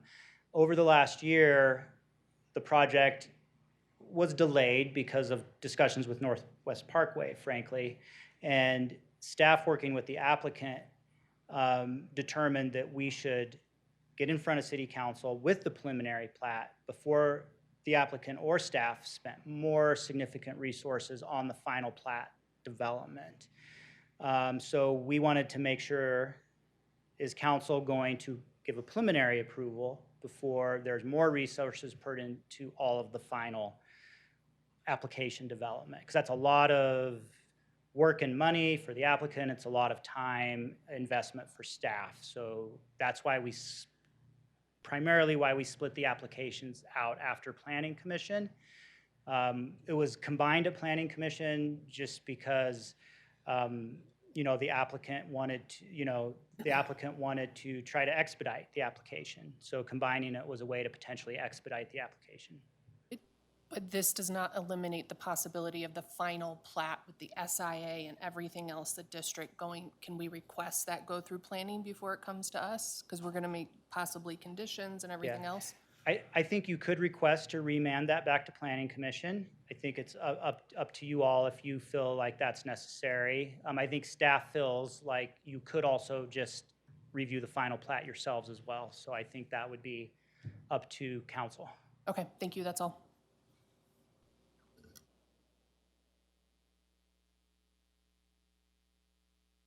I want to focus on, I guess, a couple of things, and they're more process. Extraordinary delay in this. It strikes me, and you talked a little bit, maybe diplomatically, about the Northwest Parkway Authority. How transparent is what's going on with the Northwest Parkway Authority when it comes to reviewing this, the issues that they've raised with respect to this, preliminary plat? Well, there's been a lot of meetings, and it's taken a long time. The applicant and staff have met with, sometimes together, sometimes separately, with Northwest Parkway and City and County of Broomfield staff to work through the issues. They've been pretty complicated, and it's taken a long time. The Northwest Parkway Board has, part of the reason for why it's taken so long is the Northwest Parkway Board conducted their own study, and also the Northwest Parkway LLC had to weigh in too. So there's actually two entities. There's the authority and the LLC, and they were coordinating and having separate discussions. So I think the long time was the complexity of the structure of Northwest Parkway LLC, they had some concerns about their future plans and how this intersection campus in 96th would work. So most recently, the applicant has received a letter with a series of conditions that would allow that intersection to take place, and I'm definitely going to defer to the applicant to speak to where they are on meeting those conditions. And just for background, the Northwest Parkway Authority is how many members? There's two members. There's a City of Lafayette and City of Broomfield City Council member that sit on the board. Has the city ever been our city delayed in getting information to the Parkway Authority? Not to my knowledge, no. Okay. The applicant? I mean, I don't know that there's deadlines or time frames, but I would say in our development review process I can speak to is we've sent, what we call referrals. So we send it to CDOT and Excel and Northwest Parkway. We've sent them multiple development review referrals, over the years that this application's been active. Okay. And I know that there's information that we still need to get from the Parkway Authority, and I know you talked about conditional approvals and so forth, because we don't have that yet, right?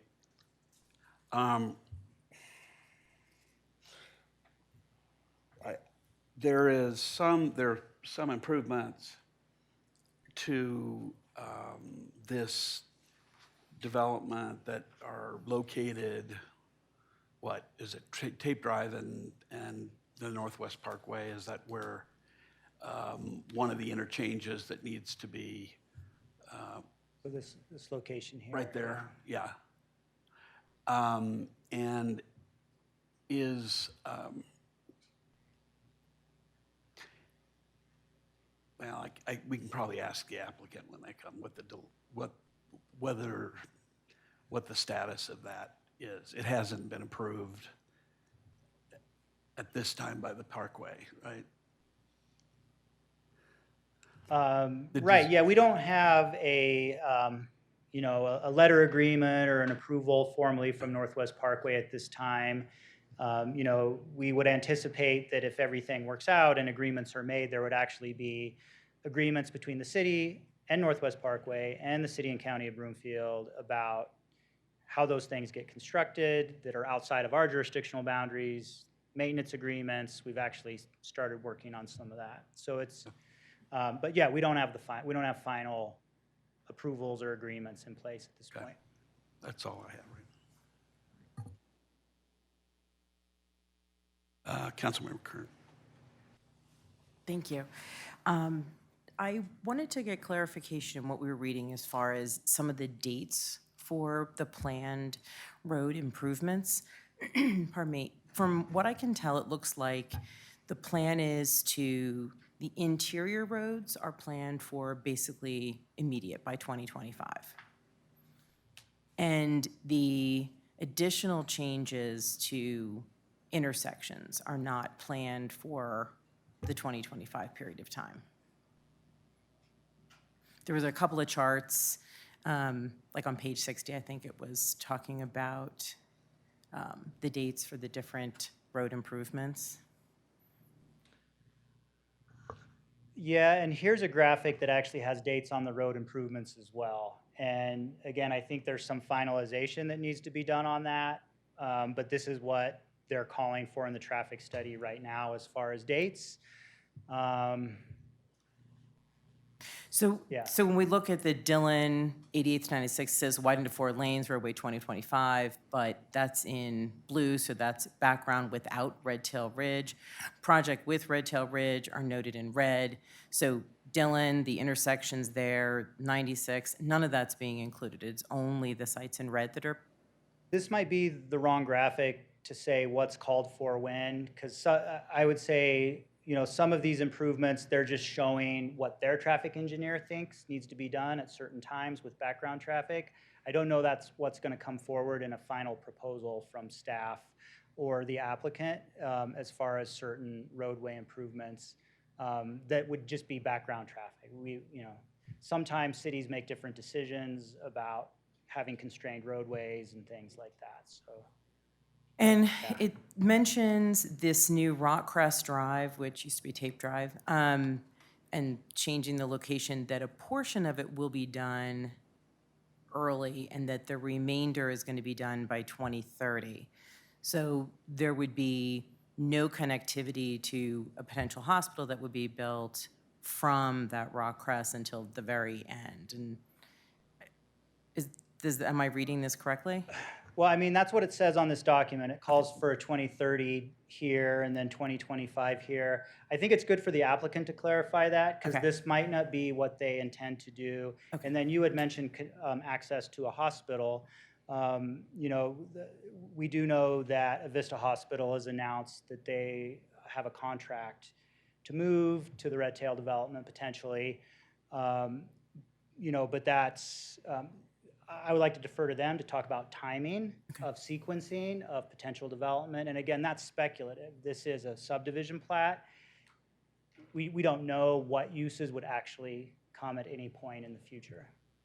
So is that more at the final plat when we're talking about the roads and the dates then? That would be. No, we can talk about the roads and the dates now. I'm just saying we don't know what uses will be on correct. what Sounds parcels specific, yeah. actually, and when those uses will be developed on those parcels. Okay. It was sort of piggybacking, and you're mentioning about the underpasses, and the reason for placing them in those locations was looking at the drainage where it already is to utilize those natural, I'm assuming, contours and things. What about the rest of the land? It looks like there's a lot of grading that is being done to the natural habitat, and per the Louisville Code, part of that diligence is to minimize the impact. My question was, is some of that additional grading in those the currently planned dedicated spaces, is that being graded for drainage for underpasses? Is it being graded for drainage from the new campus drive?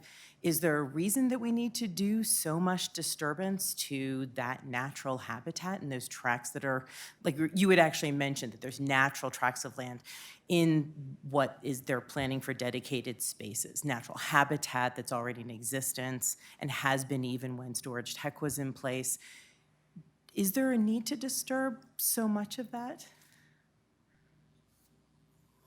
So that's, there's Then? there's a lot of layers. I didn't know, to- I'm sorry, yeah. yeah, I didn't know if it's a So- drainage question. No, yeah, so, I mean, here's just an example, and, I'll definitely defer to the applicant. They're the ones designing it, and they can talk to their design choices but you could just see, this is where the park could potentially be, and then part of the open space, so this is campus and 88th. There's pretty limited grading here. There's grading for a small detention pond. There's grading for the trails. There's definitely grading to accommodate the different road to make sure, the roads can go in properly. And then this is that kind of north open space near Paradise Lane. There's some pretty big drainage infrastructure there. So by the time you're putting in, trying to accommodate the roads, this would be a private drainage pond. This would be a drainage pond on the public open space. Drainage channels, so that's one of the underpasses, that's the other underpass. So you can see there's a lot of grading, especially in this northern parcel, but there's other open space parcels where there's limited grading, except for the trails. So it's kind of a mix in order to accommodate the drainage, accommodate the roads, accommodate the trails. But as far as could it be limited, or why did they choose to do it this way, I'd defer to the applicant. Okay, I'll ask them. Thank you. Why don't we let the applicant make their presentation? Because it sounds like a number of these questions may be answered by them or can be addressed to them. Thank you, Rob. Appreciate it.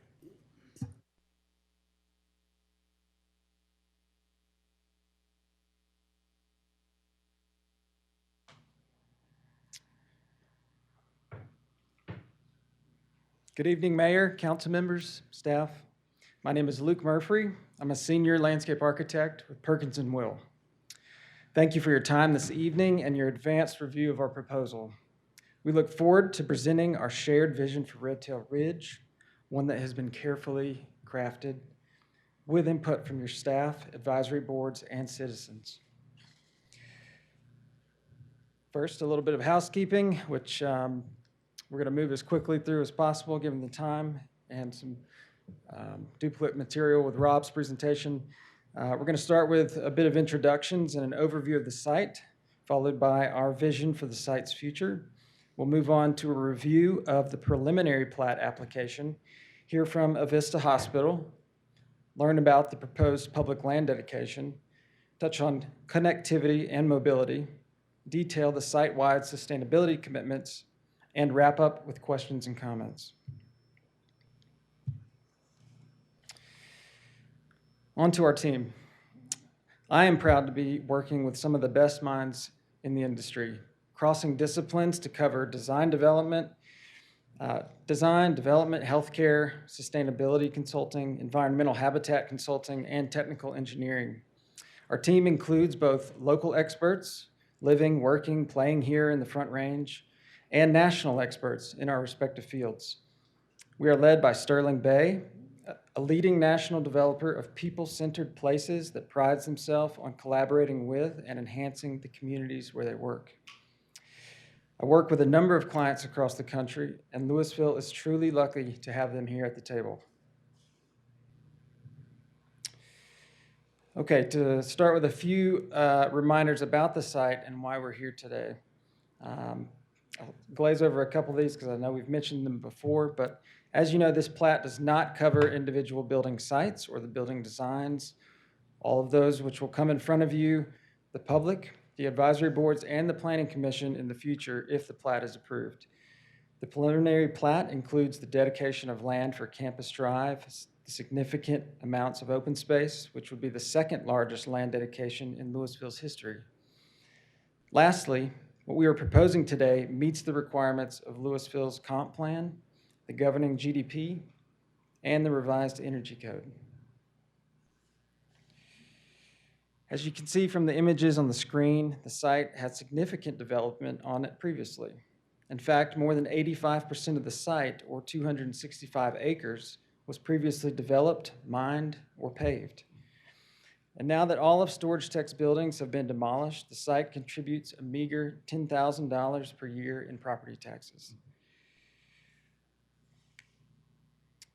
Looking at the timeline for the site, the Storage Tech campus started in 1970. The buildings were demolished in 2008, and the ConocoPhillips GDP approved in 2010. And in 2021, as Rob detailed, City Council approved an amendment to the GDP, which was later called up in a special election, subsequently rejected by voters in April of 2022. As a result, this land reverted to being governed by the 2010 ConocoPhillips General Development Plan.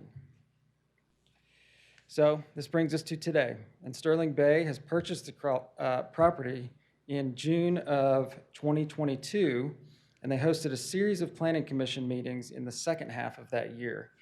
And while Planning Commission had certain concerns, our team listened intently and took those concerns to heart. As such, in the 20 months since Sterling Bay purchased the site, we have worked to further refine and tailor the plat to reflect the good feedback and the unique place that is Louisville. We have built upon all the good work completed to date to make the plan that the Parks Board and Open Space Boards approved even better. In the meantime, I'll turn it over to Rod Richardson, Managing Principal with Sterling Bay, to tell you more about our shared vision for the Red Tail Ridge.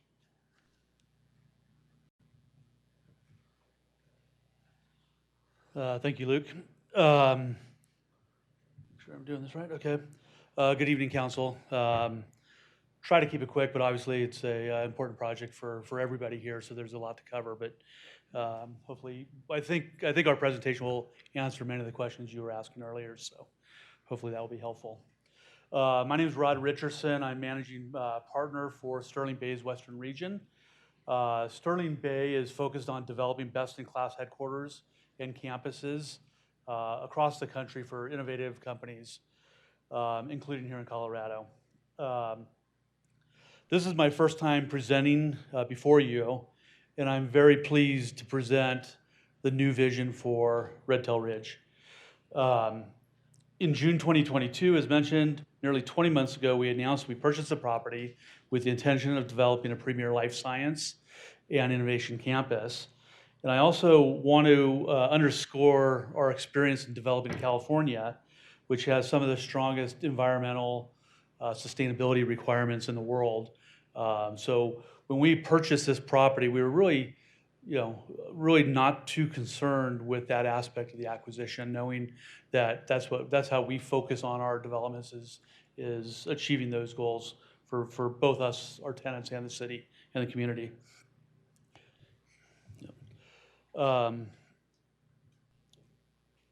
Brew Bockel remains originally a partner and remains an important partner of ours on this. But I want to make very clear that this presentation today is going to be new to just about everybody in this room. We've listened to the Planning Commission, the community, and others, and have revised this, and we think it's a much better development than what was originally presented. For more than a year and a half, our singular goal has been to create a site vision that's more responsive to what Louisville's voters want, which is more open space and a smaller development footprint that honors really the natural landscape. And I think we'll spend some time going through the grading in the northern part and why we did that. Tonight, I think you'll see the hard work that everyone's put into this project. At Sterling Bay, we developed a national reputation for both exceeding local requirements and modeling best practices. And this is especially true for Red Tail Ridge Innovation District. Whenever we start a project, we look at the governing general plan and zoning requirements and use that as a starting point and not a finish point. We've paid close attention to the feedback from the community and local businesses, and our proposal creates something for everybody. Tonight, we'll be sharing brand new renderings of both the plat and the PUD at full build out, and we hope that this gives you a new perspective of both our vision and our capabilities. As I mentioned, Sterling Bay specializes in life science and innovation campuses across the country for some of the most exciting and innovative companies. These companies are doing important work, and they require facilities that meet exceptionally high standards in both environmental engineering and construction requirements. I'm sure many of you know that the US 36 corridor is underserved with quality purpose-built life science buildings, especially in including incubator space for startups. And that is something we anticipate building within Red Tail Ridge to provide lab space, science space for startups, ecosystem.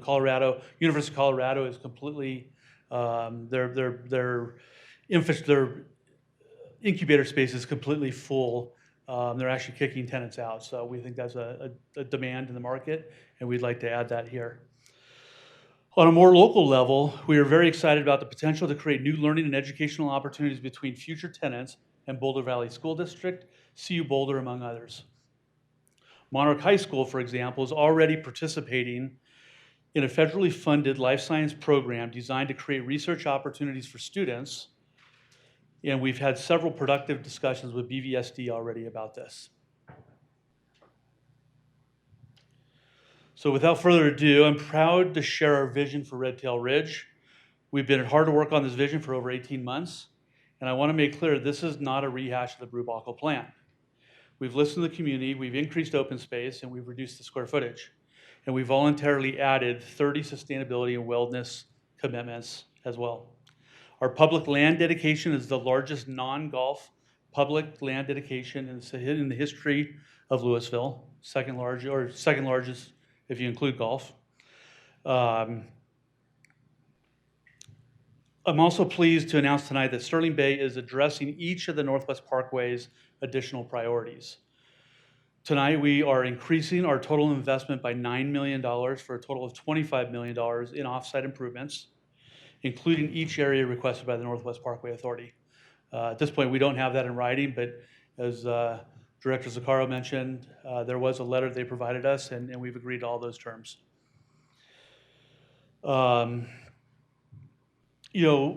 At Sterling Bay, our work is defined by 4 core values. This is how we look at each development we do.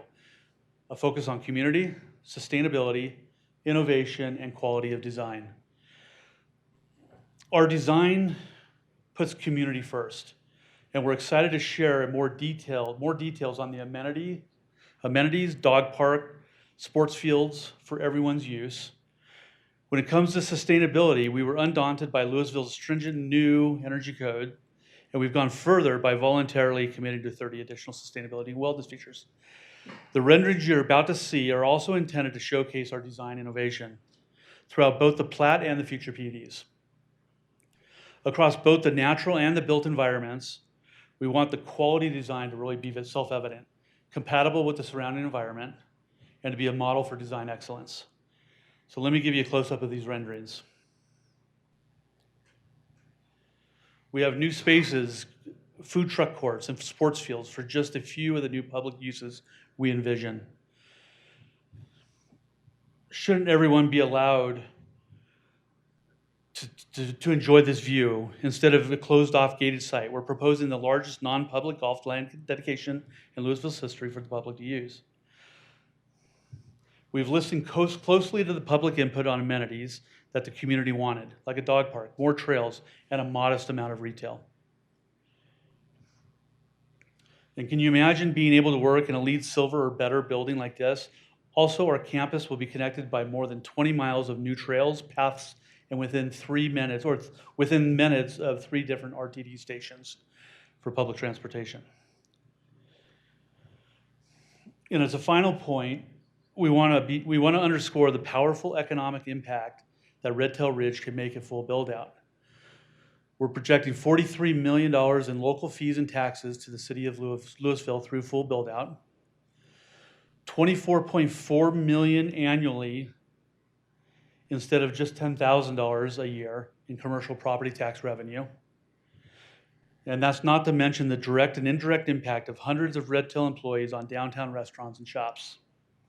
There's no doubt in our mind that Red Tail Ridge will have a very positive effect on downtown Louisville. So with that, thank you very much for your time, consideration. I'm now pleased to introduce Mark Painter for the next section of our presentation. Mark's a partner at Holland & Hart and will outline the ways our plat meets Louisville's codes and regulations. Thank you.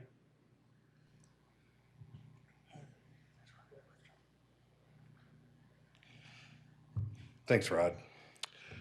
Good evening. Wanted to make sure.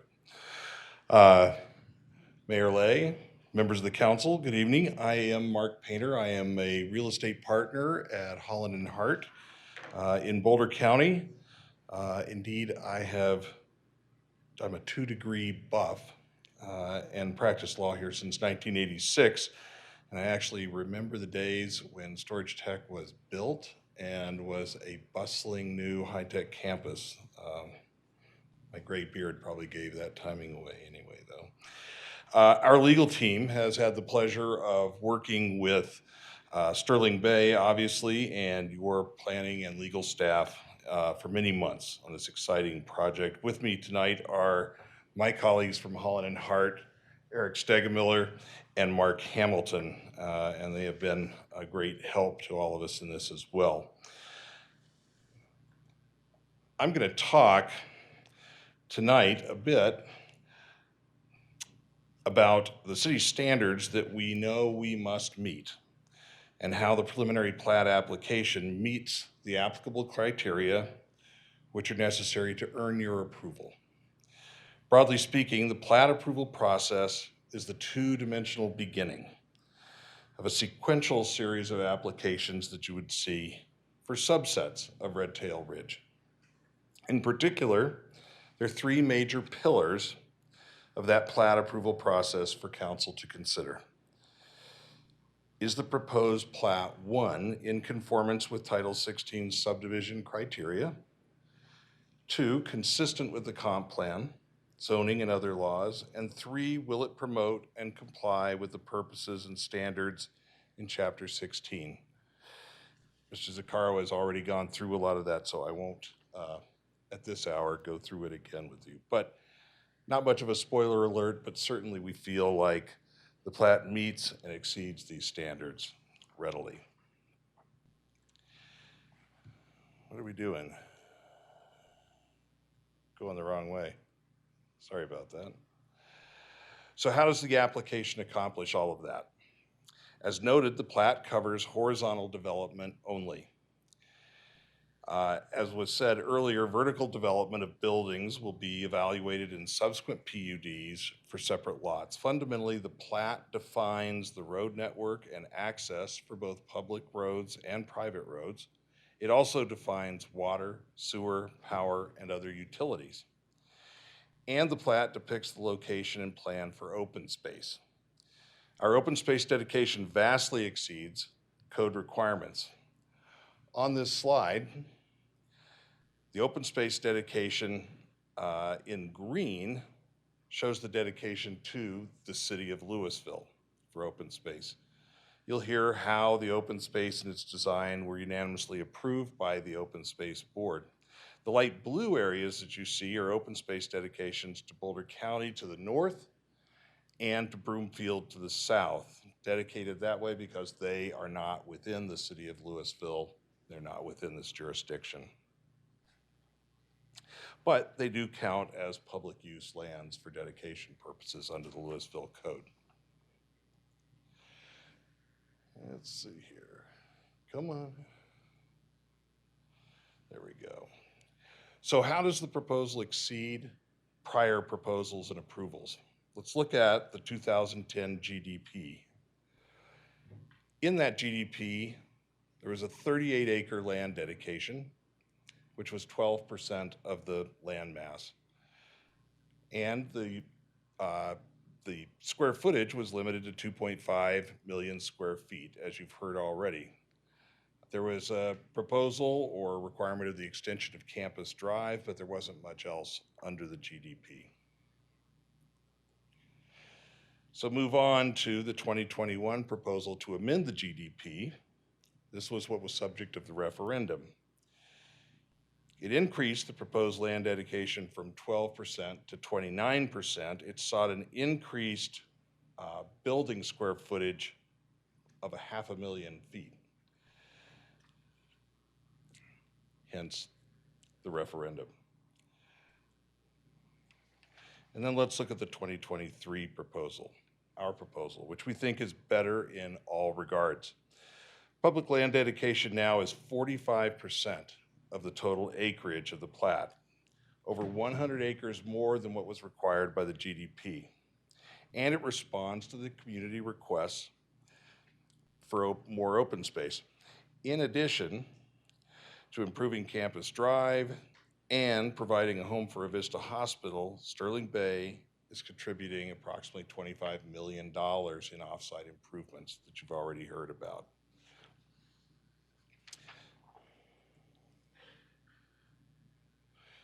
More specifically, since the multiple hearings at Planning Commission, Sterling Bay listened to the commission's and the public's concerns. We further enhanced commitment to the 20+ criteria in Chapter 16. For instance, we've established additional enhancement of wildlife and native plant management. You'll hear more about that in a moment. We've broken up the block lengths, focused on limited grading where possible. Thank you for those questions. And there'll be a lot more information on the grading for sure. Further expanded the trails and bike paths throughout the platted area and added further amenities, including a community park, pickleball courts, and a several-acre dog park.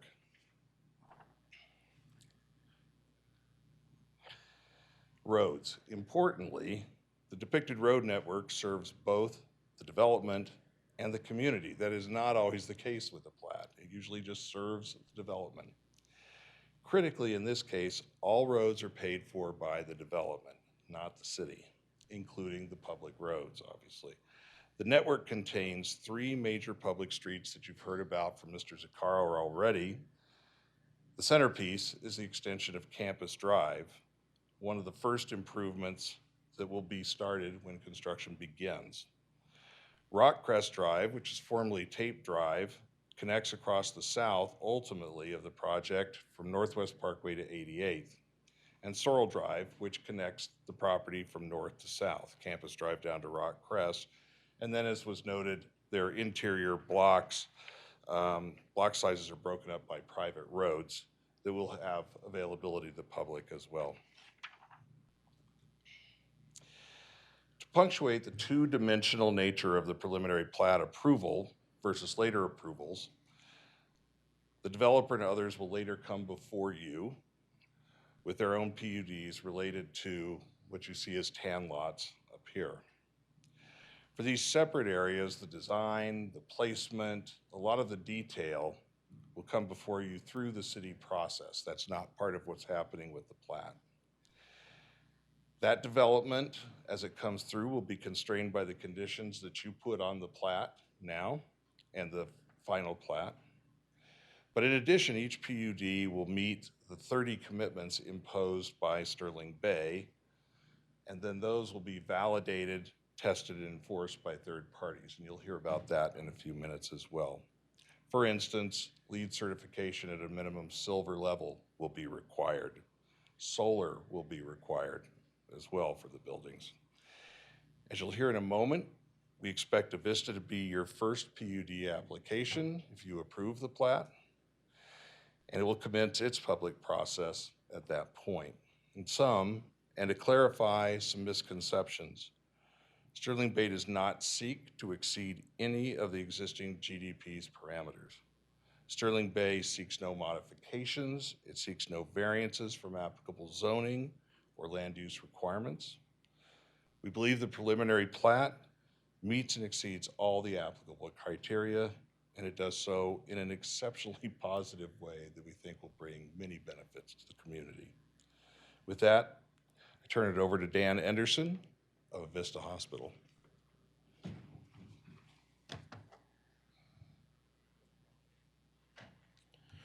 Good evening. My name is Dan Anderson, and I'm the Chief Financial Officer for the Advent Health Rocky Mountain region, who is the proud owner of Advent Health Avista. I'm pleased to be here tonight, not only as part of this project, but also as a representative of Advent Health. I'd like to take this moment to reference the shift from Centura to Advent Health. Advent Health has owned Avista for more than 20 years. However, until this past year, they had delegated the management responsibilities to Centura. This past year, Advent Health took back direct management control of Advent Health Avista. Any statements that Centura leadership made are not valid as we move forward. We, Advent Health, are honored to be a part of this community and to meet the healthcare needs of this community. As you are aware, Advent Health of Vista is not just a healthcare provider. We are also a cornerstone of the Louisville community and the largest employer in the city, and this will grow. Avista has served the Louisville community for more than 3 decades, and we want to remain a part of this vibrant community for the next decades to come. Given that we have delivered over 60,000 babies during this time, I'm guessing that many of you have had the chance to visit our facility. Our facility is now 33 years old, and it's a challenge to expand and meet the community needs in its current location, many of which you've heard over time.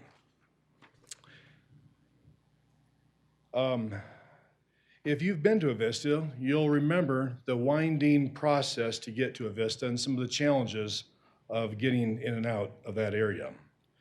Our priority is to create a modern, state-of-the-art facility that is more accessible to our patients, our staff, and can ultimately expand into a much larger facility.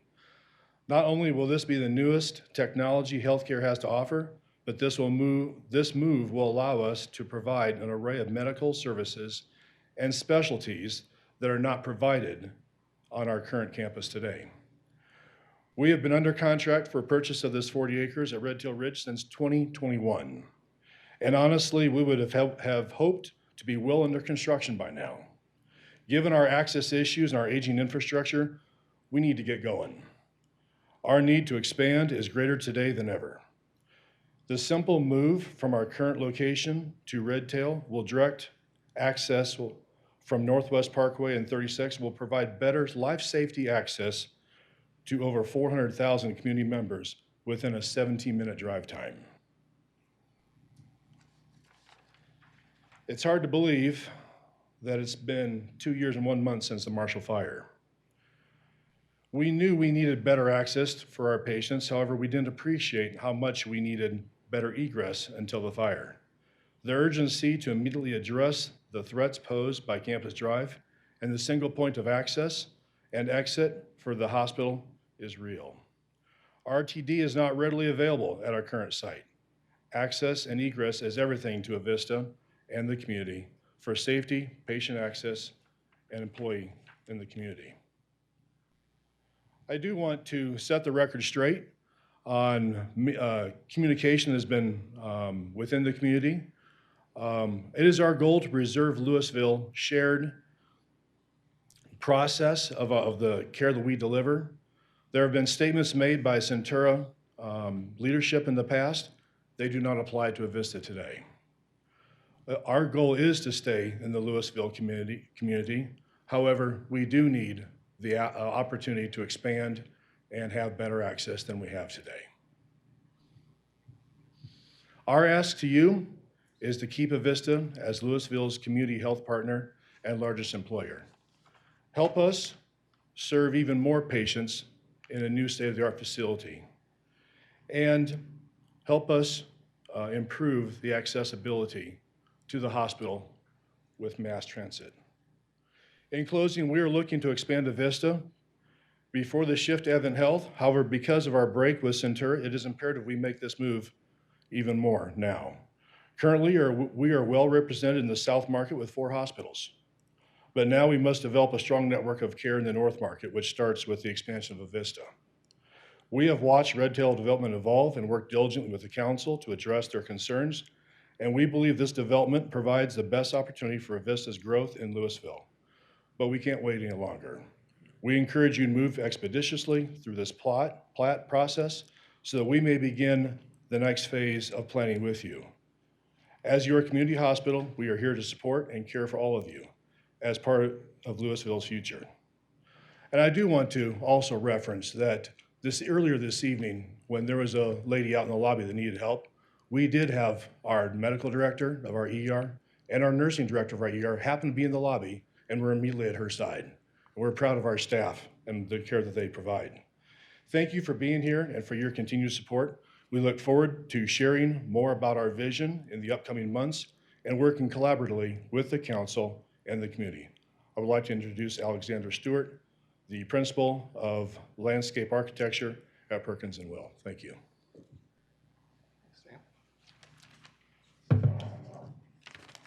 Thanks, Dan. Good evening. My name is Alexander Stewart. I am the firm-wide discipline leader of landscape architecture for Perkins & Will. We're a global design firm that excels in sustainability and resilience. I've worked on the highest sustainable building in the world, among other things, resilient strategies for cities. I began working on this project 14 months ago and was struck by the location and the beauty of the surrounding environment, including the views to the Flatirons and Long's Peak. However, upon visiting the site in person, I was disappointed to find a property closed to the public with the remnants of a previous life, including demolition debris littering the landscape. The man-made ponds were never properly cleaned and are overgrown with noxious plants that likely spread to adjacent properties through various means. One pond even has construction remnants and algae, a far cry from the pristine image that is being promoted.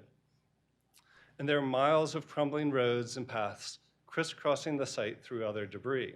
This is the reality of a space that has sat for 15 years.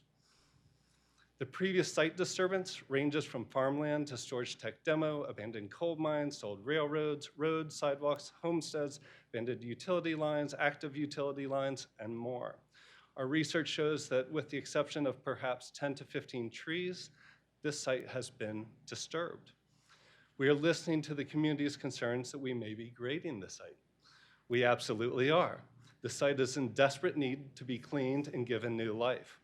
And just to address the comment earlier, we're trying to minimize the grading on one half, but a lot of it's due to incorporating ADA paths, new roads, building plots, and there's benefits to grading, which I'll get into a little bit later.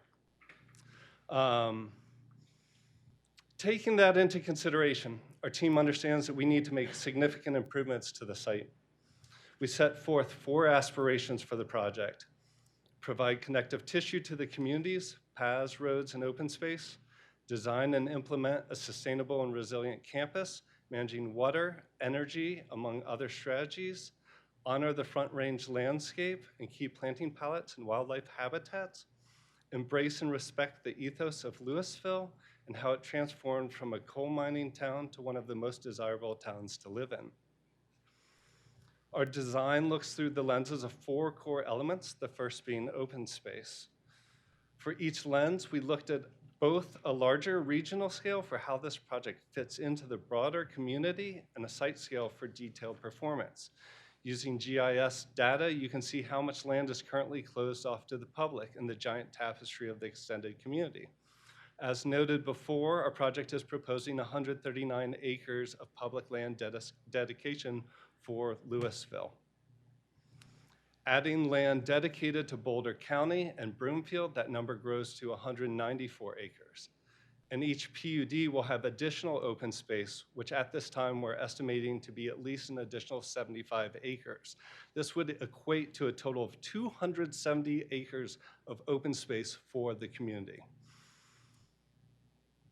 The team is developing community program in and out of the PUDs that we believe best serve the town of Louisville.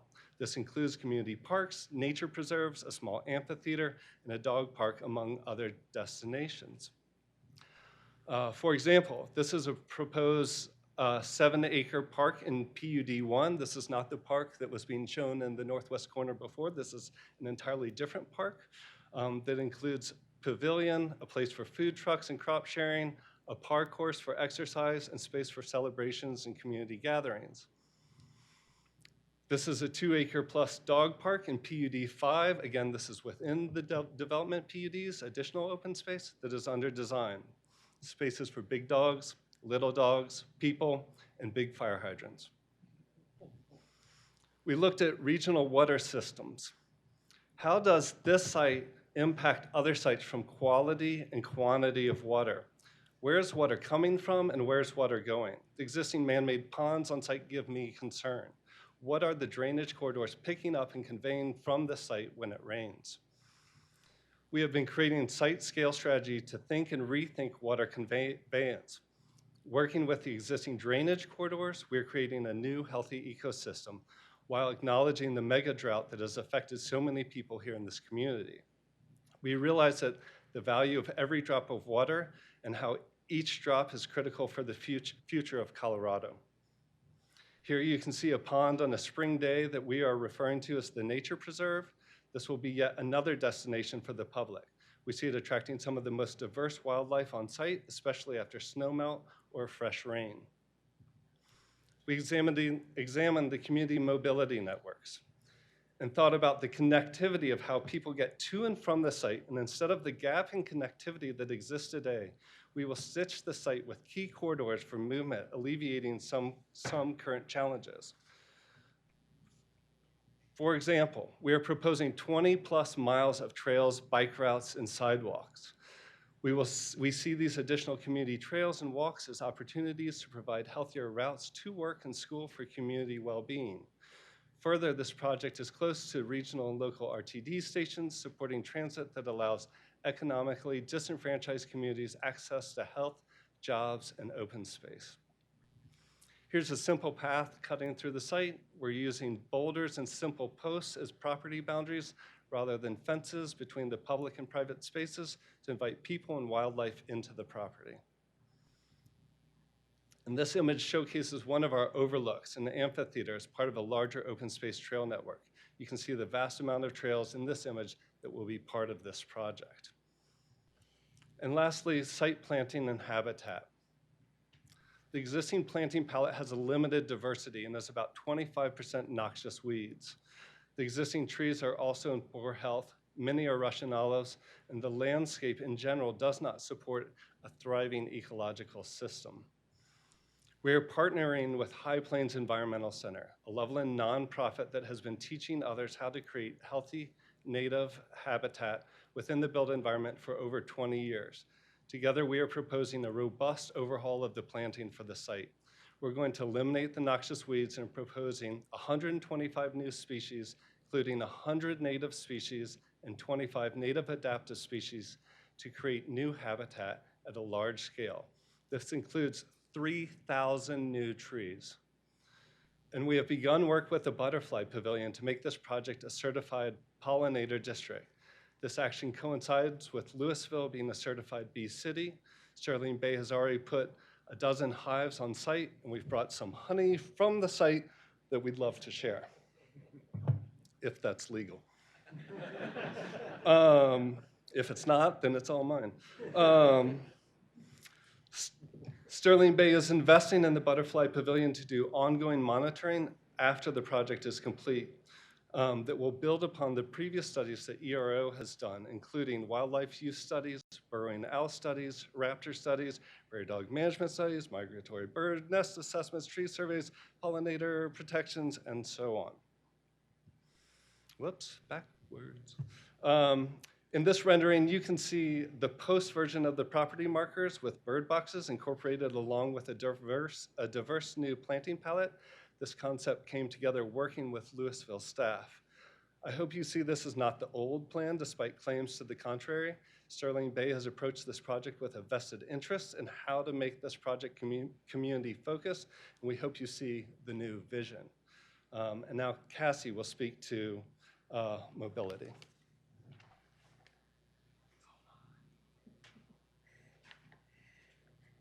Thank you, Zan.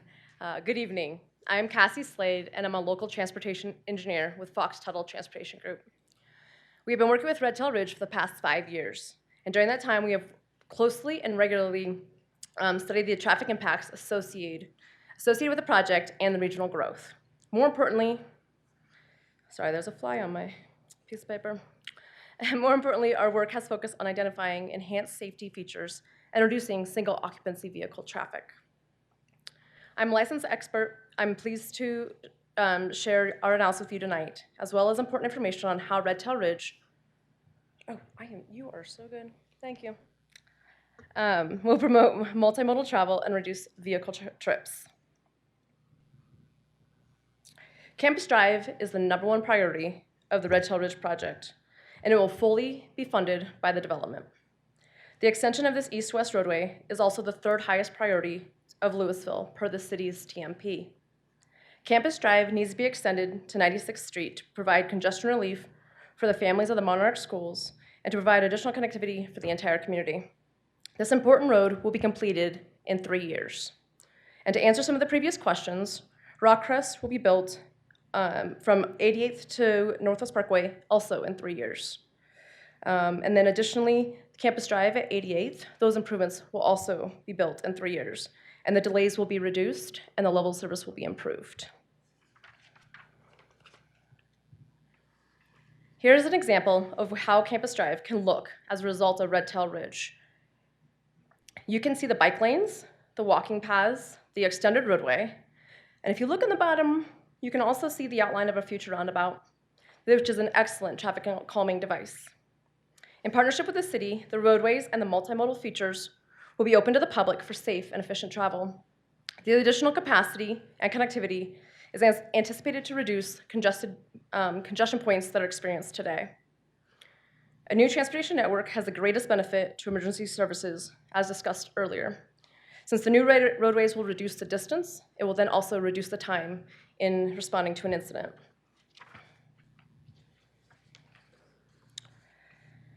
Red Tail Ridge can be a model of transit-oriented development, since it is 1 mile from the US 36 Flatiron Station and several other bus stops. And each district employee will receive an eco-pass. We also know that one of the major hurdles of increasing ridership is that the first and final mile isn't always complete. And so Red Tail Ridge will be providing shuttles between the campus and the RTD station. This is one of the many important measures Sterling Bay is investing in to reduce traffic and to make this a thriving campus. The proposed multimodal network that Zan had shown earlier will connect to several existing trails and sidewalks, making it easy for access for all people that are walking, biking, and wheeling. As Rob had talked about earlier, transportation demand management, it's a technical lingo for the strategies to incentivize people to get out of their cars. In addition to everything I've listed so far, the Red Tail Ridge TDM plan will also include dedicated parking spaces for carpool, van pool, car share. There will be telecommuting options, bike parking, and on-site changing facilities and showers. Red Tail Ridge will also hire a TDM coordinator who will manage and encourage employees to commute sustainably and participate in the available programs. The Red Tail site might be the most heavily studied site in the Front Range, with 5 studies in the last 4 years. The latest traffic study of the project includes updated counts that were taken in January 2023, updated completion of nearby developments, updated future forecasts from regional models, and the latest Red Tail Ridge site plan. The map you see here shows all of the locations of improvements that are going to be fully funded and constructed by Red Tail Ridge. The blue are internal and the black are the external ones. All of these will be completed in the first 3 years. In addition to the Campus Drive extension and the internal roadway network, Red Tail Ridge is funding $25 million of off-site improvements. This includes widening of 96th, intersection enhancements on 88th, and various upgrades to Northwest Parkway. As we've all kind of been discussing, waiting for Northwest Parkway's answers. So the last several weeks has been busy, and Sterling Bay has agreed to fund $9 million in improvements on Northwest Parkway. This will improve the level of services and hopefully provide some congestion relief. There will be new turn lanes at 96. There will be signal and turn lane improvements at Tape Drive. There'll be a 3rd southbound lane from 96 to US 36, as well as a pedestrian bridge. It is very important to understand that none of these off-site improvements will be implemented or funded without Red Tail Ridge project. And again, I want to reiterate, all internal and external improvements will be completed in the first 3 years. All right, we're going to get a little nerdy and dive into the weeds on the traffic study. I heard a lot of questions about the traffic study earlier, so I want to kind of answer some of those before I go into some of the detail on this slide. So the traffic study process, we have to kind of draw a line in the sand. We have to kind of find points in the horizon that we are going to evaluate to see when are things triggered, how much development would then bring it to the next level and keep going on. We also have to check in with all the regional growth. So in this traffic study, we did look at 3 different phases, if you want to call it that. So we checked in at 2025, 2030, and 2040 to see what was happening in the area and what then we would need in the roadway network to accommodate all of the traffic. And so what you saw earlier, the red and blue map, that is just the snapshot in the traffic study that is explaining when things are triggered. It is not explaining the construction phasing or the agreement between the city and the developer of when those will happen. It's just saying, if we go on this linear path, here's where you'll need it, and here's what triggers it.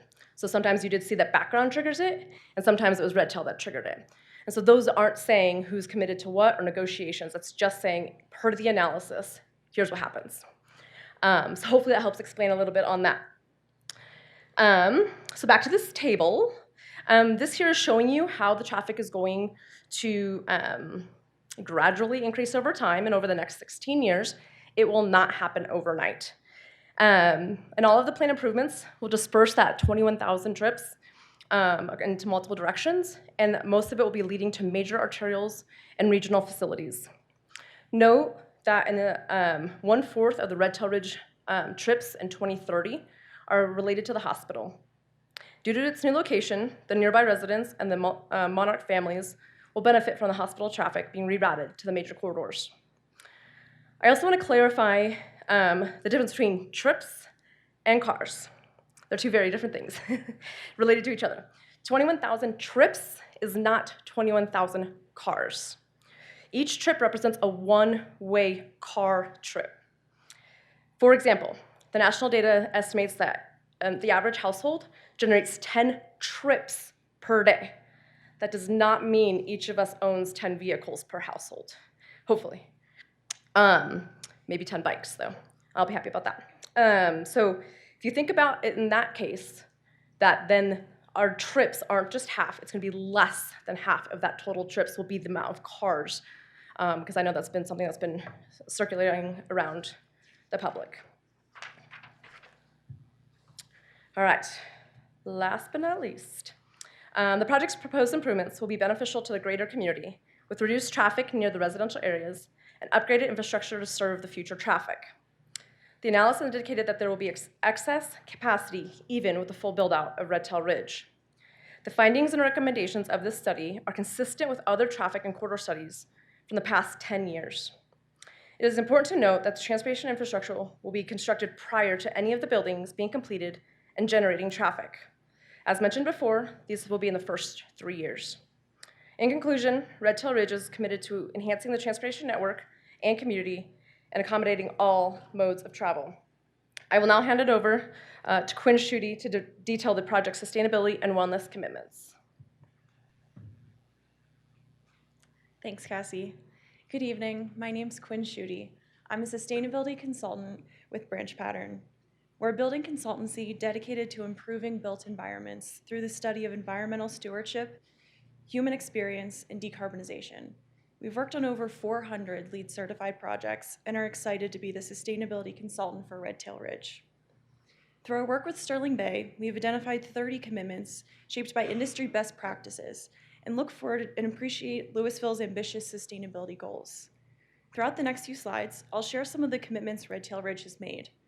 These include over 20 miles of trails, the second largest public land dedication in Louisville's history, next generation laboratory, office, industrial facilities, and rooftop solar arrays totaling 2.6 megawatts.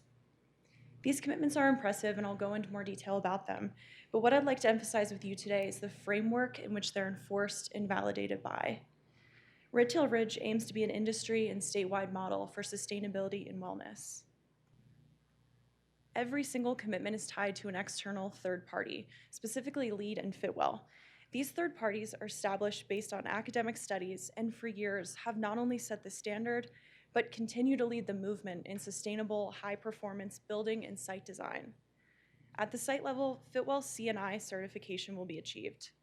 I'll go into further detail about this rigorous certification in a few moments, but for now it's important to know that many credits, in order to achieve Fitwel site certification, many credits need to be earned. However, only some of the most important credits are included as part of the 30 commitments to the city and will be highlighted today. All of these credits will work together towards a common goal of community health and well-being. On a PUD level, all buildings will be designed and constructed to earn a minimum of LEED Silver certification. And just like Fitwel, many additional items will need to be accomplished to earn certification, and will be, but only a few of those credits will be highlighted as commitments. The 30 commitments were grouped into 5 impact categories: community, energy and carbon, site development and water, transportation and mobility, and health.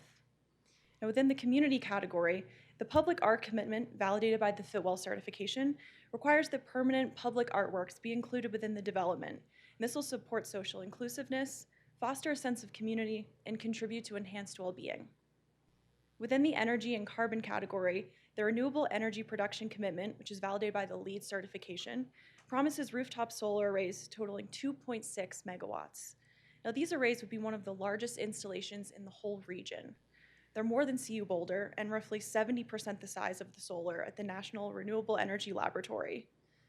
The light pollution reduction commitment within the site development and water category will work in tandem with Louisville's dark sky lighting to support natural sleep patterns, protect wildlife habitat, and reduce energy consumption. Light pollution mitigation practices are included in the design from the very start. Examples such as providing light shields on all outdoor fixtures, installing motion sensors, and requiring tenants to implement strategies to reduce light pollution from interior spaces. Within the transportation and mobility section, a comprehensive pedestrian network will ensure that pedestrian crossings are at all street intersections and will include sidewalks and designated pedestrian pathways between main entrances of all buildings and outdoor amenities. The outdoor fitness area commitment in the health category will ensure that within a half mile of every building, there'll be free and accessible exercise equipment. Now, going back to those certifications that'll validate all of these commitments, the first is Fitwel. Fitwel is a green building certification first produced by summarizing the analysis of over 5,600 academic research studies.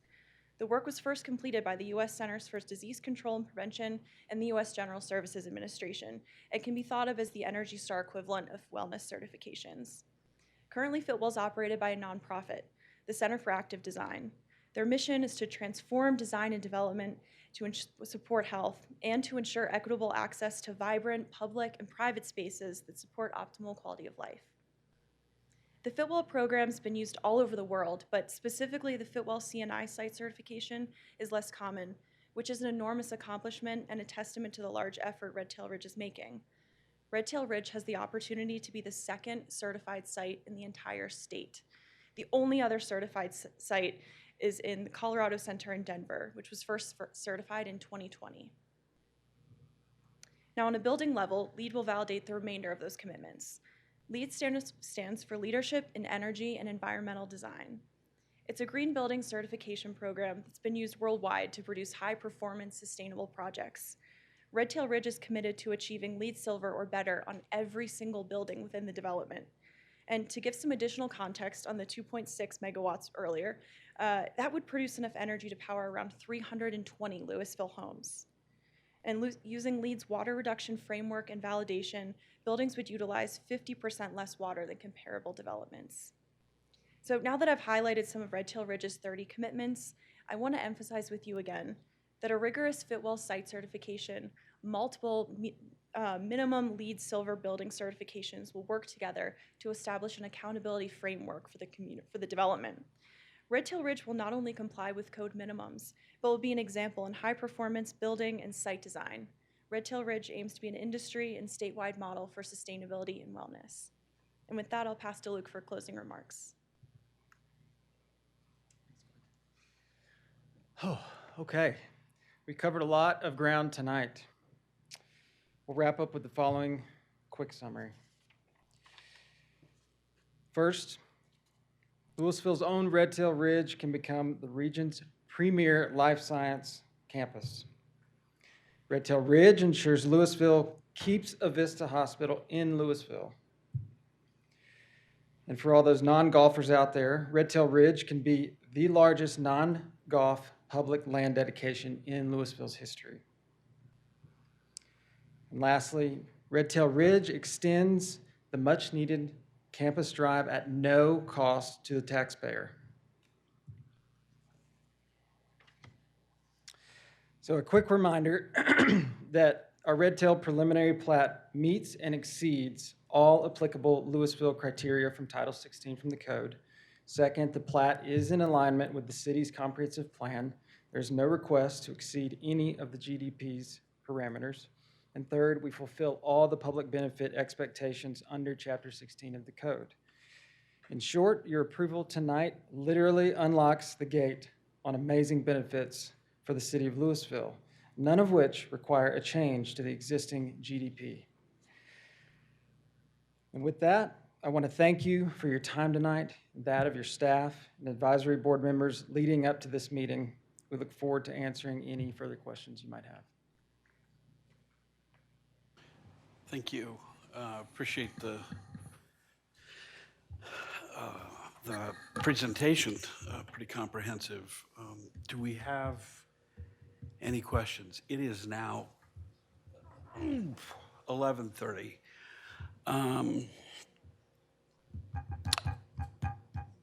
Thoughts?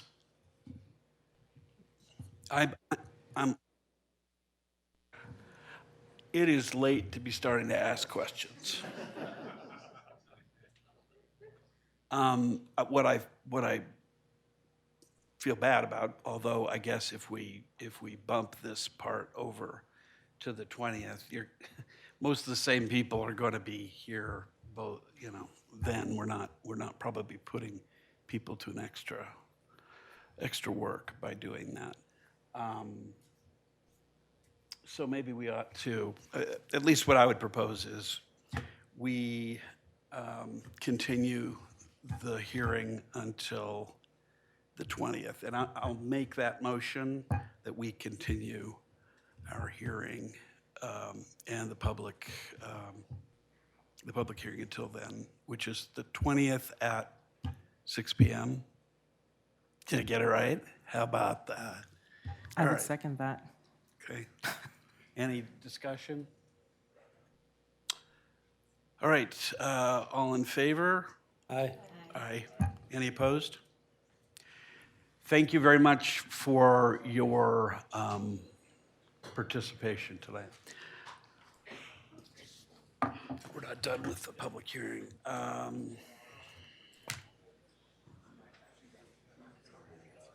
First reading? I'm going to do that, yeah. City attorney report? I have no report. You darn right, you have no report.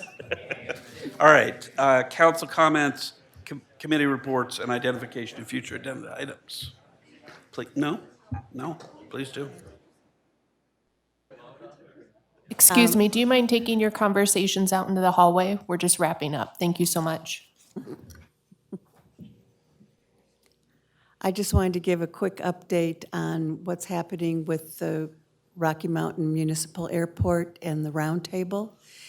There was some discussion at the last meeting on Thursday evening about either discontinuing it or if we could make recommendations to the FAA and the tower to make some changes in the routes that the planes take, particularly the route that the flight schools take.